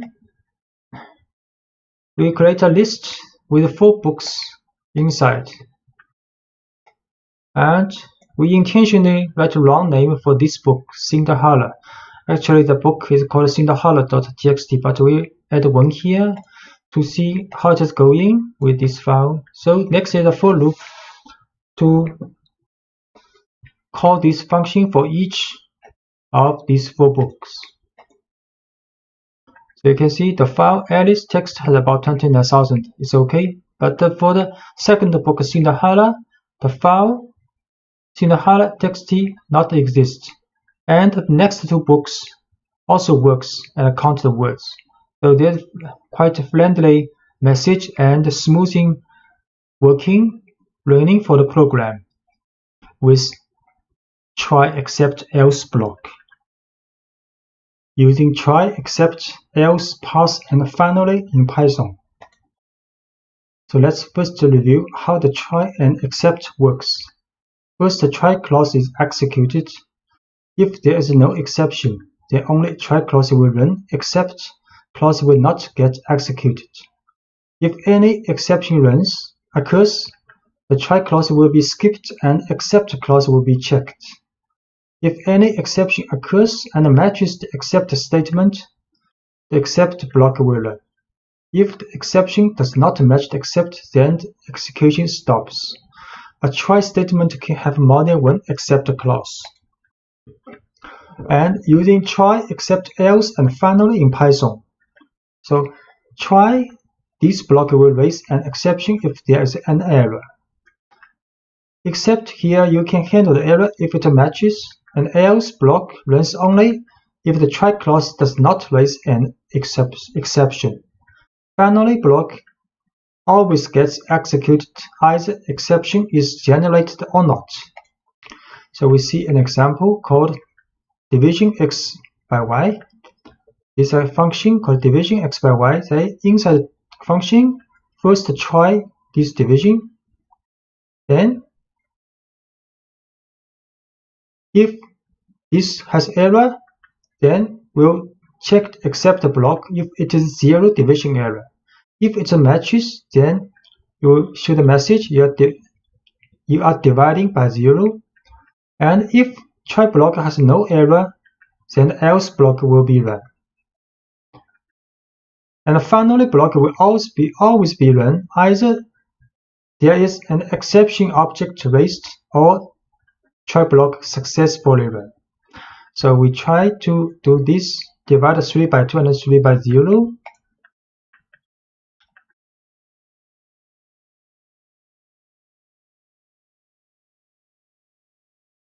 This is called floor division. See, run, create this function, then try to run this.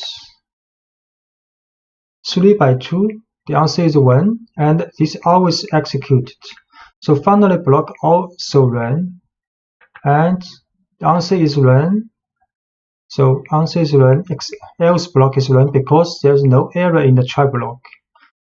If we try to divide 3 by 0, the message is sorry, you are dividing by 0. So except the block is run, and this is always executed. So finally block is also run.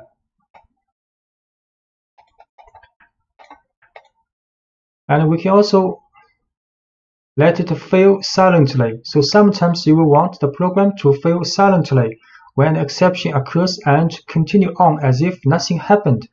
To make a program fail silently, you write a try block as usual, but you explicitly tell Python to do nothing in the except block using a pass statement.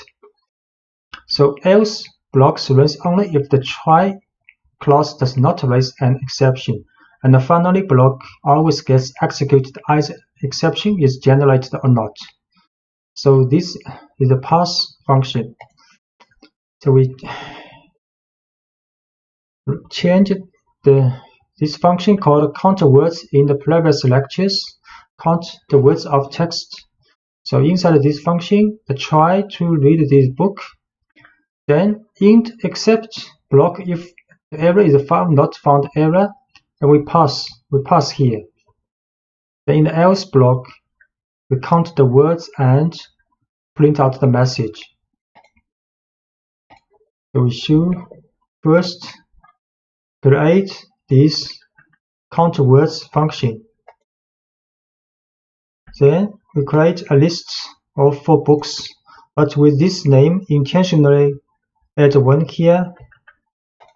So this book does not exist in the working directory. Then in a for loop to read each book and count words. So you can see the first book has about 29,000 words working correctly. The second book, because it's not found, so Python runs silently, does not show any information about this book. The next 2 books implementation work correctly. NumPy is a basic package for scientific computing with Python and especially for data analysis. In fact, this library is the basis of a large amount of mathematical and scientific Python packages, and among them the Pandas library, which is specialized for data analysis and fully developed using the concepts introduced by NumPy. And in fact, the building tools provided by the standard Python library could be too simple or inadequate for most of the calculations in data analysis. So having knowledge of the numpy library is important to being able to use all scientific Python packages, and particularly to use and understand the Pandas library. Numpy is currently the most widely used package for the calculation of multi-dimensional arrays and large arrays. In addition, the package comes with a range of functions that allow you to perform operations on arrays in a highly efficient way and perform high-level mathematical calculations. So installation and import of numpy. Generally, this model is present as a basic package in most Python distributions. However, if not, you can install it later. In Anaconda prompt, you can install numpy by printing conda install numpy. Once numpy is installed on your distribution, to import the numpy module within your Python sessions, for example, like Anaconda Spider, you can write the following: import numpy as np.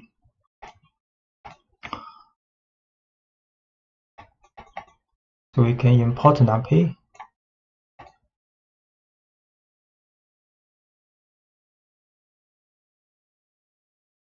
In the array, the heart of the numpy.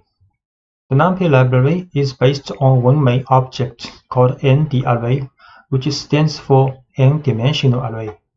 This object is a multi-dimensional homogeneous array with a predetermined number of items. Homogeneous because virtually all the items in it are of the same type and the same size. In fact, the data type is specified by another numpy object called dtype. So each n-the-array is associated with only one type of dtype, and the number of the dimensions and items in an array is defined by its shape, a tuple of n positive integers that specifies the size for each dimension. The dimensions are defined as axes and the number of axes as a rank. Moreover, another peculiarity of numpy arrays is that their size is fixed, that is, once you define their size at the time of creation, it remains unchanged. And this behavior is different from Python lists, which can grow or shrink in size. So the easiest way to define a new n-the-array is to use the array function, passing a Python list containing the elements to be included in it as an argument. So we can create an array using np.array 1, 2, 3 and a list. So A will be an array with 3 elements. So we can create this array, one-dimensional array with 3 elements. And we show this array 1, 2, 3. And you can easily check that a newly created object is an n-the-array by passing the new variable to the type function, type A. So we can show type A is a numpy's n-the-array. And you can, in order to associate the type dtype to the newly created n-the-array, you have to use the dtype attribute. So we can use the dtype attribute to this array. Dtype, the dtype int 32. It is integer type with 32 bits.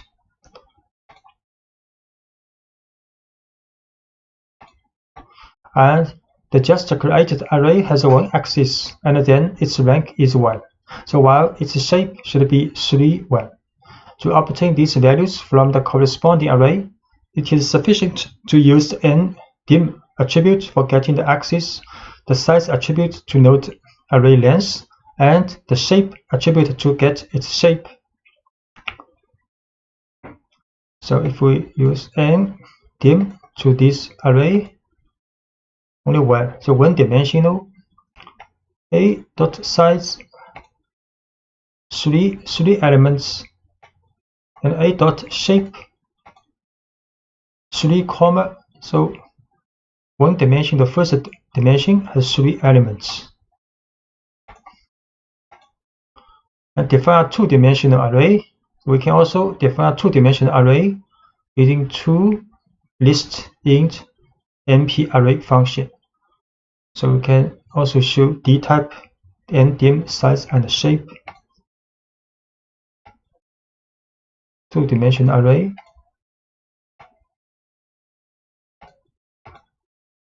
And dtype is float number 64 bits. The ndim dimension is 2 now. And the size is 4, because 2 dimension, each dimension has 2 numbers, so total elements is 4. B.shape 2 by 2, the shape is 2 by 2. To create a new array, you can follow different paths. The most common path is the one through a list or sequence of lists as argument to the array function. So we create a 2-dimensional array with adding 2 lists int np.array function. And the array function, in addition to lists, can accept the tuples and a sequence of tuples. So we can also add 2 tuple in the np.array function, or we can add combined tuple and list in the function. First, create function with adding 2 lists, and we show this nd array 2-dimensional, and can create array using 2 tuples.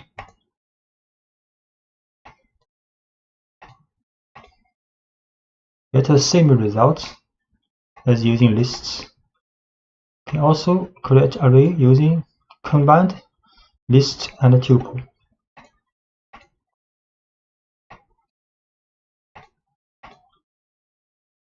Also a 2-dimensional array.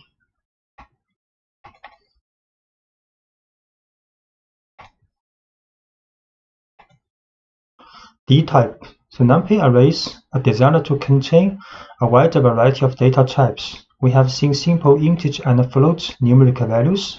In addition, you can use the dtype for strings.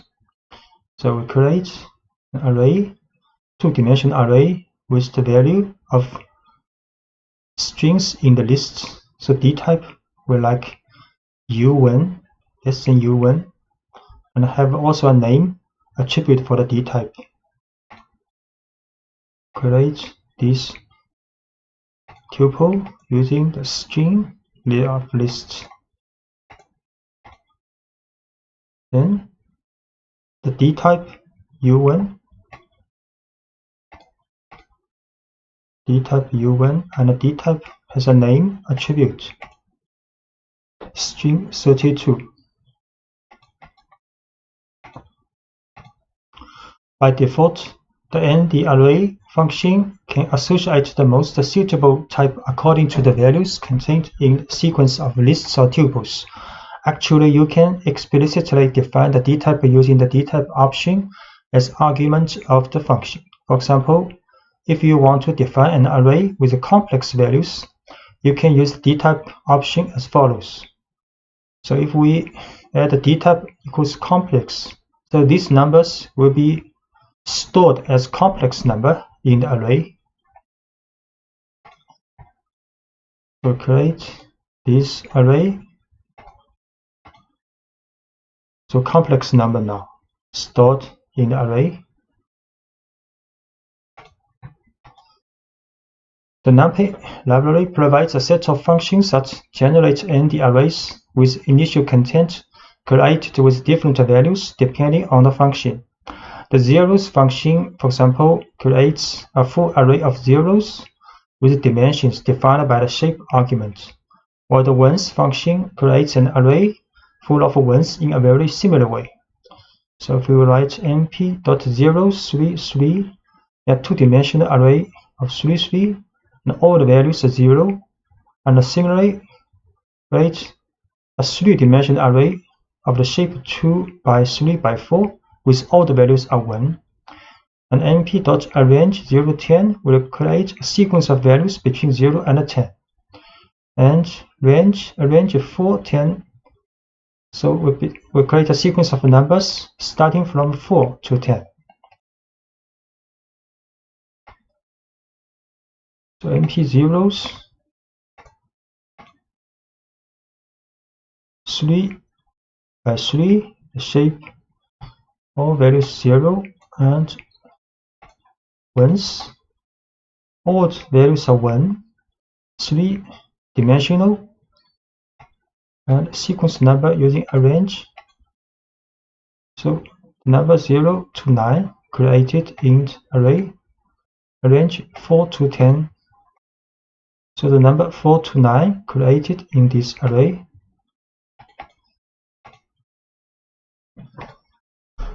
And you can also use the gap not equals 1. So here you create a sequence number between 0 and 12 with the gap 3. And this is the gap 0.6. Create number array 0, 3, 6, 9 now. And this array with the gap 0.6. So from 0 to 5.4. And you can also generate 2-dimensional arrays using arrange and reshape. So we create a sequence number first from 0 to 12, then reshape to a 2-dimensional array with the shape 3 by 4.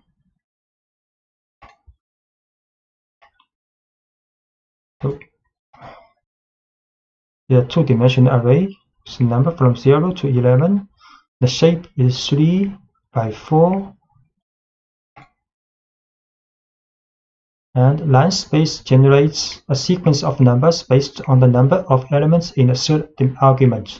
So np.linespace 0, 10, 5 means to create an array with 5 values equally distanced between 0 and 10. np linespace 0, 10 with 5. So this is the resulting array with 5 numbers equally distanced between 0 and 10. Just note, in arrange function, the 10 is not included, but in line space, the 10 is included.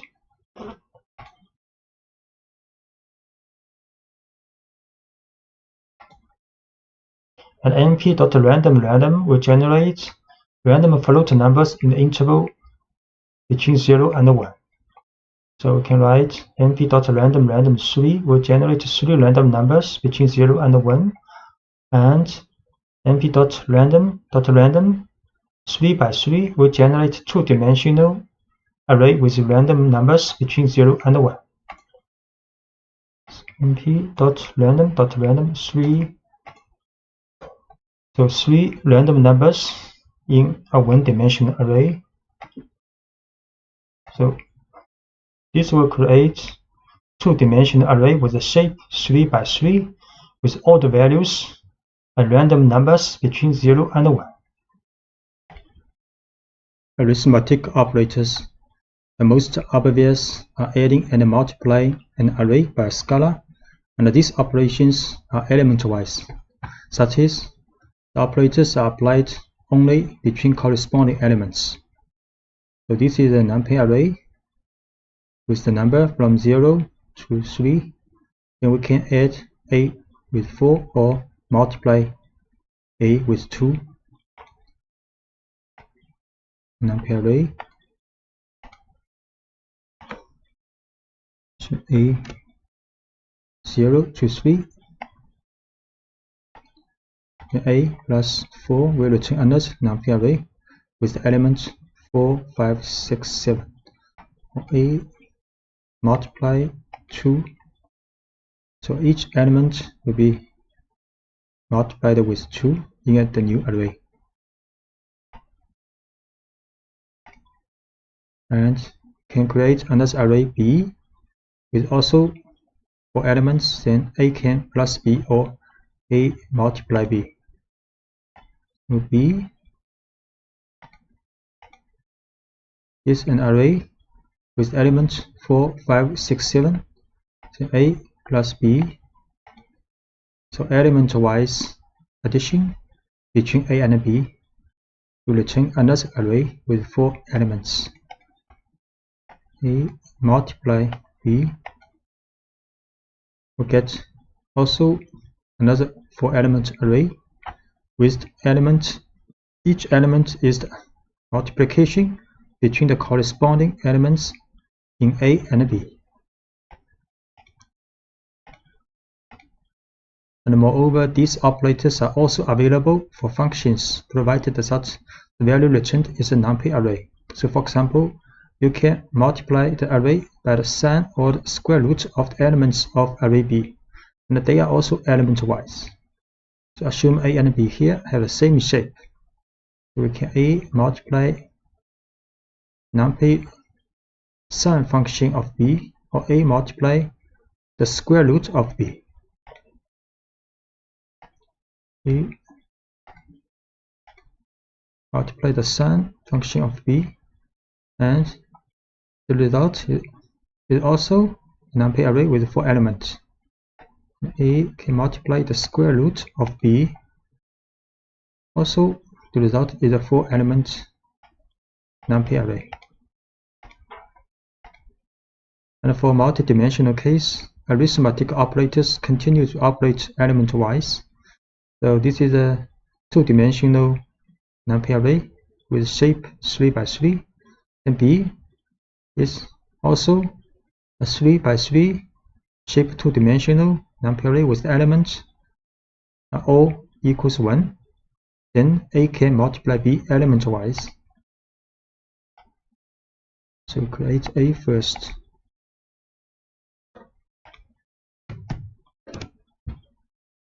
A is a 2-dimensional array, and B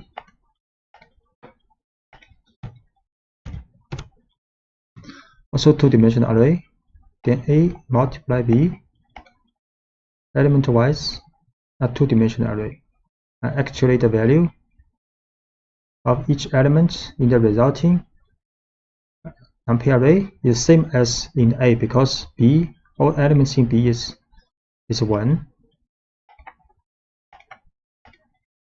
The matrix product in numpy array, the matrix product is indicated by the dot function. This operation is not element-wise, such as the result at each position is the sum of the products of each element of the corresponding row of the first matrix with the corresponding element of the corresponding column of the second matrix. So numpy dot A and B is the matrix production A multiply B. You see, so this is the result of matrix multiplication A and B. An alternative way to write the matrix product is to take dot function as an object function of one of the two matrices. So we can also write numpy dot A and B. Also A is the first matrix, B is the second one. Or A dot B. So these two is the same. Note that since the matrix product is not a commutative operation, the order of the operands is important. So indeed, A multiply B is not equal to B multiply A in the matrix multiplication. So also show A dot B the same results as this one, but we showed numpy dot B and A is not the same.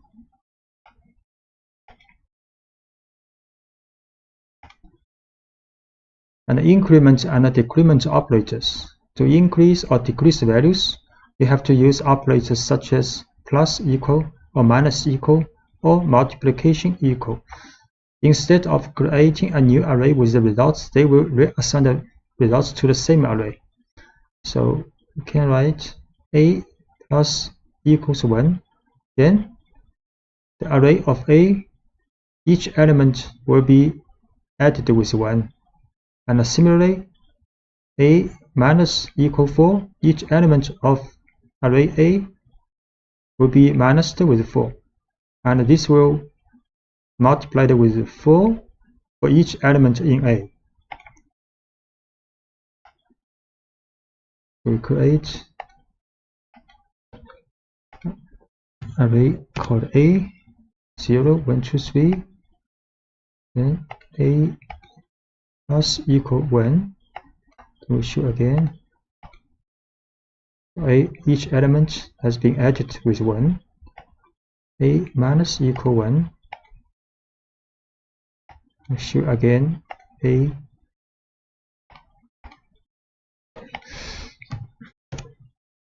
Then the value is being changed back.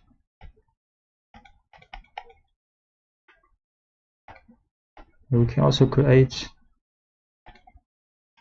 A 0, 1, 2, 3, A, for example, plus 4, change it to 4, 5, 6, 7, and multiplication to 8, 10, 12, 14 now.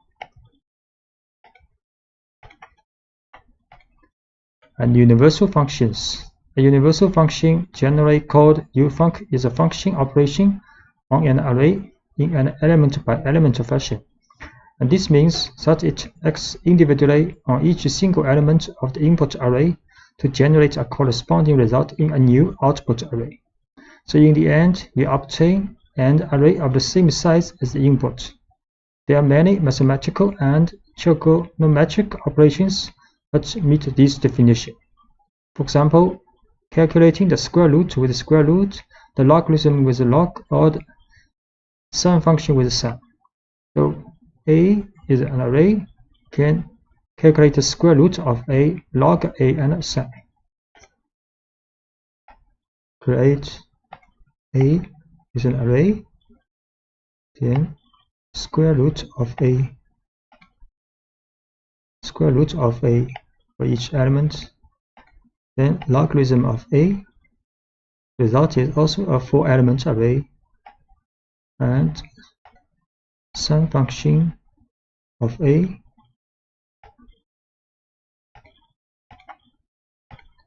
Aggregate function. Aggregate functions perform an operation on a set of values of an array, for example, and produce a single result. So many functions of this kind are implemented within the class and the array. For example, A is an 5-element array, that we can calculate the sum of A, minimum, maximum of A, and mean value of A, or standard deviation of A.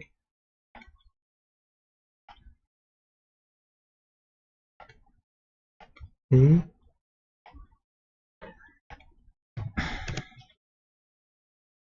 then A dot sum,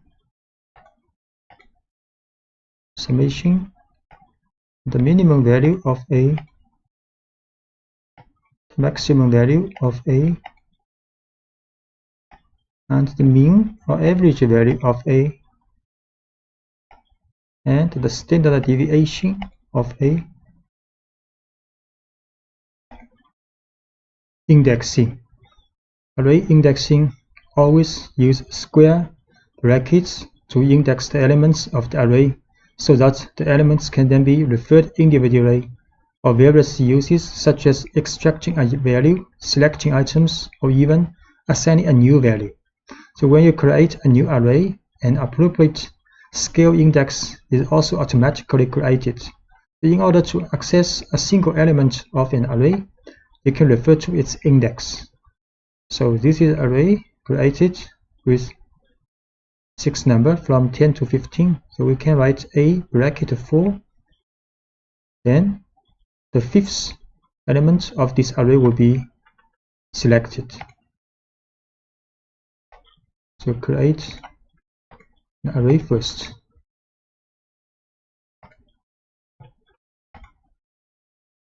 So this array with 6 elements, a bracket 4 will return the 5th element. And numpy array also accepts a negative index. So this index have the same incremental sequence from 0 to -1, -2, and so on. So this is the last one and last element of this array if we use a bracket -1, and this is the first element of this array if we use bracket -6. So a bracket -1, 15 returns a -6, so 10 is returned. To select multiple items at once, you can pass array of index in square brackets. So we can pass an array inside these brackets with 1, 3, 4. Then 3 elements of the array will be returned. The 3 elements 11, 13, 14 of the array are returned. So moving on to the two-dimensional case, they are defined by 2 axes, where axis 0 is represented by the rows and axis 1 is represented by the columns. Thus, index in this case is represented by a pair of values. The first value is the index of the row, and the second is the index of the column. So for example, this is a two-dimensional array with shape 3 by 3. So a bracket 1, 2, we select the element in the second row and third column. We create an array first.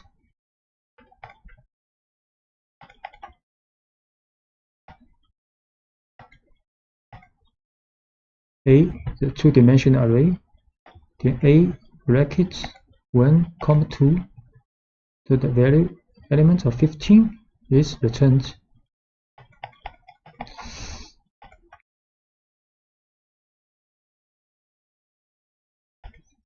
Slicing allows you to extract portions of an array to generate new arrays. So when you use the Python lists to slice arrays, the resulting arrays are copies. So but in NumPy, the arrays are views of the same underlying buffer. So depending on the portion of the array that you want to extract or view, you must use the slice syntax, such as you will use a sequence of numbers separated by column within square brackets. For example, this is an array with 6 elements. So if we write A1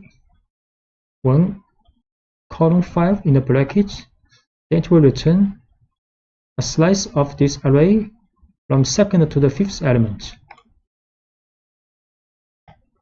So create an array with 6 elements. The A1 column 5 will return this part of the array.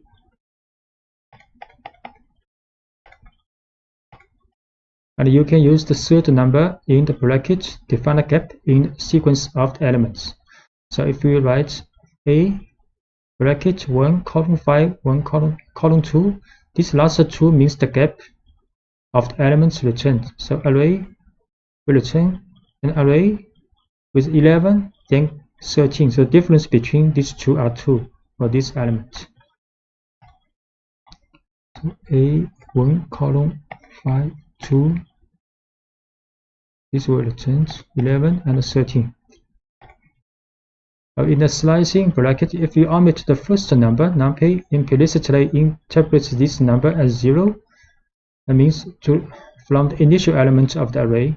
If you omit the second number, this will be interpreted as the maximum index of the array. And if you omit the last number, this will be interpreted as 1 for the gap. So if we do not write the first and second element in the bracket, then it means from the first to the last element of this array with the gap 2. it will return an array with 3 elements 10, 12, 14. Similarly, this will start from the beginning to the 6th element of the array and with a gap 2. Actually, the result is the same as this one, and this will from the beginning to the 5th element but with gap 1. So A column 2 10, 12, 14, A column 5 column 2 also 10, 12, 14, A column 5 column. So from 10 to 14 returns. And in the case of a two-dimensional array, the slicing syntax still applies, but it is separately defined for the rows and columns with comma. For example, if you want to extract only the first row or the first column, so A is a two-dimensional array, then this will return the first row but all the column of this row, and this will return the first column and all the rows of this column.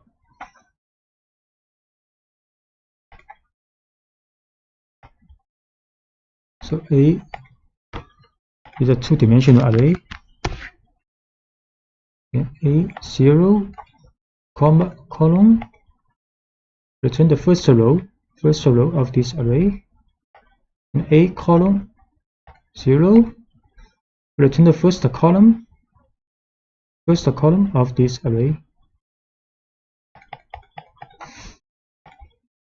And if you want to extract a smaller matrix, you need to explicitly define all intervals with index that define them. So, for example, A 0 to 2 and comma 0 to 2, it will return the first 2 row and the first 2 column of this array. So it's a smaller array. And if we want to write, if we write bracket 0 to the first and third row and the first 2 second column, this part of array will be returned. So we'll see this one, first 2 row, first 2 column, this part of array returns. This is the first and the third row and first 2 column will be returned.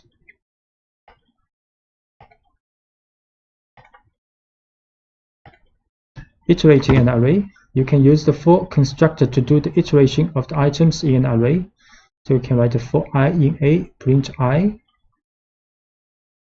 You can write for I in A, print I. But similar as numpy's for loop in the list, but similar as the for loop for the list. So if you apply the for loop to a matrix, it will always perform a scan according to the first axis is a row. So if we write a for row, A is a two-dimensional array, print a row, then each row of this matrix two-dimensional array will be print out. So we can write a for row in A, print row, and row by row, print out. And if you want to make an iteration element by element, you can use the following constructor using the for loop in A.flat. So A.flat will get all elements of this two-dimensional array and put in an one-dimensional array, then print this item out. Okay, write A.flat for elements. So element by element, each element printed out from this two-dimensional array. And if you want to launch an aggregate function that returns a value calculated for every single column or on every single row, there is an optimal way that leaves it to numpy to manage the iteration. You can use apply along axis function. So this function takes 3 arguments: the aggregate function, the axis on which to apply the iteration, and the array. So if the option axis equals 0, then iteration evaluates the elements column by column along the column, whereas if axis equals 1, then iteration equals evaluates the elements row by row. So for example, you can calculate the average values first by column and then by row. So if you write numpy dot apply along axis mean x0 array A, you see how it's going, and if we set axis 1, so we should matrix A first, 3 row, 3 column, then we apply a mean value for axis 0 for this matrix. Mean value 13, 14, 15. Actually, it's along the column. So along the column by column, then we mean value axis equals 1. So along the row.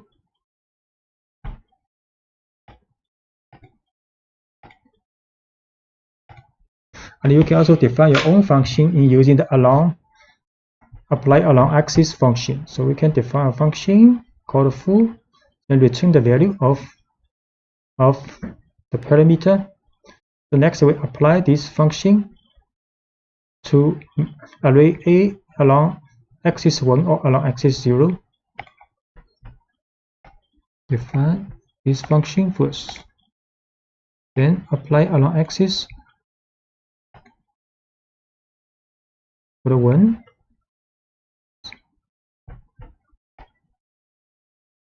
And apply this function with 0. Actually, the result will be the same because you divide elements by 2 along the row. It's same as you dividing elements by 2 along the column. And the conditions and the Boolean arrays.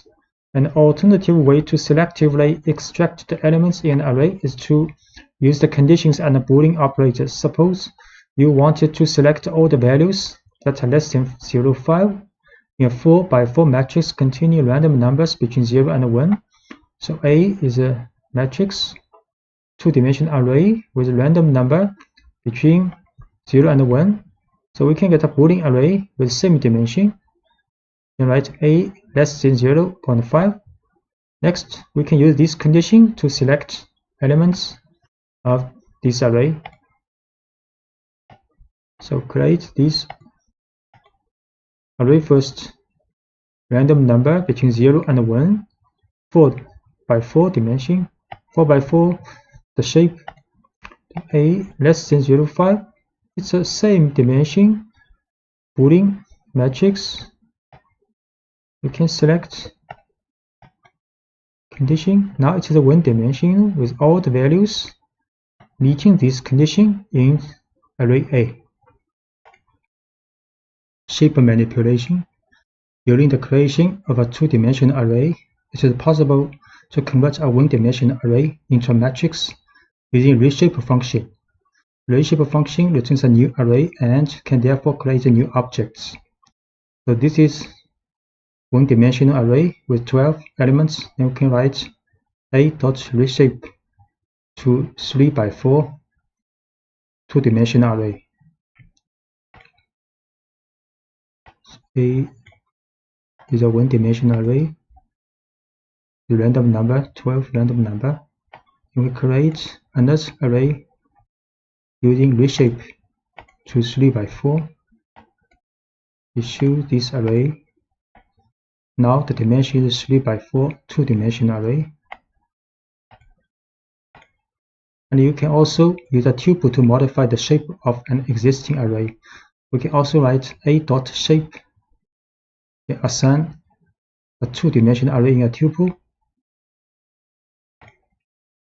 So we assign the shape to A, then we show A again. Now A is 2-dimensional array. And the inverse operation is also possible, such as you can convert a 2-dimensional array into a 1-dimensional array by using the level function. We use the level function to A and So A is now is one-dimensional again.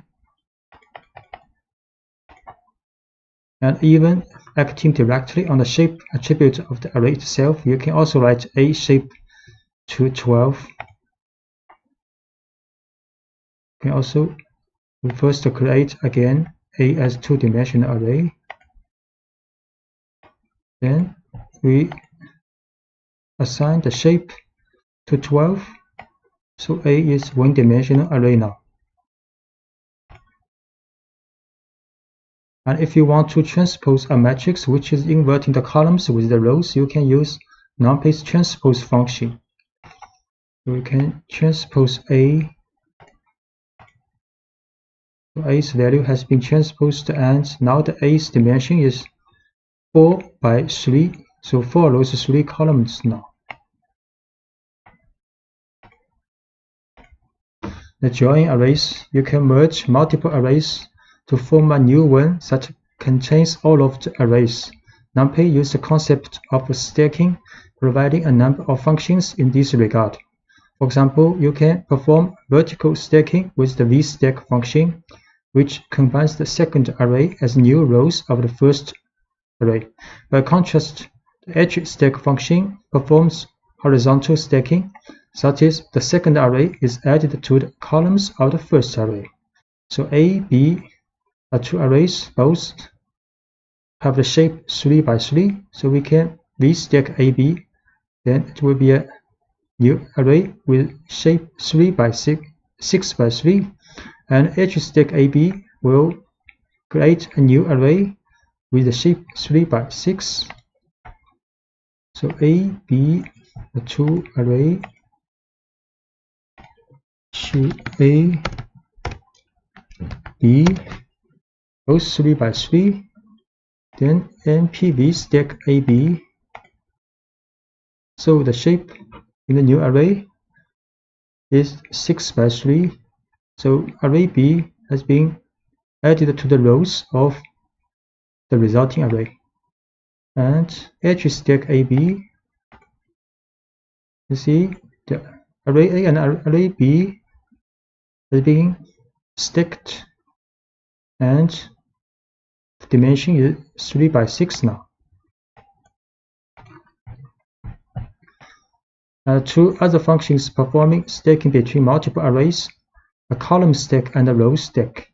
These functions operate differently than the two previous functions. So generally, these functions are used with a one-dimensional array, which are stacked as columns or rows in order to form a new two-dimensional array. So can create a 3 array all by one dimension. Then we can use column stack ABC or row stack ABC, row C. So ABC, 3 one-dimensional array. Then we can column stack ABC. So they now become a two-dimensional array. The row, each row represents, each column represents these 3 array, and we can also NP row stack ABC. So this also is a 3 by 3 two-dimensional array, and with each row represents ABC.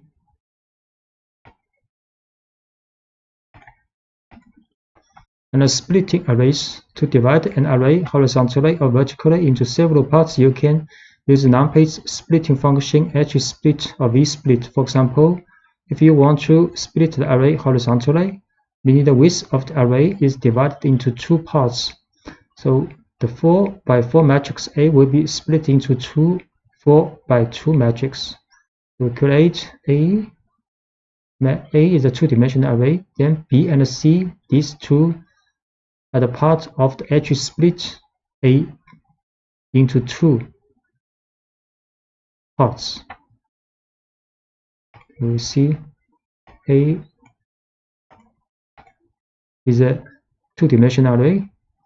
The shape is 4 by 4. Then B and C is NP edge split A2 into 2 parts.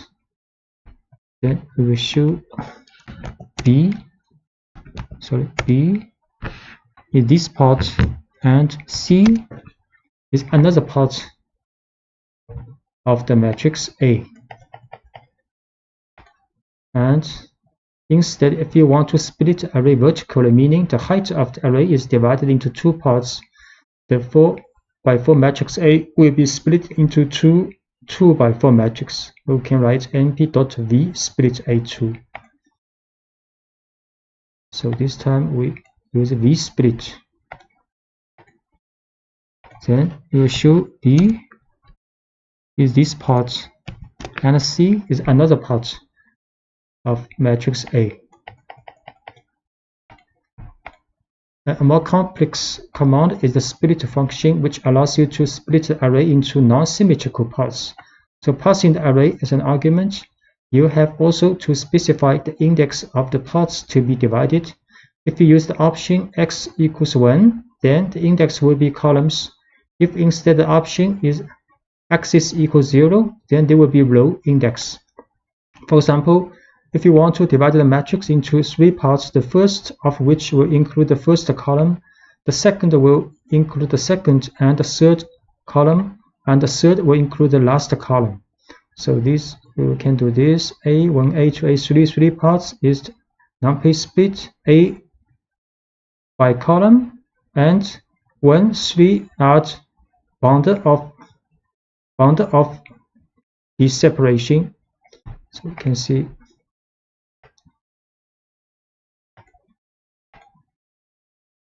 So A1 is this part, A2 is 2 and 3 column, and A3 is the last column of matrix A. And similarly, you can also do the same thing by row. So this time we can split by the row with first row and second to third row, then the last row of matrix A. Copies or views of numpy arrays. If you assign one array A to another array B, you are not copying it. Array B is just another way to call array A. In fact, by changing the element of A, you change the value of B too, and vice versa.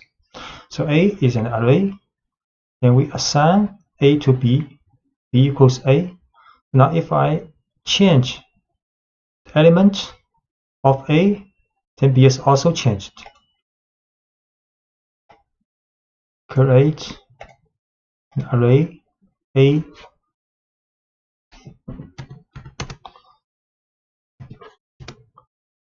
(1, 2, 3, 4). Then we run B equals A. We should be B also 1, 2, 3, 4. Now we assign the element, one of the elements in A to 0. Then A will be 1, 2, 0, 4, and B is also 1, 2, 0, 4. So when you slice an array, the object returned is also a view of the original array. So if we create a C, it's a slicing of A, and now we also assign elements, change one of the elements in A to 0, then C is also changed. So C, then C is array 1, 2, and A is array 1, 2, 0, 4. Now we assign the first element of array A to 0. Now A is 0 to 0, 4. Then we'll choose C. C will be 0, 2, because C is the slicing of first and second array element of array A. If you want to generate a complete and a distinct array, use the copy function. So we can use the C is equals A.copy. So C is another distinct array. If we change some elements in A, C will not be changed.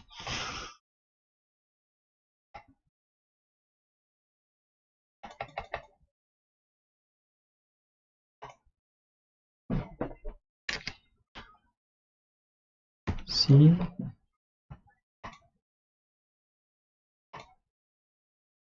equals A dot Y.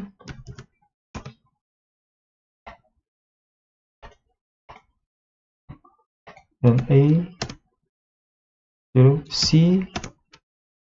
If we change A to 100, A changed to 100, but C not changed now.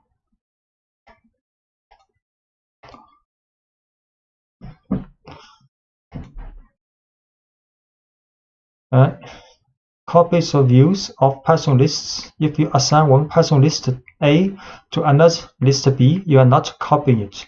List B is just another way to view list A. So by changing the element of A, you change the value of B too, and vice versa. So A is a list, and we assign A to B. So B and A have the same element, and B is a view of A. So now if we append one element to B, and A change something in A, then both A and B will also be changed and appended. So A is a list. A 1, 2, 3, 4. Then B equals A. B is also a list with the same element as A. Now B append with 5.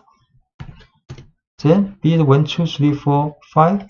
Then A also 1, 2, 3, 4, 5. We also change one element in A to 10. A is now 1, 10, 3, 4, 5.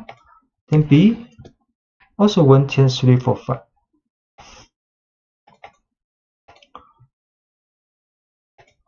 And when you slice a Python list, the returned list is a distinct and a new object. So A is 1, 2, 3, 4 list. Then F is a slicing part of A.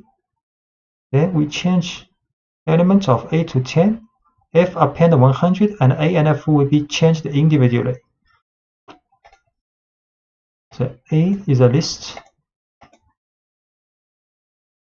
F is slicing of A. A is 1, 2, 3, 4, and F 1, 2, 3. Then we change one of the element in A to 10, and we append one element to F.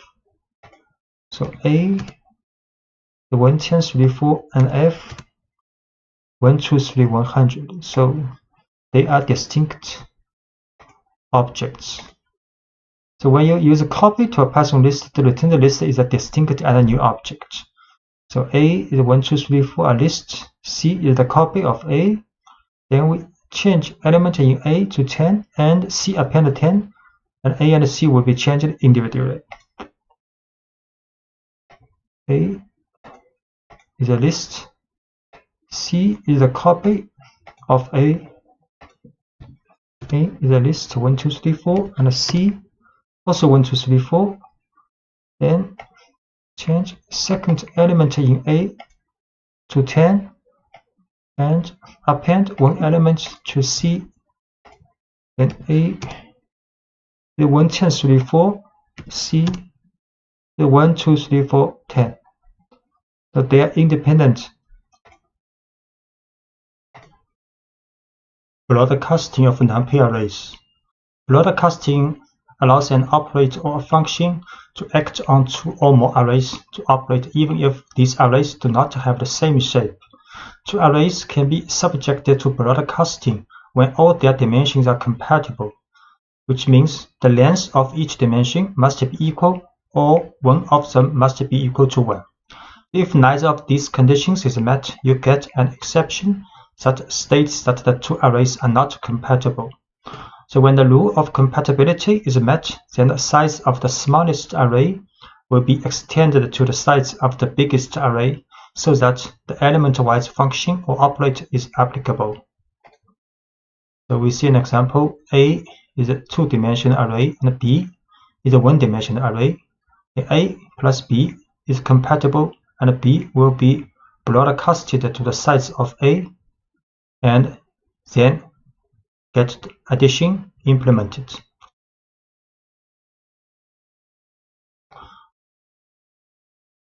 And the broadcasting with the U function, we can demean each column of an array by subtracting the column means.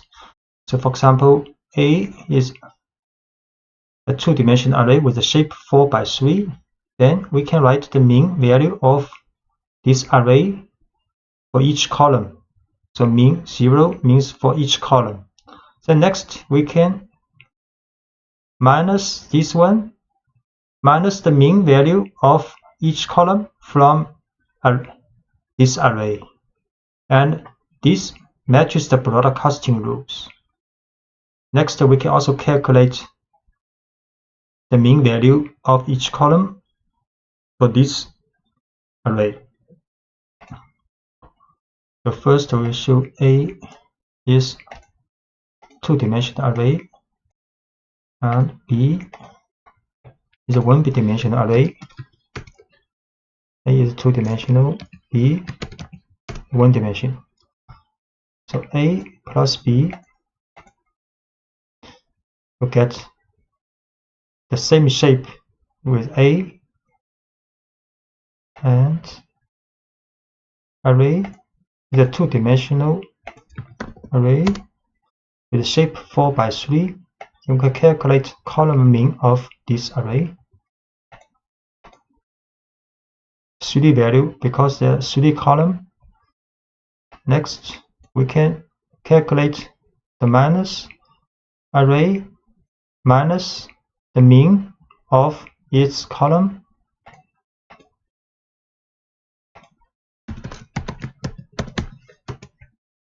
This is the result with the same shape as this array. So this minus is compatible with broadcasting automatically. Next, we can calculate this array's mean value for each column. It will be 0 for each column because it has been demeaned. This value is very close to 0.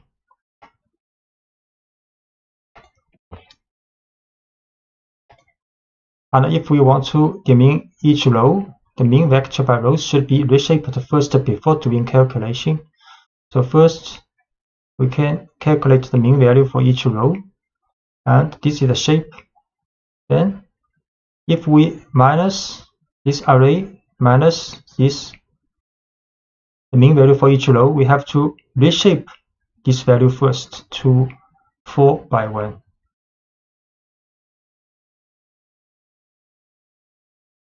So we will show again this array 4 by 3.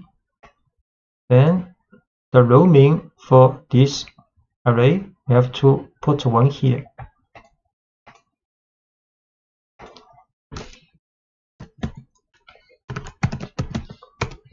So 4 value because this array has 4 rows. And we can also show the shape of this. Shape is one-dimensional array with 4. If we want to calculate, then we have to reshape this row means to 4, 1. Then it is possible with the broadcasting.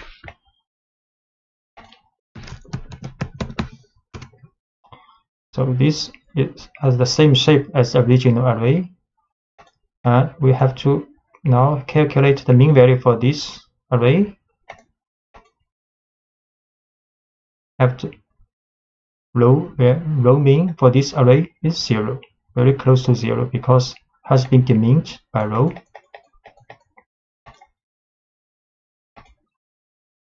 Okay, using NP new axis function to reshape numpy arrays also. So in the 3-dimensional case, broadcasting over any of the 3 dimensions is only a matter of reshaping the data to be shape compatible. So using reshape is one option, but numpy arrays offer a special function called np.newAxis along with full slices to insert the new axis. So what this means? We show one array in 2 dimensions, then we can change the shape of this array to 3 dimensions by adding np.new axis here. Then the shape will be 4, 1, 4. So this array, the 2 dimension, 2 dimension, all the values 0. Then we can create another array based on this array with 3 dimensions. Add np.new axis here. Then show the shape of this array, like 4, 1, 4.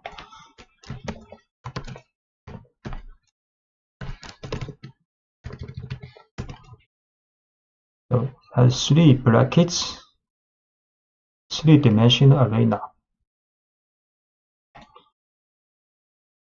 And we create another array with random normal distribution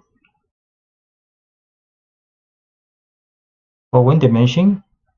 Then we can change these arrays,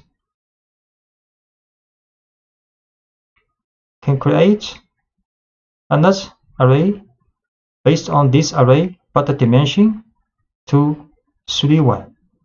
We can also create another array based on this array, but dimension is 1, 2, 3. So this is an array with 1 dimension. But if we run this, it will be a 2-dimensional array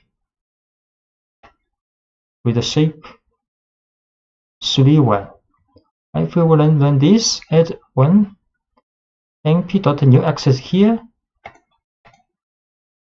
So the shape will be 2 dimensions with 1, 3 now. So new axis will add the shape to this position to 1.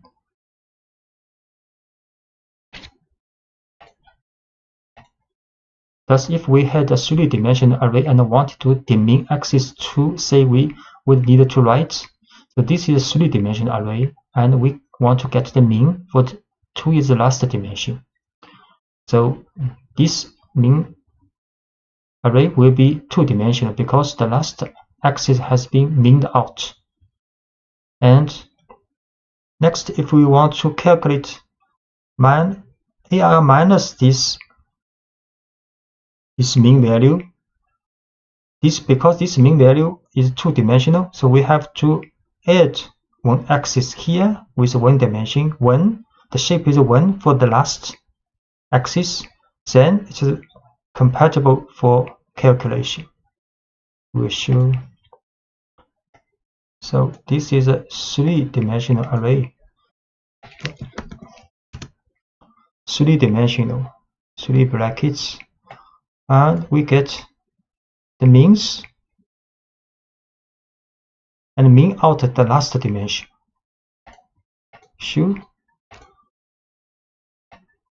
So this min matrix is 2-dimensional with 3, 4. We show the shape 3 by 4.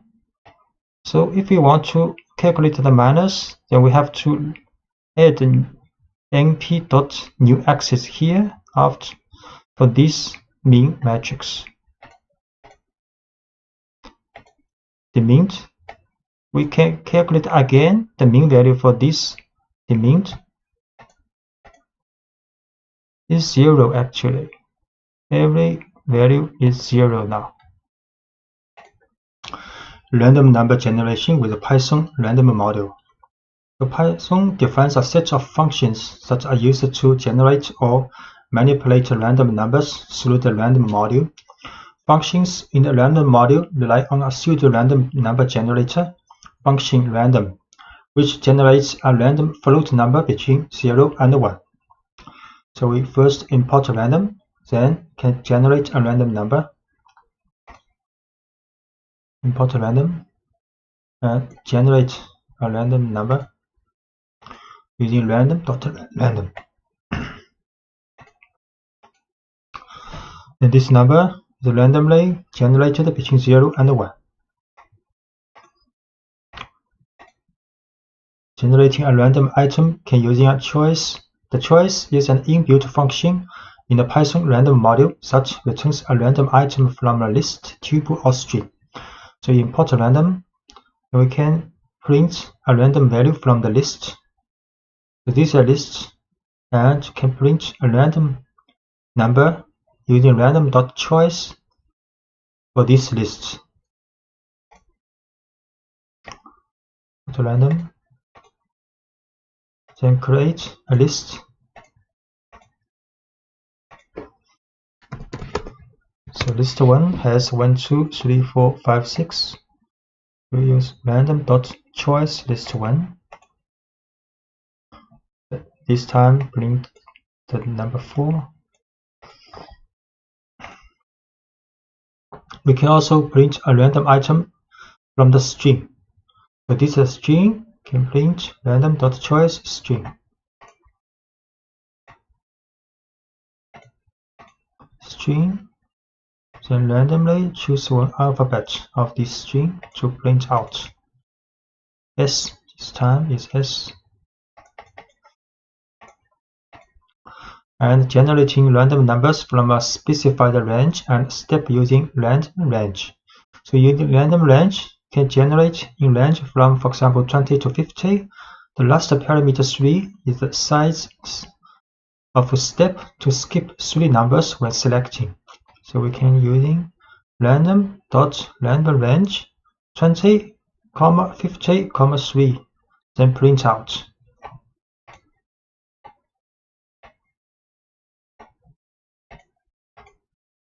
So it's 47.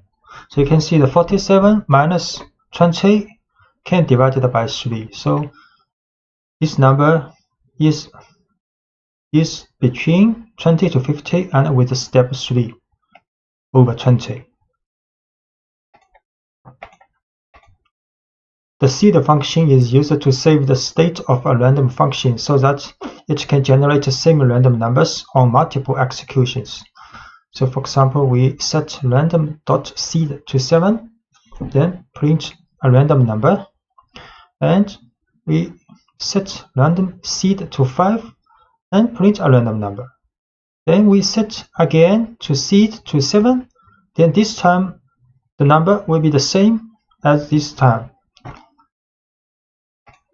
We show random seed 7. So we print a random number 0.3323, then set a random number to 5, then print 0.622, then we set to 7 again, then get a random number, same 0.323, and generating random number list in Python using shuffle if you want to change the position of the elements of a choice. So this is the list A, B, C, D, E. So we can random.shuffle sample list for this list. So we will see.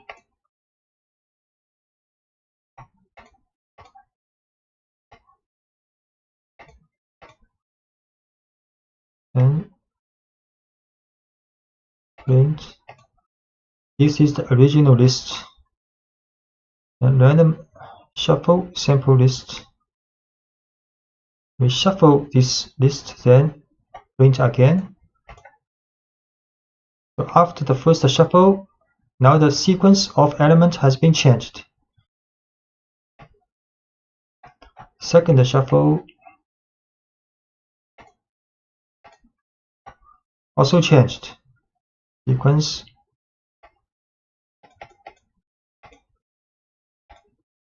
Generating random number list in Python using uniform. This function is used to generate a floating point random number between the numbers mentioned in its argument. So it takes 2 arguments, lower limit included in generation and upper limit not included in generation. For example, we can use random.uniform. So to a random number between 5 to 10.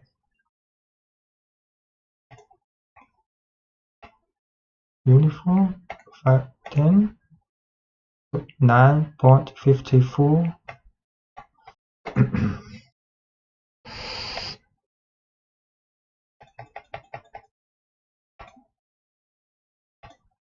So random number generation with NumPy's random module. So this time we think about NumPy's random module. The NumPy's random module supplements the built-in Python random with functions for efficiently generating whole arrays of sample values from many kinds of probability distribution. So this is a 4x4 array of samples from the standard normal distribution using normal. So we can run this using random.normal to draw a two-dimensional array with shape 4x4 and the value are standard normally distributed. So import NumPy here. Then we can use NumPy's random module random.normal to a two-dimensional array. Then show this array two-dimensional and the value a standard normally distributed.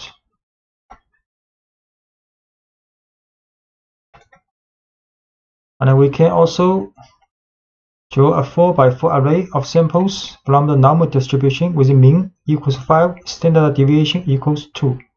Use np.random.normal 5 to size it 4x4.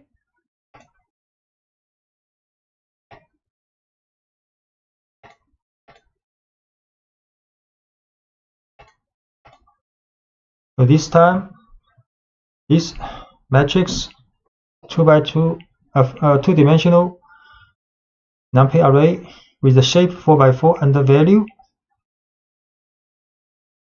f normally distributed with mean equals 5, standard deviation equals 2.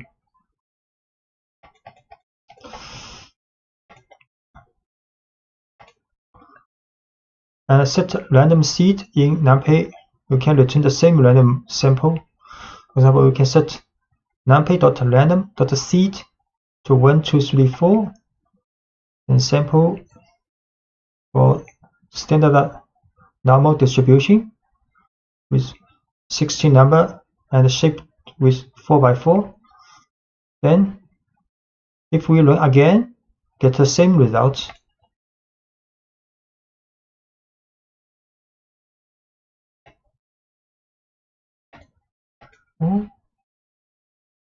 Simple.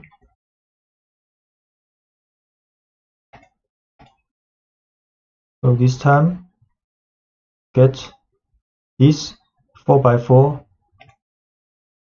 in the array. So if we set seed again to 1, 2, 3, 4, we run this random draw again,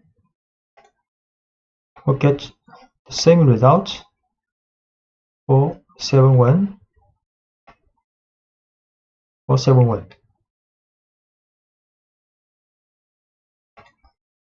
And you can also use random n to generate a standard normal values.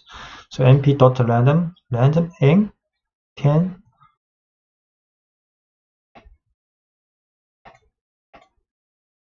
So these 10 numbers also standard normally distributed. You can shuffle an NumPy array with np.random shuffle. So create an array.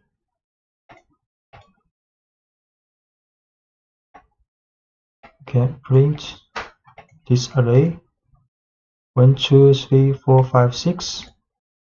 And you can shuffle this array.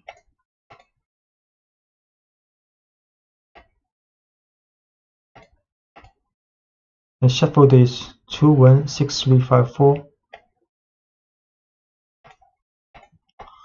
And NumPy's random permutation method to get the random samples of sequence of permutation. So import NumPy as np, then gfg equals numpy random.permutation20. See,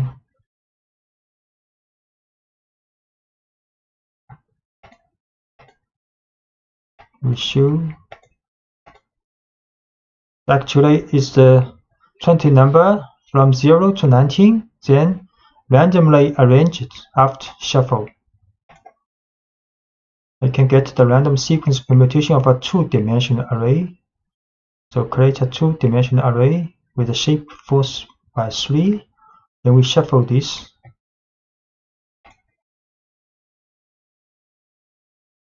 This is a two-dimensional array.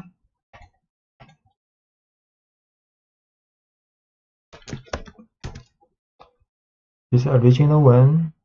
And next we shuffle this array. Then the rows, you can see the rows has been randomly reordered. But the elements within each row will not be changed.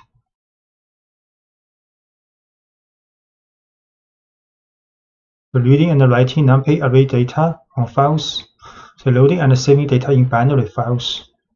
So numpy provides a pair of functions called save and load that enable you to save and then later retrieve data stored in binary format.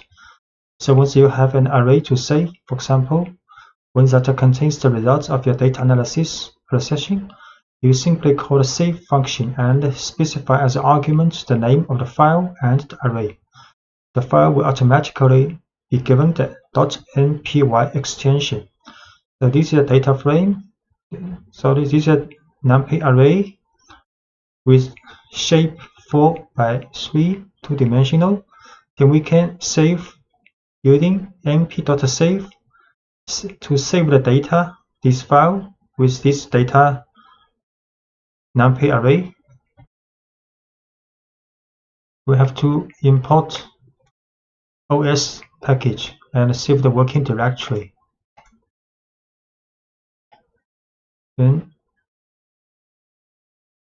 create a numpy array, two-dimensional array, the shape of 4x3. Then we can save this array to this file.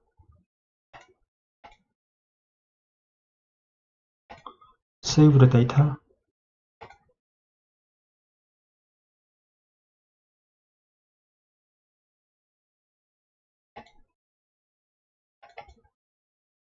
So you can find this data, save the data. But this is a binary file, you cannot open with txt file.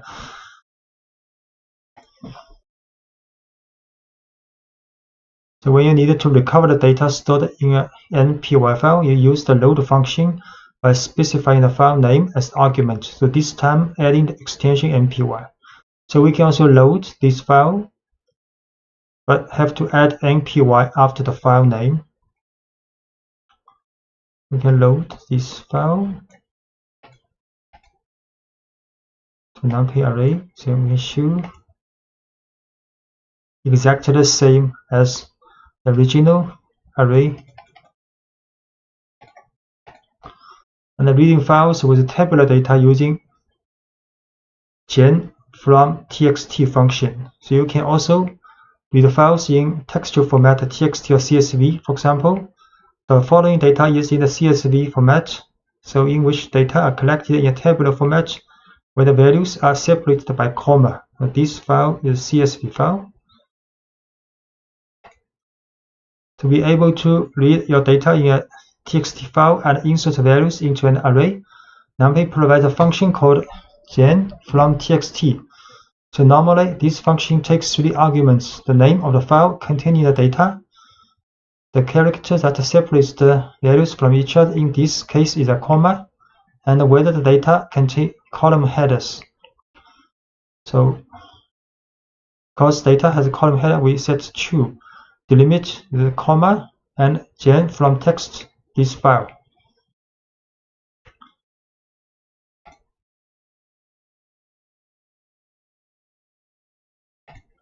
And we can show this file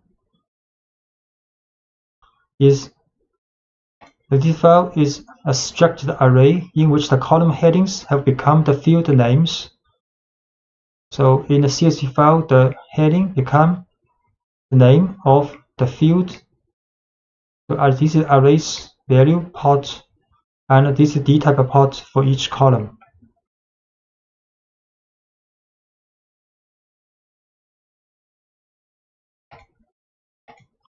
You can also, at the bottom of the array, you can find the column headings contained in the file. These headers can be considered a label, such act as index to extract the value by column. So we can run data ID. We show this array, data 0. We show this array.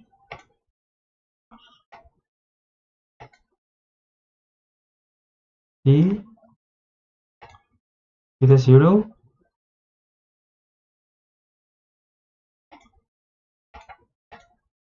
The gen from text function will replace the missing values in the file with an NaN value. So for example, this CSV, the missing value here. If we read this CSV, use the same format, then the second row of this data will have not a number value. We read this file. You can see array, the first row, the second row, the third row both have missing value. We view the column of ID, no missing value. First row, no missing value. Second row has a missing value.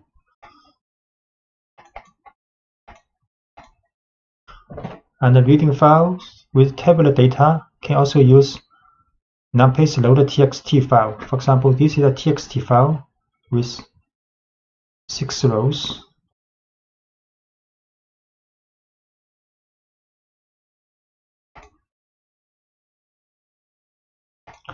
And when you read reading txt files, can have to set the dtype to int, because this is a numerical value, integer value. So we set this to int and read this file, and we print out exactly what we want: a two-dimensional array with shape 6 by 2.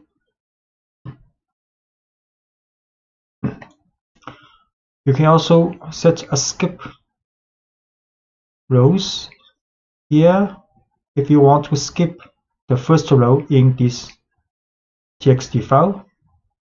So this txt file has index name, but we do not want to read this in the numpy array. So we skip this first row.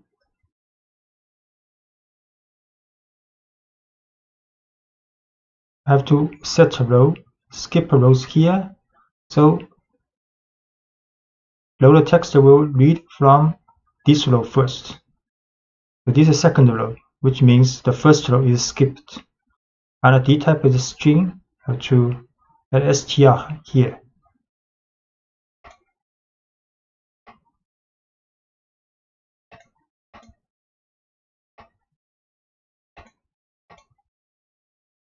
Exactly what we want, the 6 by 2 two-dimensional array. So Pandas is an open source Python library for highly specialized data analysis. It is currently the reference point that all professionals using the Python language need to study for the statistical purpose of analysis and decision making. Pandas is designed on the basis of the NumPy library, so it is not only makes this library compatible with most other modules, but also takes advantage of the high quality of the NumPy module. Pandas provides two new data structures called series and data frames, which are designed to work with relational data or labeled data. thus allowing you to manage data with features similar to those designed for SQL relational database and Excel spreadsheets. And Pandas provides also an extended set of functions and methods that allow you to perform operations efficiently. Installation of Pandas. And for those who choose to use the Anaconda distribution, managing the installation is very simple. So first you have to see if the Pandas module is installed, and if so, which version. To do this, type the following command from the Anaconda prompt window. We can print Conda list Pandas, for example. This is the prompt window in Anaconda and in this environment.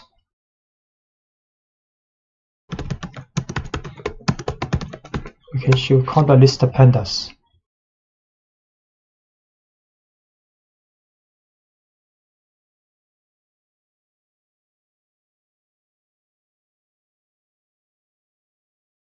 So it has been shown that Pandas has been installed with the version in this environment.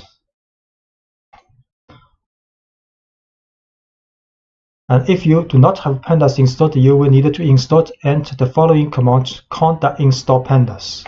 So if you want to install, just print conda install Pandas. Okay. And if you want to start a Pandas, the general practice for importing a Pandas module in Python session is as follows.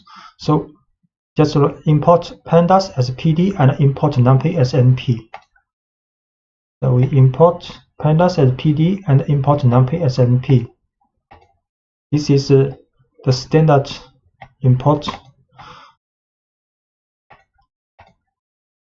And declaring a series. So to create the series, you simply call the series construct and pass as an argument an array containing the values to be included in it. So we can create a series, use pd.series, then array inside the parentheses. Or we can create an array and manually add the index. So we create an array with this, or create a series with this array. We show this series. The series is a relational data with index, default index from 0 to 3, and the value is the array we input in the creation of a series. So we can also add manually the index string when we creating this series.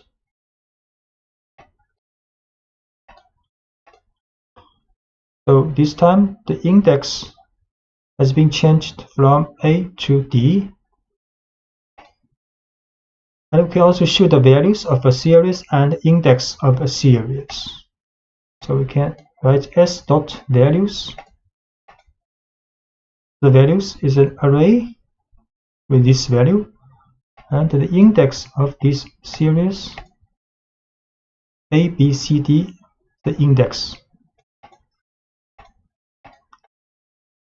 And for the data frame, the most common way to create a new data frame is precisely to pass a dict object to the data frame construct. And this dict object contains a key for each column that you want to define, with an array of values for each of them. So if we want to create a data frame, we can create a dictionary first. Dictionary with the key, color, key object, and key price. 3 key and 3 arrays are the values for corresponding keys. Next, we can create a data frame using pd.dataframe, then put this dictionary here. Then it will be a data frame with 3 columns. So show in this dictionary with 3 key value pairs.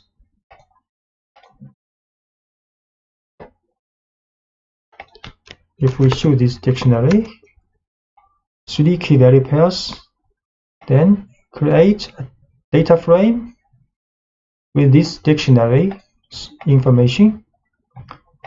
Then we show this data frame. The data frame actually is a tabular data with index. This index default because we have 5 rows. So Pandas put the default index from 0 to 4 for these rows. And the column has a header, 3 header variables, exactly the 3 keys in this dictionary. And the values, 3 column values, are 3 values associated with these 3 keys in the dictionary.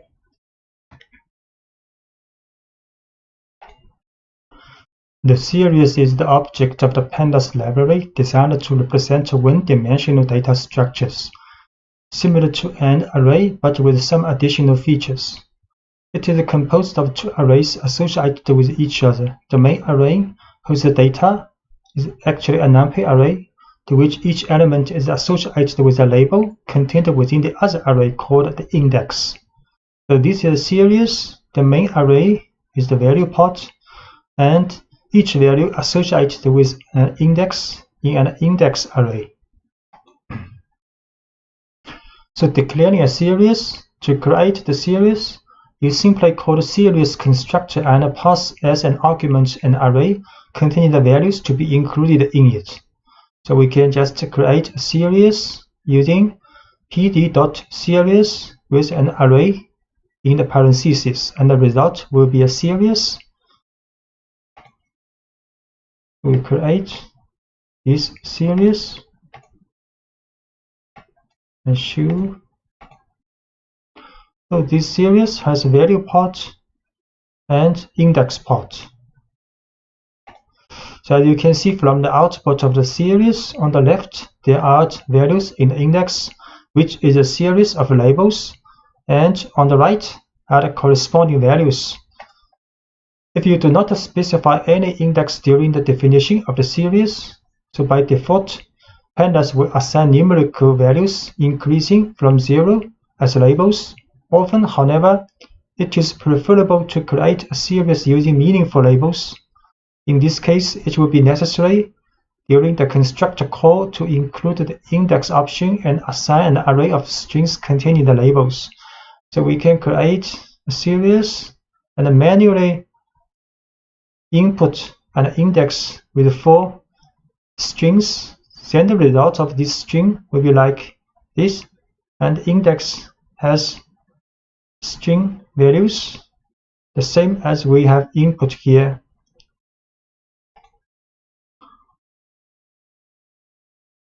So we create series with ABCD index. So the index has been the value you want. And if you want to individually see the 2 arrays that make up this series, you can call the 2 attributes of the series as follows: index and values. We can write s.values, and it will show the value part, and s.index to show the index part of this series. So s.values, value part, s.index, the index array. And you can select the internal elements of series, then select the individual elements as ordinary numpy arrays by specifying the keys. So we can select, for example, the 3rd value of this series, or we can select by the index string of this value. You can also select multiple items in a series. We select the first two values of this series, and we put up an array inside this bracket. You can choose two values with index B and C. So choose this individual element.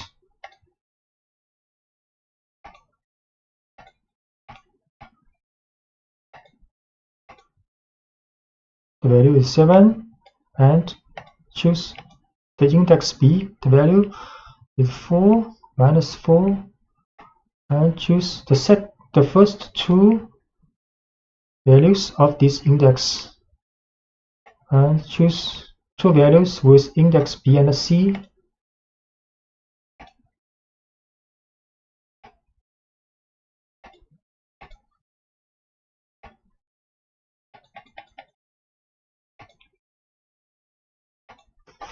And you can assign values to the elements. So you can select and assign the value of a series by index or by labels.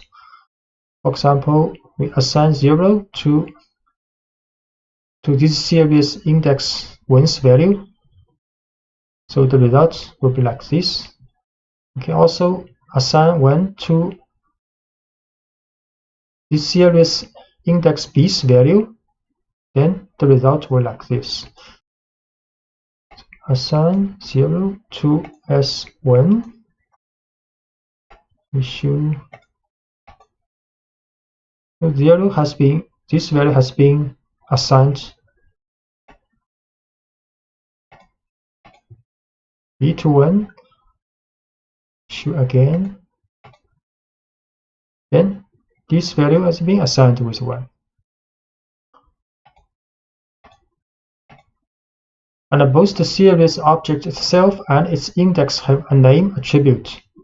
So if we assign the name attribute of this series as count, and we can also assign the index.name alphabet. So the result will be like this.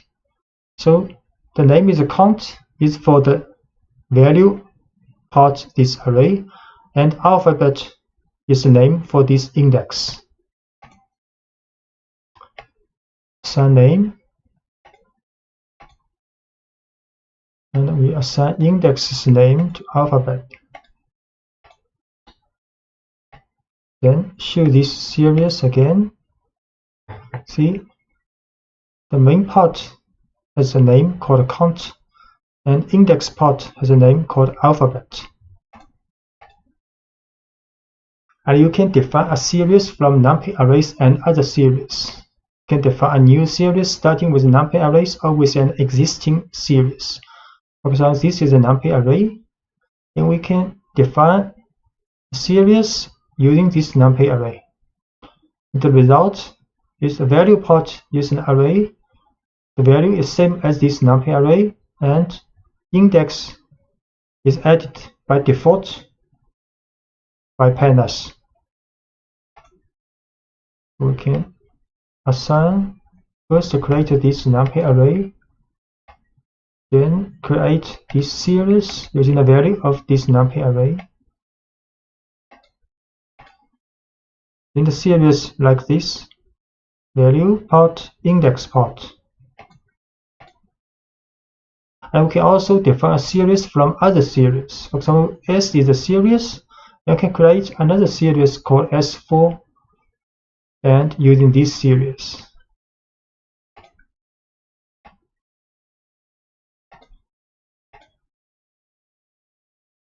And show the 4 values and with index same as this series. And you can always keep in mind that when you create new series from existing arrays or series, the values contained in the original numpy array or in the original series are not copied but are passed by the reference. So if the values of either one changes, then values in the other object will also be changed. What this means? So we show this series S, and we show this series S4. S4 is created from this series. So if we change S4's last value to 100, we show S4. This value has been changed to S to 100, but if we show S again, S value, this value also been changed to 100. So both series are the reference to one series. So you can filter values of a series. So many operations that are applicable to numpy arrays are extended to the series. One of these is filtering values contained in the series through conditions.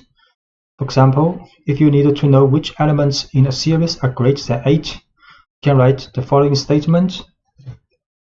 PD series, create a series, then we can write S bracket S larger than 8, and the result will be these two values of the series.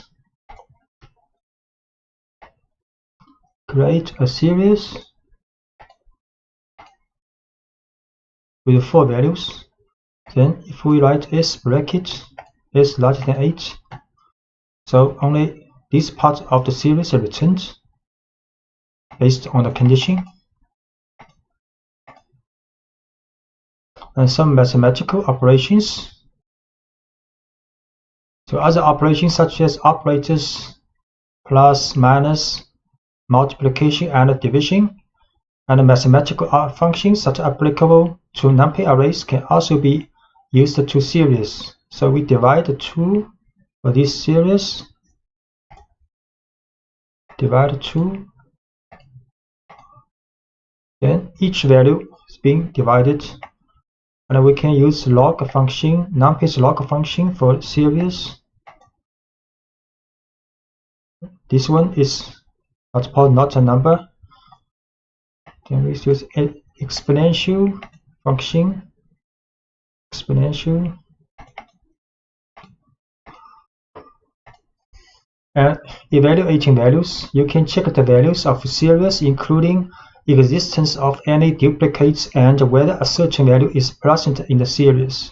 So to know all the values contained in the series, excluding duplicates, you can use the unique function, and the return value is an array containing the unique values in the series. So create a series with duplicate index and values, then can create an array with duplicate values of this series. Use the unique function. So create a series, duplicate value 1, 2, 2, 2. So we use unique function and the value, unique value of this series. And we can also use the value counts to return the unique values and calculate the occurrence of them within a series. So value counts will return each unique value and occurrence of this value. So value counts, unique value and occurrence.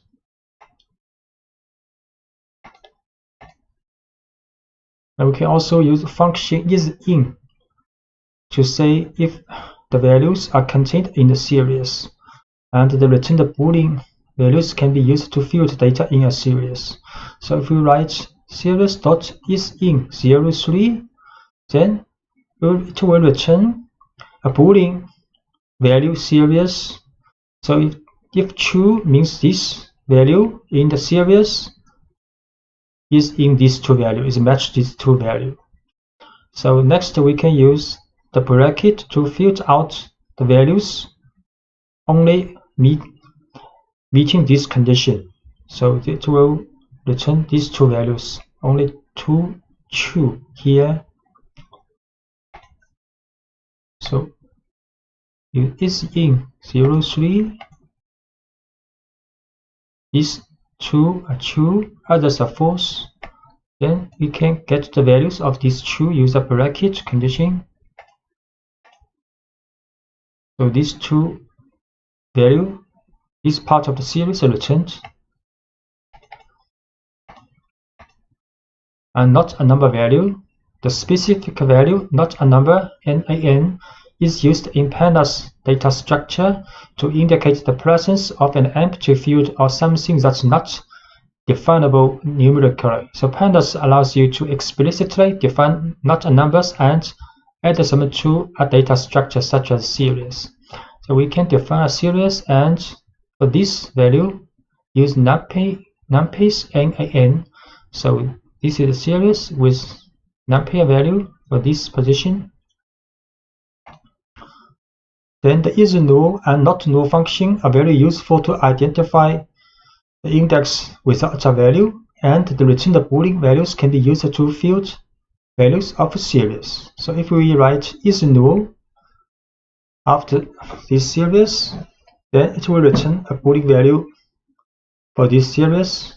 If it is true, then this value is not a number. Next, we can field out the not a number value from this series, use a bracket and s2.isNull inside.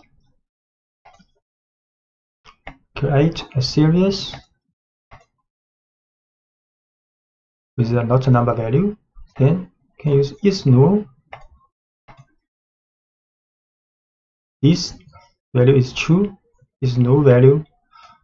Then we can field out this value, get this value. This is not a number. And similarly, we can use notNull. So notNull, these three are true, and this is false because this is null.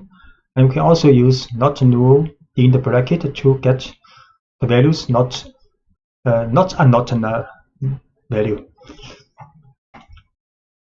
So S2 notNull. So 3 true, 1 false, and field out the notNull value. This is notNull value.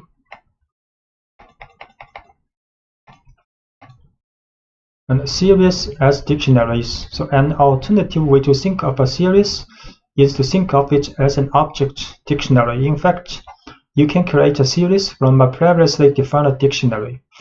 So this is a dictionary with key value pairs, and we can create a series from this dictionary. Then the key will be converted to the index in the series, and the value will be the value in the index in the series. So create this dictionary, and create this series. So the keys of the dictionary transformed as the index of the series. And you can also define the array index separately. In this case, controlling correspondence between the keys of the dictionary and the labels arrays of index will run. If there is a mismatch, Pandas will add the not a number value. So we can also using this array as the index in the creation of a series.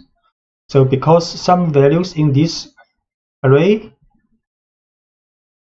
does not match the key value in this dictionary, so the index for some of the values in this array but cannot be found in the dictionary will have not a number value. So we define an array called colors and use these colors as the index of the series, but the value part use my dictionary. So the resulting series will have this index matching this colors array, but this value is not a number because green cannot be found in the dictionary. And operations between series. So the labels of series will come into play when we perform operations between two series. So in the following example, we add two series having only some elements in common with the label.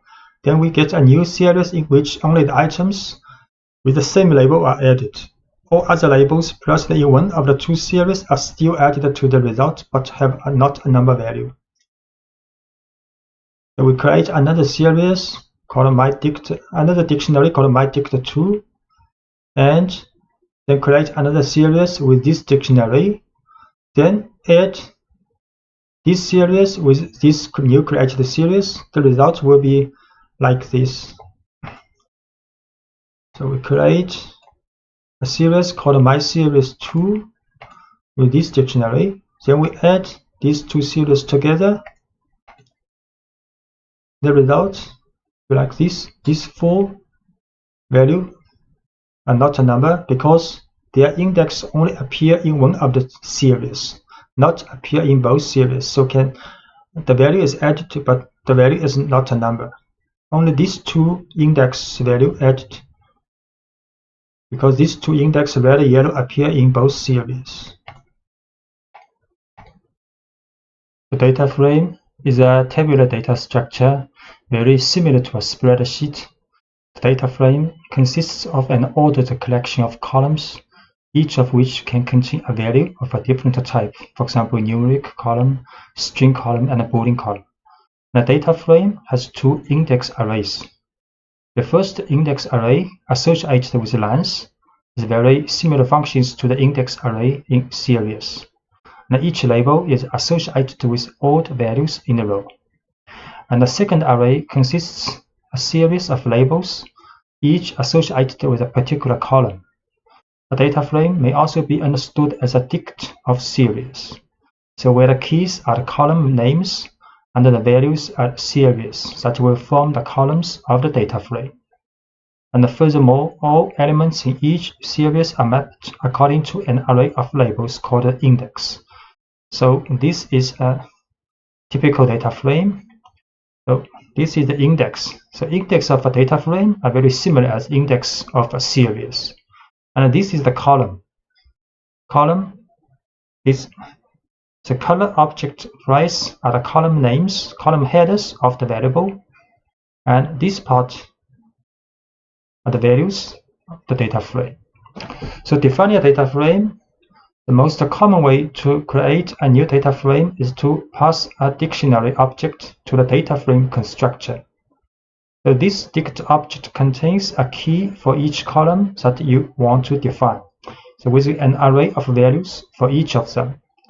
So for example, this is a dictionary with key, the value, key, value, key, value. So we can create a dictionary based on this dictionary. We can create a data frame based on this dictionary using pd.dataframe, then put this dictionary inside the parentheses. So we can create this dictionary first, then create a data frame using this dictionary. Then we show this data frame. So it has 3 columns and 5 rows. This is the index of the data frame, and Pandas added this by default from 0 to 4.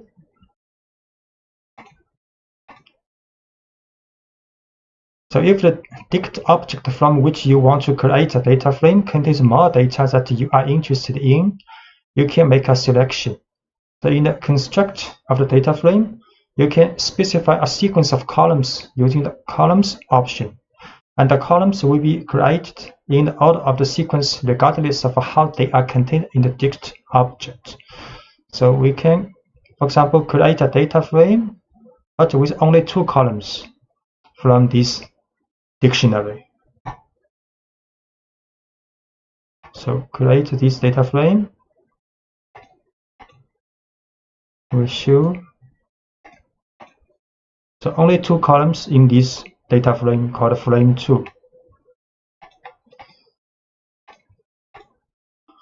So if the labels are not explicitly specified in the index array, Pandas will automatically assign a numeric sequence starting from 0.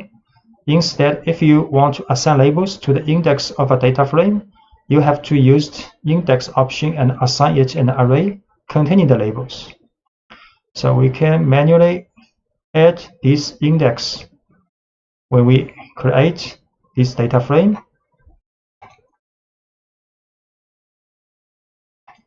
We can create again this frame 2 with index, and we show this data frame. So now index are from 1, 2, 3, 4, 5.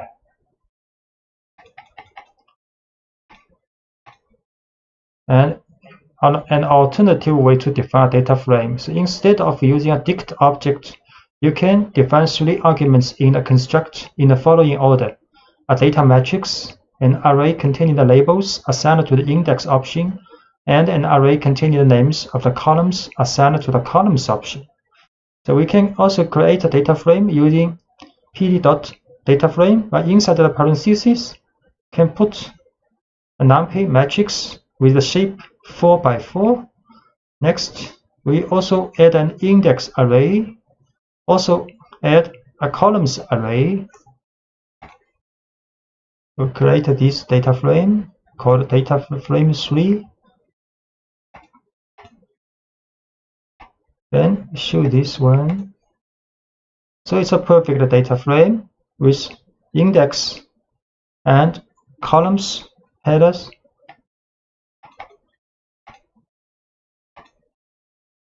Selecting elements of data frames. If you want to know the name of all the columns of a data frame, you can specify the columns attribute on the instance of the data frame object. So for example, we can show the columns of the data frame, and also can show the index of the data frame. We can also show the values of the data frame, use frame.values. So show columns, data frame, columns, this column variable name, and index from 0 to 5. Then the values, value part, 3 column, 5 row.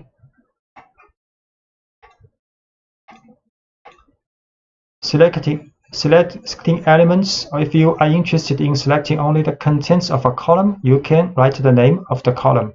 So we can write a frame, bracket, and quotes price, that will return the value of a price column.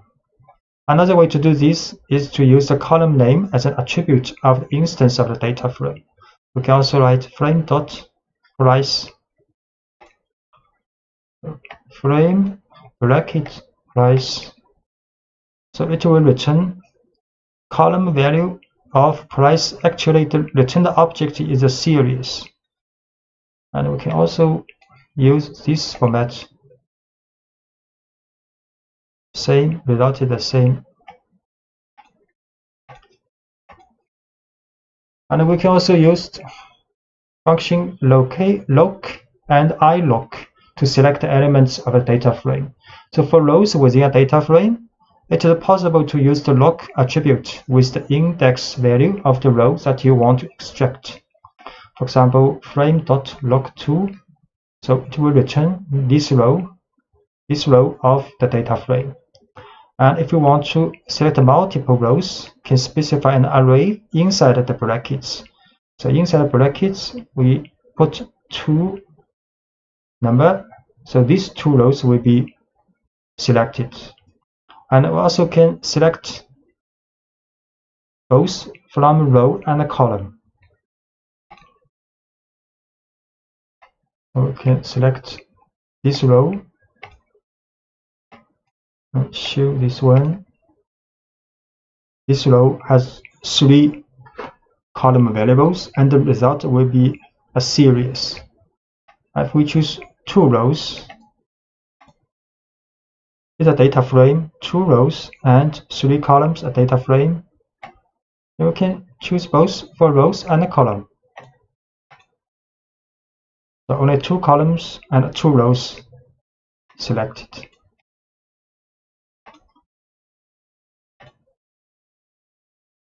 we can also use iLock. So if the selector rows only using integer value, so we can use iLock. So iLock does not support the string column names, only for the numeric value. So for example, here iLock2 will get the same result as lock2. This also will get the same result as the lock24, and this will get the same result as before for the color price for the lock selection. Now, if you needed to extract a portion of the data frame, selecting the lines that you want to extract, you can use the reference numbers of the index. The return value is an object data frame. So we can also write column from 0 to 1. Then in this case only one line returned, and in this case will return 2 lines.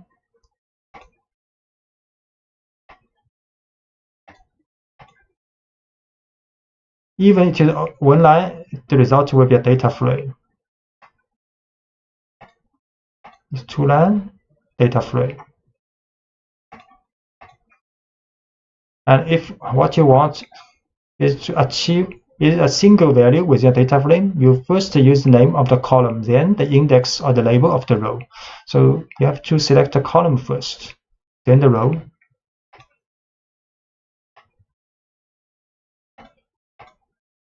So the result is a single value.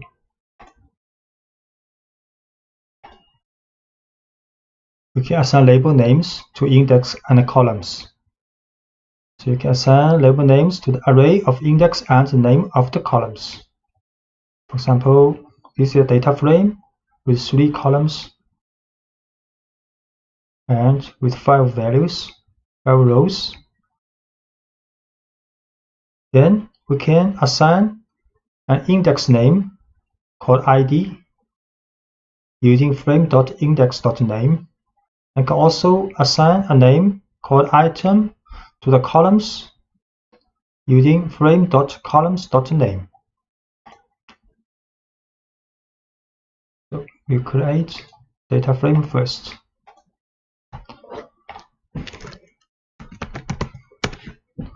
Three columns, 5 rows. Then we assign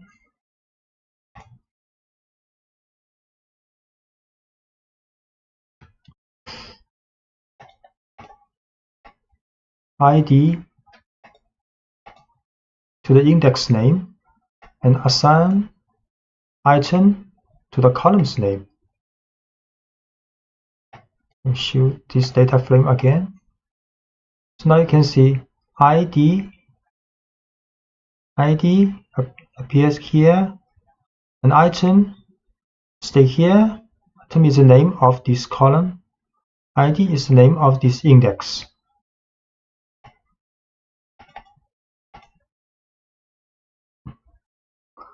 Add a new column. And you can do this by simply assigning a value to the instance of the data frame and specify a new column name.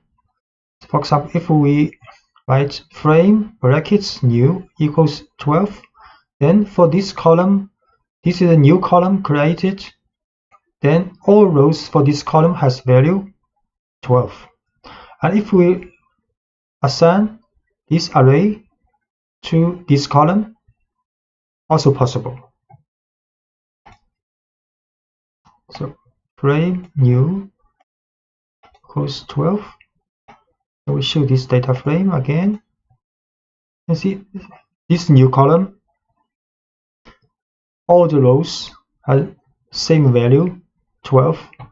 And if we assign a new column with this array, value now is the array assigned.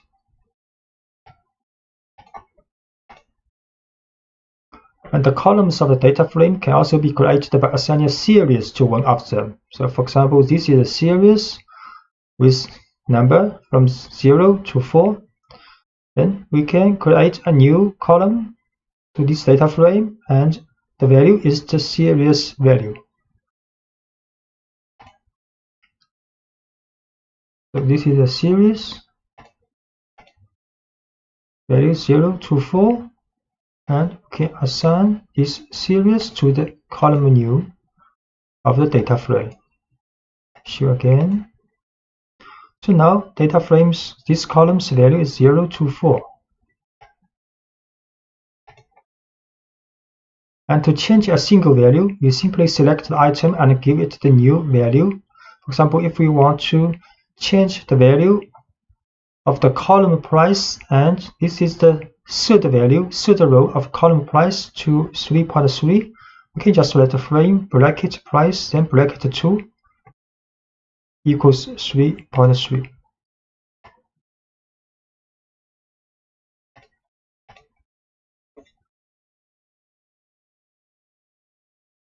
This is a warning message. Show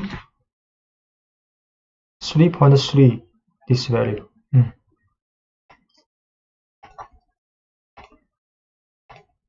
And the membership of a value, you have already seen in the previous lectures that the isIn function can be applied to the series to determine the membership of a set of values.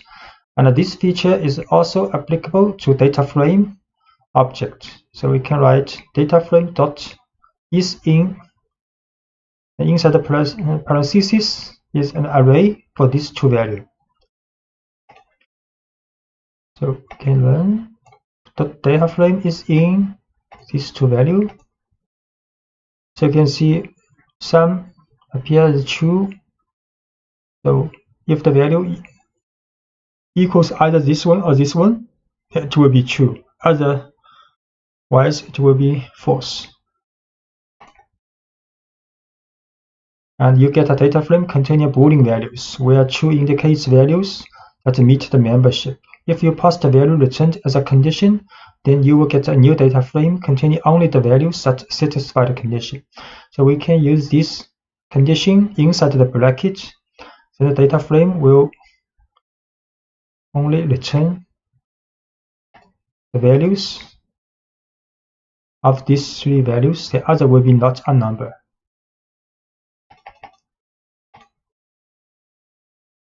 And deleting a column. So if you want to delete an entire column and all its contents, use the delete method, del command. So we can write del frame new, then this column will be deleted. Delete frame new. Then we show this data frame again. So no column called new now, only 3 columns left.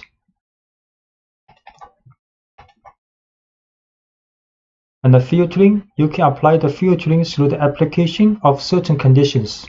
For example, say you want to get all values smaller than 1.2. The elements not matching the condition will be replaced with not a number. For example, this is a data frame. Then we can add a condition with bracket after this data frame. And the condition is if data frame less than 1.2. We can create a data frame first. So this data frame has 3 price column, 5 rows. We can run. So only these values less than 1.2, other values will be not a number. The data frame from nested dictionary. So a very common data structure used in Python is a nested dictionary, as shown here. We call it nest dict, and this is the external key, a key, red, white, blue. Then the value for the key is also a dictionary with key value pairs inside. So we can create a data frame using the information of this nest dictionary. So this data structure, when it is passed directly, is an argument to the data frame constructor, will be interpreted by Pandas to treat external keys as column names and internal keys as labels for index. So red, white, blue are external key of this data object or library dictionary. Then this value will be converted as column names in the resulting data frame. And internal keys like 2012, 2013 will be the index of the data frame. Create this data frame using this nested dictionary. Show this data frame. You can see now the red, white, blue are the columns, and the 2012, 13, 11 are the index.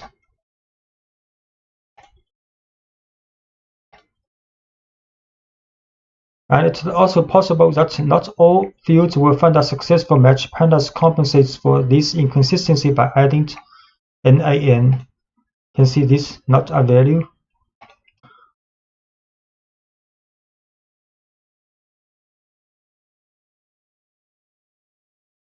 And the transposition of a data frame. You can get the transposition of the data frame by adding the T attribute to its application.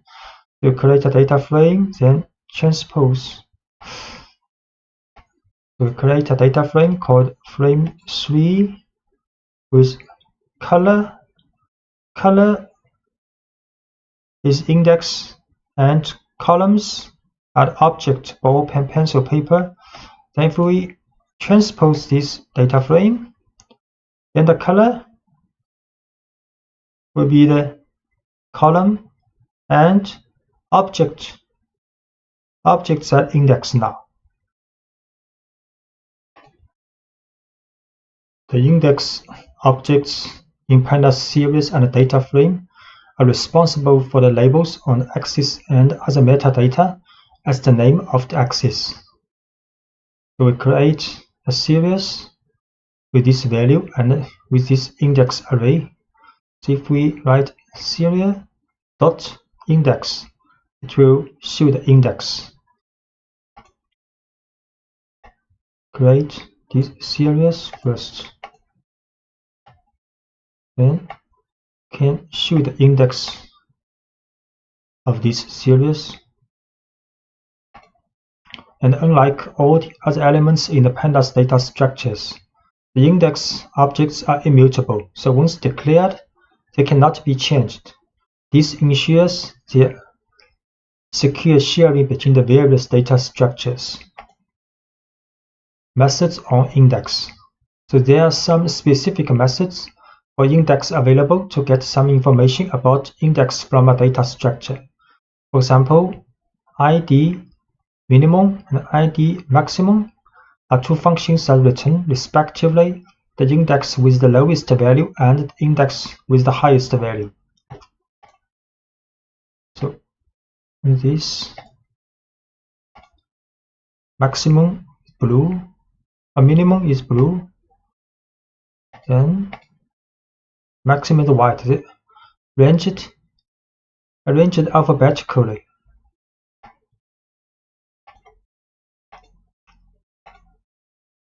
And index with duplicate labels. So far, you have met all cases in which indexes within a single data structure have a unique label.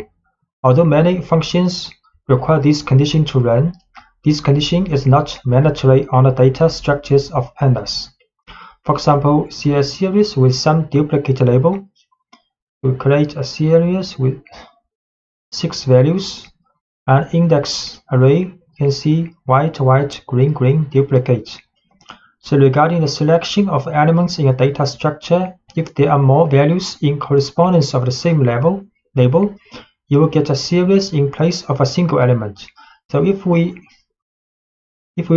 want to show the value of this series with the white index, then it will return 2 values in a series.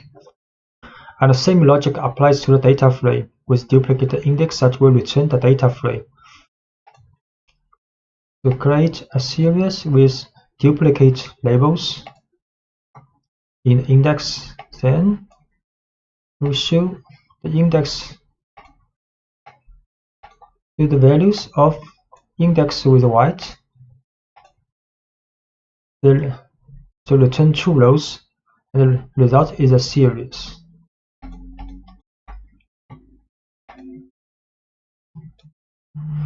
And the Pandas provides is unique attributes belonging to the index objects to tell if they are indexed with duplicate labels inside the structured data, both for series and data frame. So if you write series.index is unique or frame.index is unique, series.index is unique, false, because there are several duplicate index in this series, and we create a data frame also.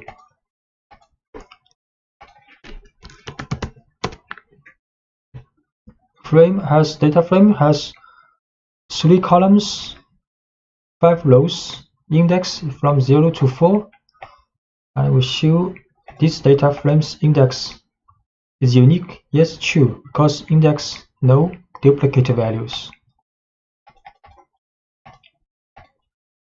Reindex. It was previously stated that once it's declared in a data structure, the index object cannot be changed. But by executing a reindexing, you can also overcome this problem. It is possible to obtain a new data structure from an existing one, where indexing rules can be defined again. For example, we create a series with 4 values, and this is the index string for this 4 value. And during reindexing, it is possible to change the order of the sequence of index, delete some of them, or add new ones. So in the case of a new label, Pandas adds not a number as the corresponding value. So for example, we can create a new series using reindexing. So series reindexing with these 4 index strings, then the result will look like this. 3, 4, 5, 3, 4, 1 has value, but 5, the value is not a number, because in this series, no index value equals 5. Create a series with 1, 2, 3, 4 index. Then reindexing with the index value 3, 4, 5, 1. Then the result is another index, but 5 index value is 5, this value is not a number.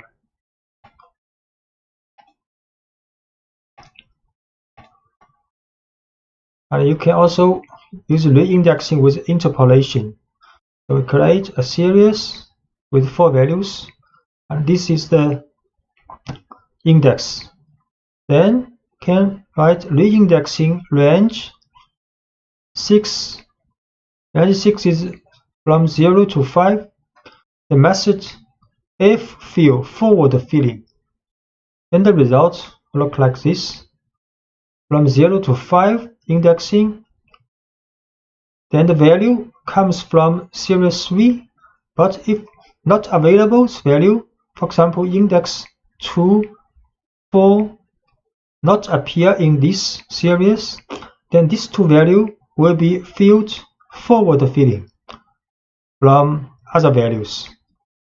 And similarly, if we set method bfill backward fill, then if the index cannot be found in this series, the value will be filled backward.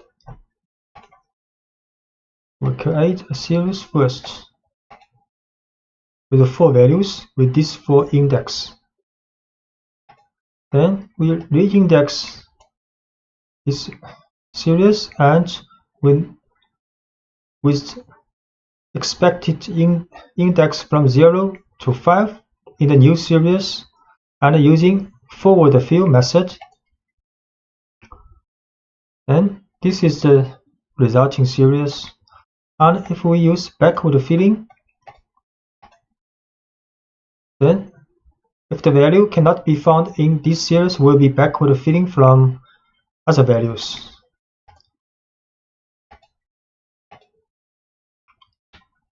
And we extend the concepts of reindexing With series to the data frame case, you can have a rearrangement not only for index, but also with regard to the column.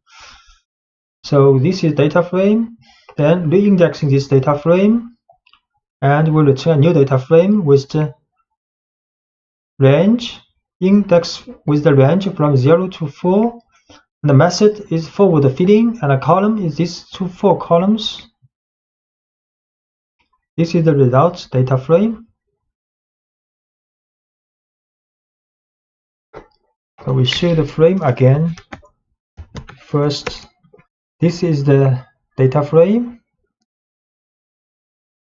Then we use reindexing of this data frame with index from 0 to 4, method forward filling, columns, colors plus news objects.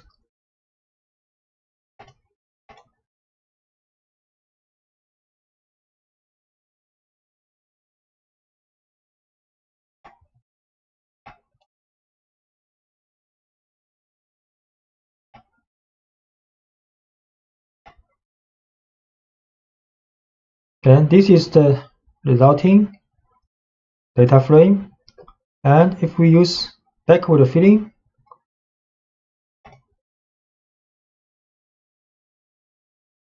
so this column new will be filled with the neighboring column's value, backward filling, and in this case it will be forward filling by the neighboring column's value. You can see this column the same as this one, and if we use backward filling, this column are the same as this one. Because the original data frame has a new column called new.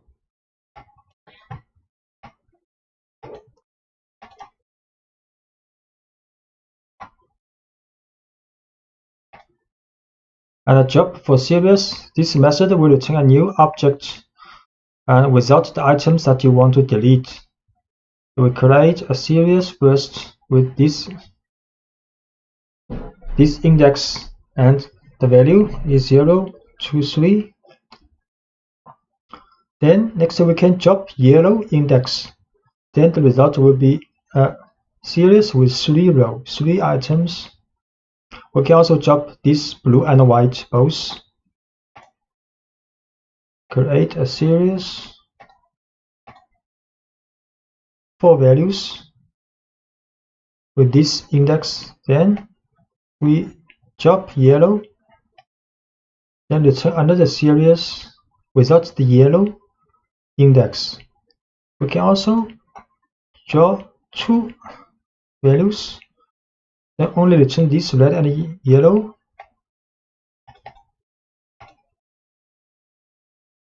And job used for data frames. So regarding the data frame, instead the values can be deleted by referring to the labels of both axes. So this is a data frame with index column, 4 columns for index. And if we want to delete rows, you just pass the index of the rows.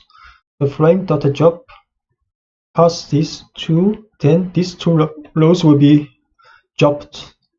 And if we want to delete columns, you have to specify axis equals 1 here.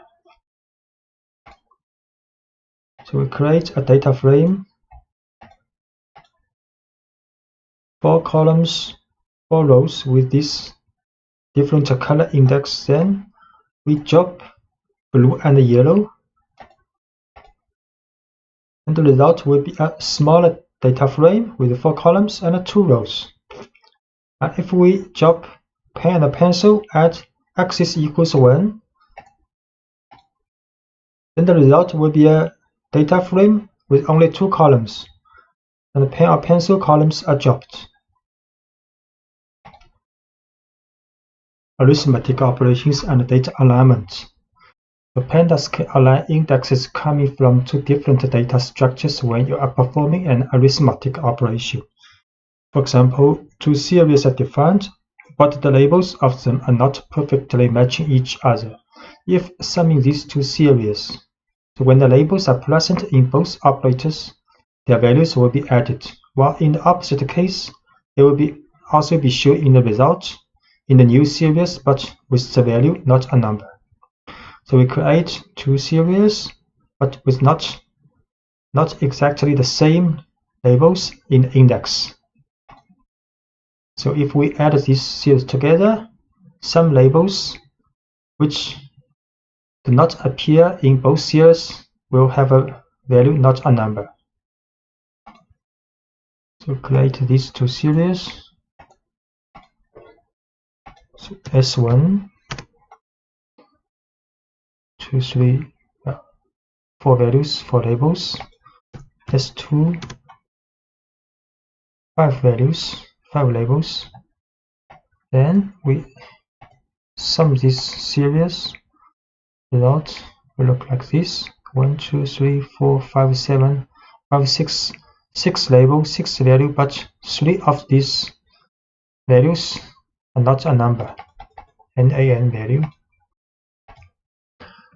In the case of the data frame, although it may appear more complex, but the alignment follows the same principle as in series, but is carried out both for the rows and for the columns. So we create two data frames, then sum these two together. The result will like this: many, not a number value. We create two data frames. Let's show data frame 1 and data frame 2. 4 columns, 4 rows in the data frame 1. 3 columns, 3 rows, the data frame 2. Columns not the same. Pen has pen, ball, but pencil, paper, mug only appear in one data frame. Then we sum these two. That will be a 5 column, 5 rows data frame with many. For these 3 column, it's not a number value, and these 2 rows, green, red, also not a number value. And this is called flexible arithmetic methods. So for example, we can use frame 1 dot add frame 2, the same as frame 1 plus frame 2. Can use this example. Result is the same as before.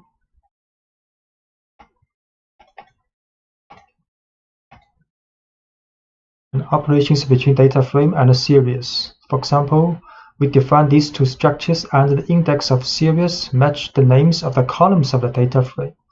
So this is a data frame with columns, ball, pen, pencil, paper, and this is a series, index also ball, pen, pencil, paper. So if we use minus the series from this data frame, the result will be like this. To create data frame first, 4 columns, 4 rows, then create this series, index same as the data frame's column, then minus, result like this.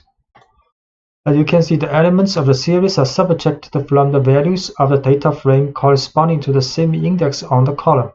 The value is subtracted for all values of the column regardless of their index.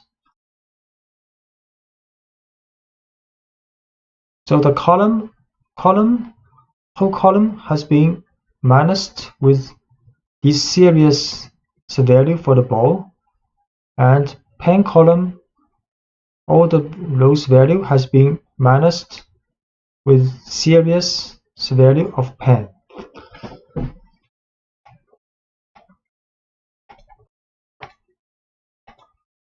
And if an index is not present in one of the two data structures, the result will be a new column with that index only, such all its elements will be not a number. So for example, we set series mark equals 9. Then if we minus frame with series, then the result will have 4 rows but 5 columns. One column mark comes from this series and without the value, not a number now, because this mark does not appear in the data frames column. We create the new value in the series. So now series has a label mark and the value is 9. Then frame minus series, the results, the extra column for mark but not value are all not a number.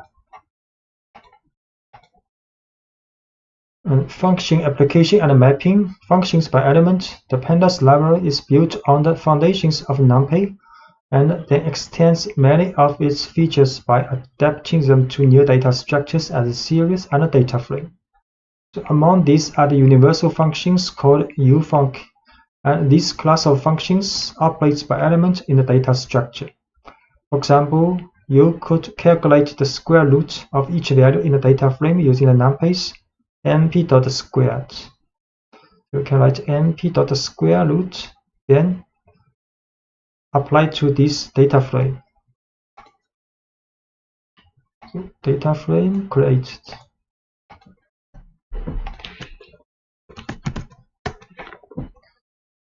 Four columns or a numerical value, then square root this data frame.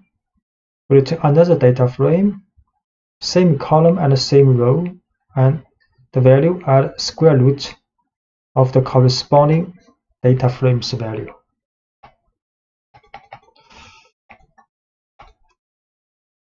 And functions by row or column, using the apply function to apply, for example, and the user define a function on columns or rows of the data frame. So we can define a function called fx and to return the maximum value minus the minimum value. So if we apply this function to the data frame, then the result will be a series and the labels, index labels are columns names of the data frame. So this function will be applied on each columns of the data frame.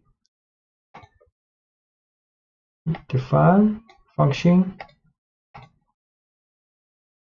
We can also define function like this way. This is another way, lambda, but we use this way also. Then data frame, apply this function, return a series. The labels are columns of the data frame and the value are a difference between maximum value and minimum value for each column of the data frame. And if we want to apply by rows, we can set axis equals 1 in the apply function. So this data frame also apply this function, but by row, set axis equals 1. The result will be a series. The labels are the rows of the data frame, and the values are the difference between the maximum value and the minimum value for this row in the data frame. Extending the application to many functions simultaneously, the result will return a data frame. So for example, we want to return the minimum and the maximum value, two value, and index called minimum maximum of this series in the definition of this function. Then we apply this function to data frame.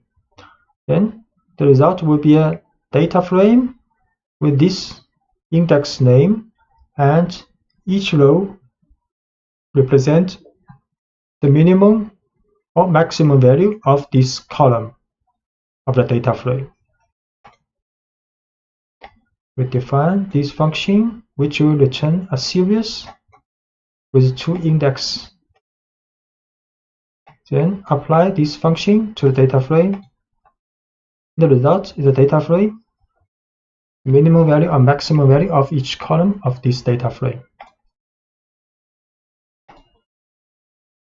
Most of the statistical functions for numpy arrays are still valid for Pandas data frame, so using the apply function is no longer necessary. For example, functions such as sum and mean can calculate the sum and the average respectively of the elements contained within a data frame. So we create a data frame with 4 columns and with 4 index labels. And we can just write frame.sum, then the result will be a series, and the index labels are column names of the data frame, and the values are the sum value of each column of the data frame. Create data frame first.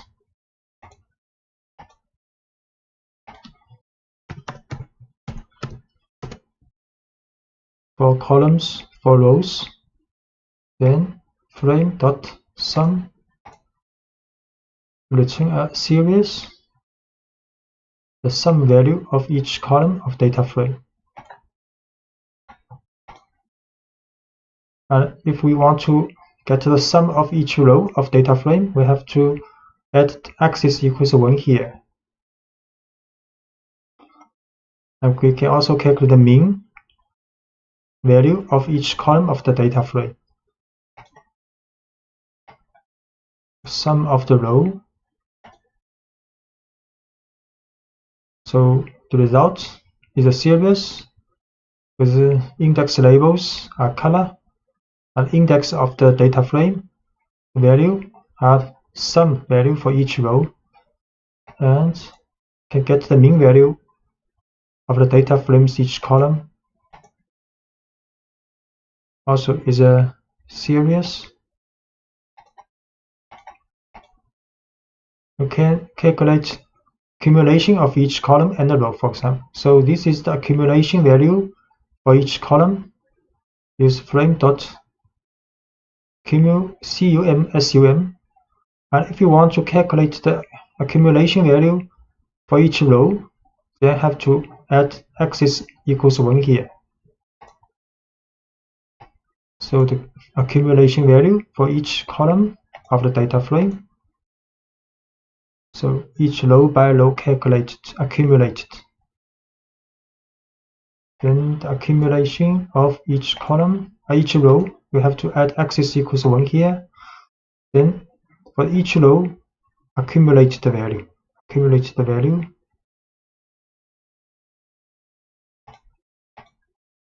And describer function allows you to obtain summary statistics for the column in this case.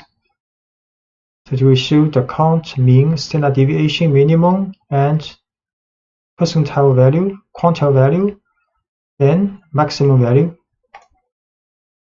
So frame.describe. So each column's statistics, descriptive statistics are calculated. And correlation and covariance between 2 series. So this is 2 series with same labels. And we can write SEQ, the first series, dot correlate the second one. And the result is the correlation of these 2 series. And similarly, we can calculate the covariance of these 2 series. Create 2 series. Then the correlation of these 2, the covariance of these 2. And the covariance and the correlation can also be applied to a single data frame. In this case, they return their corresponding metrics in the form of 2 new data frame objects. So, for example, this is a data frame with columns, ball, pen, pencil, paper, and the index red, blue, yellow, white. So if we just write this data frame.cor, then the correlation between each pair of columns will be returned in a matrix in a data frame, in the result data frame.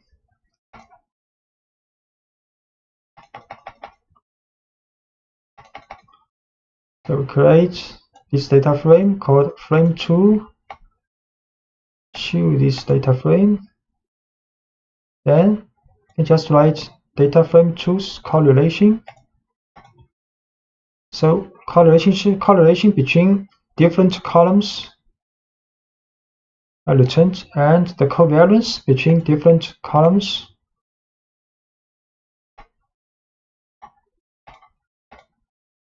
covariance. And using the COR-with method, you can calculate the pairwise correlations between the columns or rows of a data frame with a series or another data frame. So we create a series with index with 5 labels, and if we write data frame dot cor with series, then the result will be like this. So for the ball column, the correlation between this column with this series, and for the pen, the column of the pen of the data frame will be calculated with a correlation with this series, and so on. We create this series, then use frame.to.correlate with this series. Then each column of this data frame will be calculated with a correlation with this series.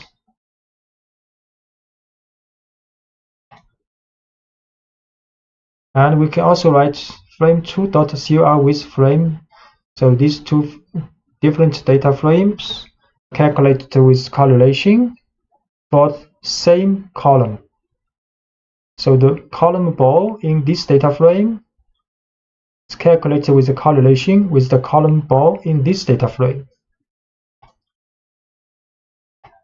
Frame2 COR with frame. So the result is a series, but the labels represent the different columns in both data frame, and value is the correlation between these columns.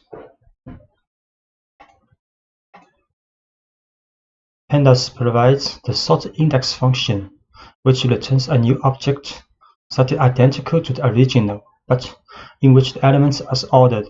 So let's start by seeing how you can sort items in a series.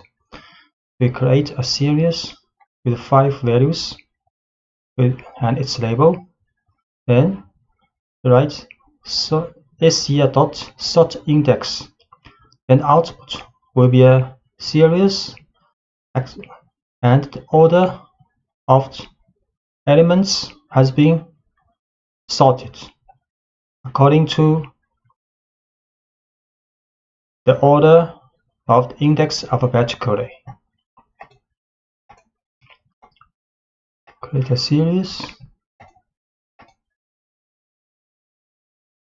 then sort index. So the elements are sorted according to the index alphabetically. As you can see, the items were sorted in ascending alphabetical order based on their labels. This is the default behavior, but you can set the opposite order by setting the ascending option to false. So we set ascending to false. Then the items sorted, but with a descending order alphabetically of the index. And with the data frame, the sorting can be performed independently on each of its 2 axes. So if you want to order by row following the index, you just continue to use the sort index function without arguments, as you have seen before. Or if you prefer to order by columns, you need to set the axis options to 1. So we create a data frame. If we write frame.sortIndex, then the data frames observations will be sorted by the index alphabetically in the ascending order. So we create a data frame for rows, then sort index. You can see the observations rows have been sorted alphabetically in the ascending order based on its index.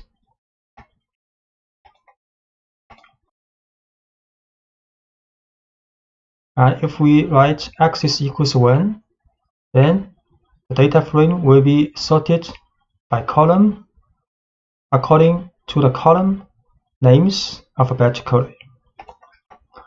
So frame.sortIndex axis equals 1. So the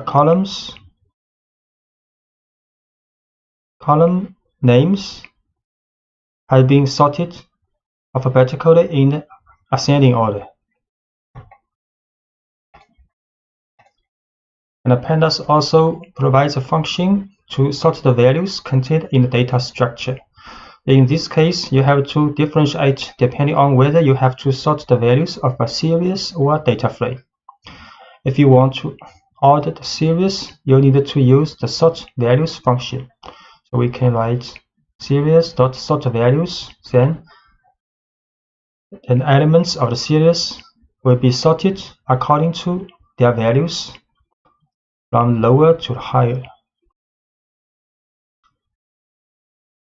Sort value for the series. So elements have been sorted according to their values.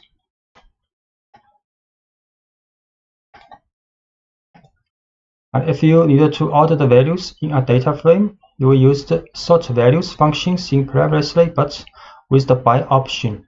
Then you have to specify the name of the column on which to sort. So for the data frame, we can sort values by this column pen.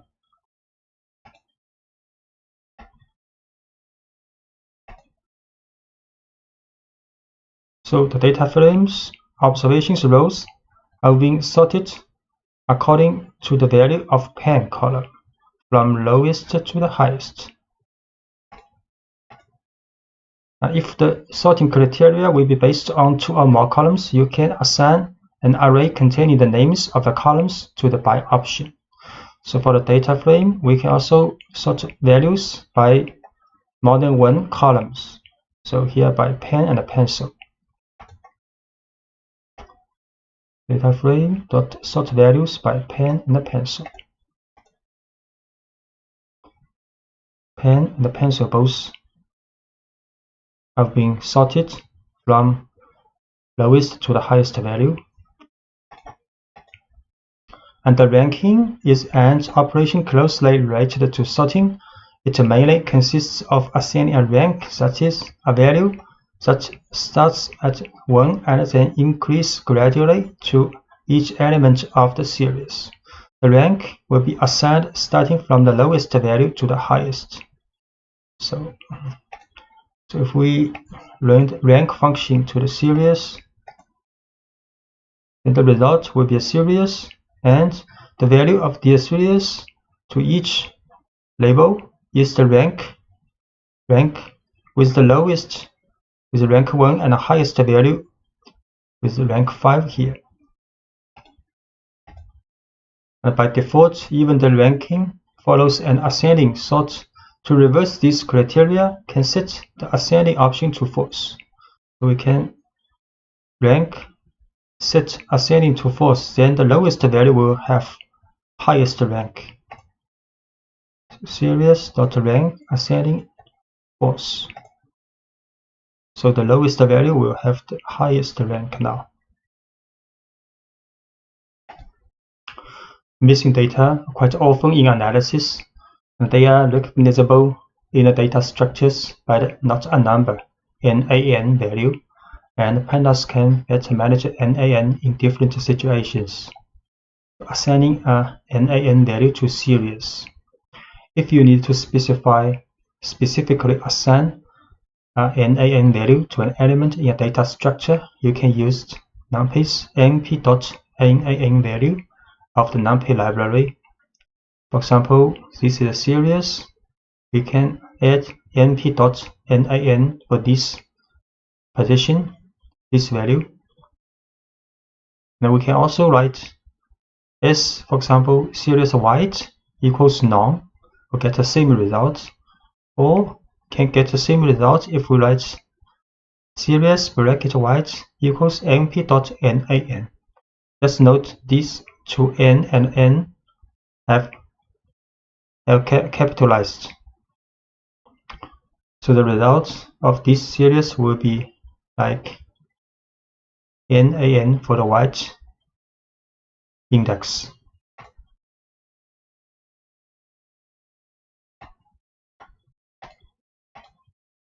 We create this series nan here. We can also write like this, assign non-value to white, or we assign np.nan to white, and we'll have the same result for these three statements. And assigning an NaN value to a data frame. So this is a data frame created, so we can assign one of the value for the column ball and the index red to np.nan, or we can write frame ball red to none. Create a data frame first. Then we can assign ball red. So now this element's value is NaN. We can also do like this. Assign a null value to this position. Get the same result.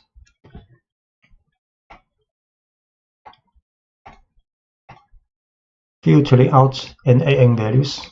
You can use the job NA function to eliminate the NaN values during data analysis. So we can write series.jobNA. So it will return a series without the not a number value. Series.jobNA. The result is a series with 4 elements, and the value of NaN has been excluded. And you can also directly perform the filtering function by placing not null in the selection condition. So for example, you can write series bracket for the selection condition. We write series.not null, and the result will be the same. The not a number value has been excluded in the resulting series. Series bracket series.not null, get the same result.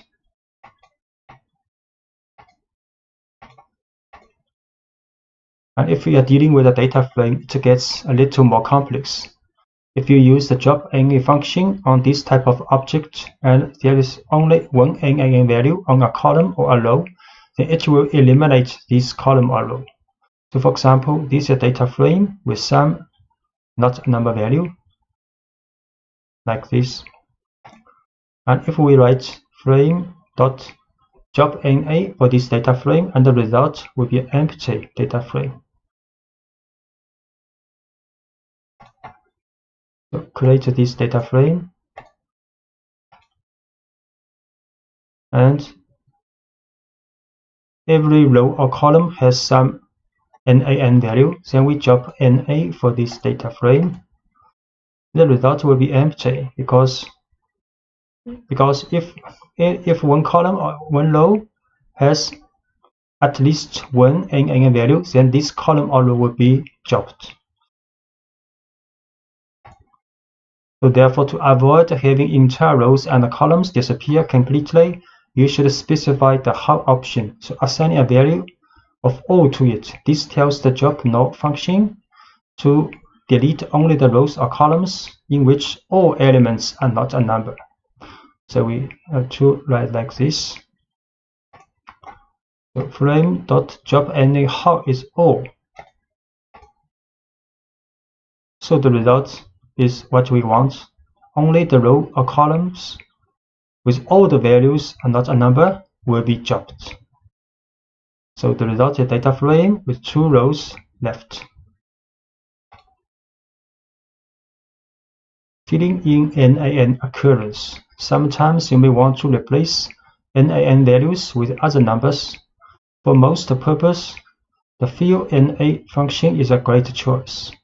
And this method takes one argument, the value with which to replace any NaN. So we can write dataframe.fillNA0, then the not a number value will be replaced with 0. FillNA0.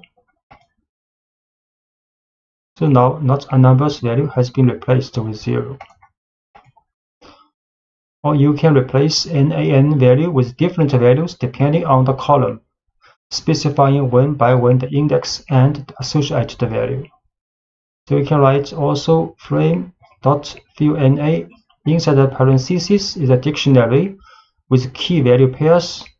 The keys are columns, names, and the value are the value we want to replace for the NaN value for this column. So frame.fillNA, ball is 1, mark 0, and the pen is 99. You can see the result of this data frame has no NaN value, and each column's NaN value has been replaced with the value in this dictionary.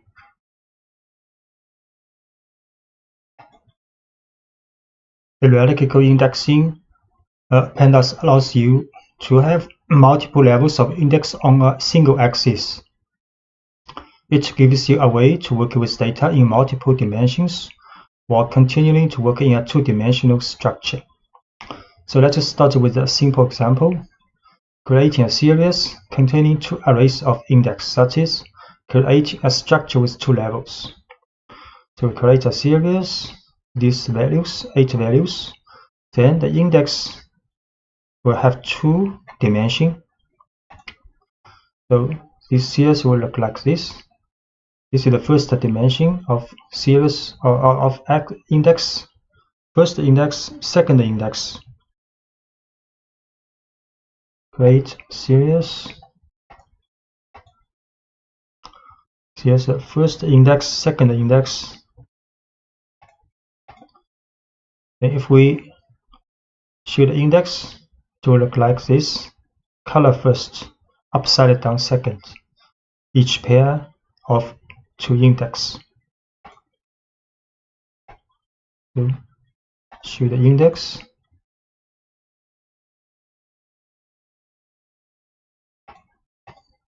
And you can select the values for given value of the first index. So you can write brackets, select only the white index value.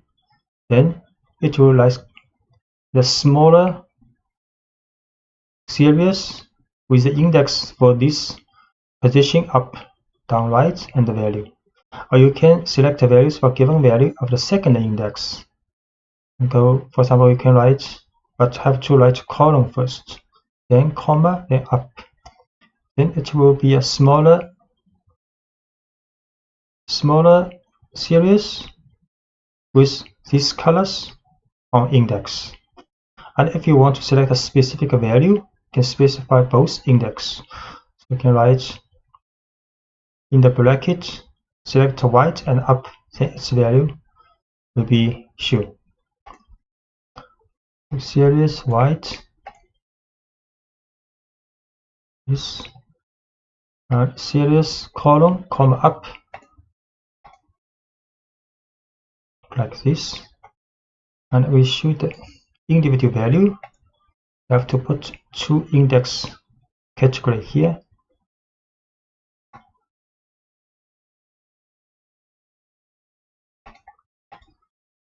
And hierarchical indexing plays a critical role in reshaping data and group-based operations, such as a pivot table.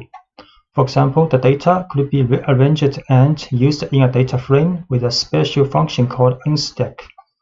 Now, this function converts the series with a hierarchical index to a simple data frame, and where the second set of index is converted into a new set of columns. So if we write series.unstack for this hierarchical indexing series, then the second index of the series will be converted to the columns headers of the data frame, and the first level index of the series will become the index of the resulting data frame. So if we write series.unstack, so it is the result of a data frame.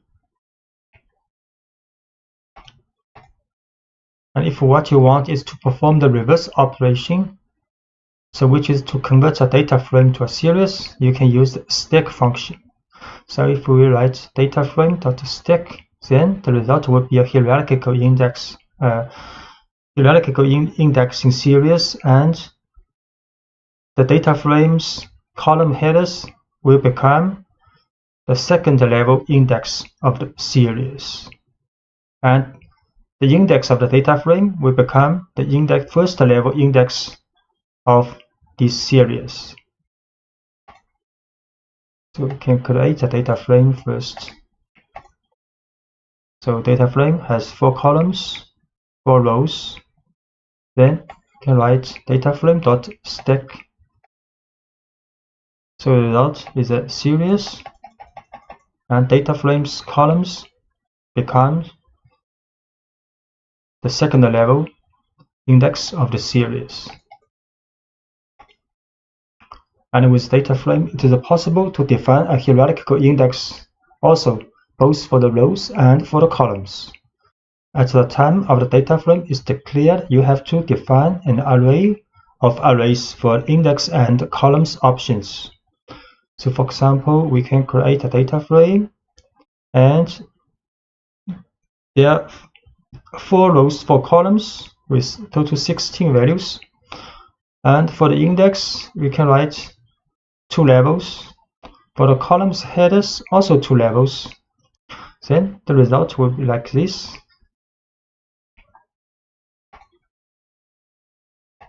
To define this data frame with 2 index and 2 column index.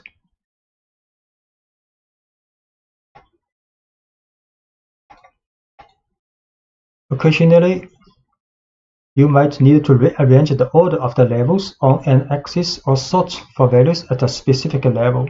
So the swap level function accepts as arguments the names assigned to the 2 levels that you want to interchange, and return a new object with the 2 levels interchanged between them, while leaving the data unmodified.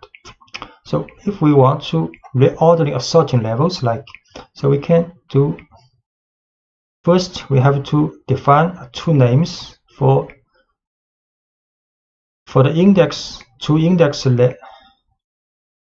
of this data frame, and 2 names for the 2 columns of this data frame. So we define 2 names and show this data frame. So now 2 index, right, red, up, down, will have name called color and status, and 2 column headers also has name called object and ID. So next we can use swap levels, for example, to the data frame with between the colors and the status, these 2 index. So we can swap levels for the color status. In the original data frame look like color status here. So we swap level, we'll see how it is going. So now the data frame's index has been changed the position. Status is the first level index, and the colors is second level. And the data arrangement also changed accordingly. Instead, the sort index function orders the data considering only those of a certain level by specifying it as a parameter. So we can also use sort index level is colors, so the data frame will be sorted according to the labels of colors.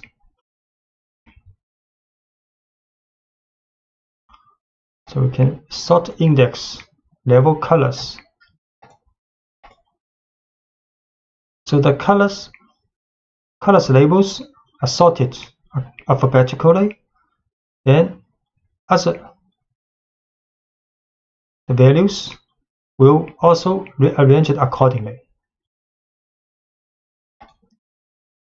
And the summary statistics by level. So many descriptive statistics and summary statistics performed on a data frame or on a series have a level option, so with which you can determine at what level the descriptive and summary statistics should be determined. For example, if you create a statistic at row level, you have to simply specify the level option with the level name. So if you want to get the sum value by level colors, so we can just write data frame.sum level is colors. The result will be a data frame, and the index is the color for different color, and the value is for the different columns. Data frame sum level by color. So you can see color, white, red, and the column pen 1, pen 2, paper 1, paper 2. And if you want to create a statistic or given level of the column, for example, the ID, you must specify the second axis as an argument through the axis option set to 1. So if you want to calculate sum by column ID, we have to add axis equals 1 here. So mFrame.sum level ID, because ID is at the column, I have to add axis equals 1. So the result is clear for the two index different level, different index, then the columns is by ID only. ID1, ID2, and sum value for these different index combinations.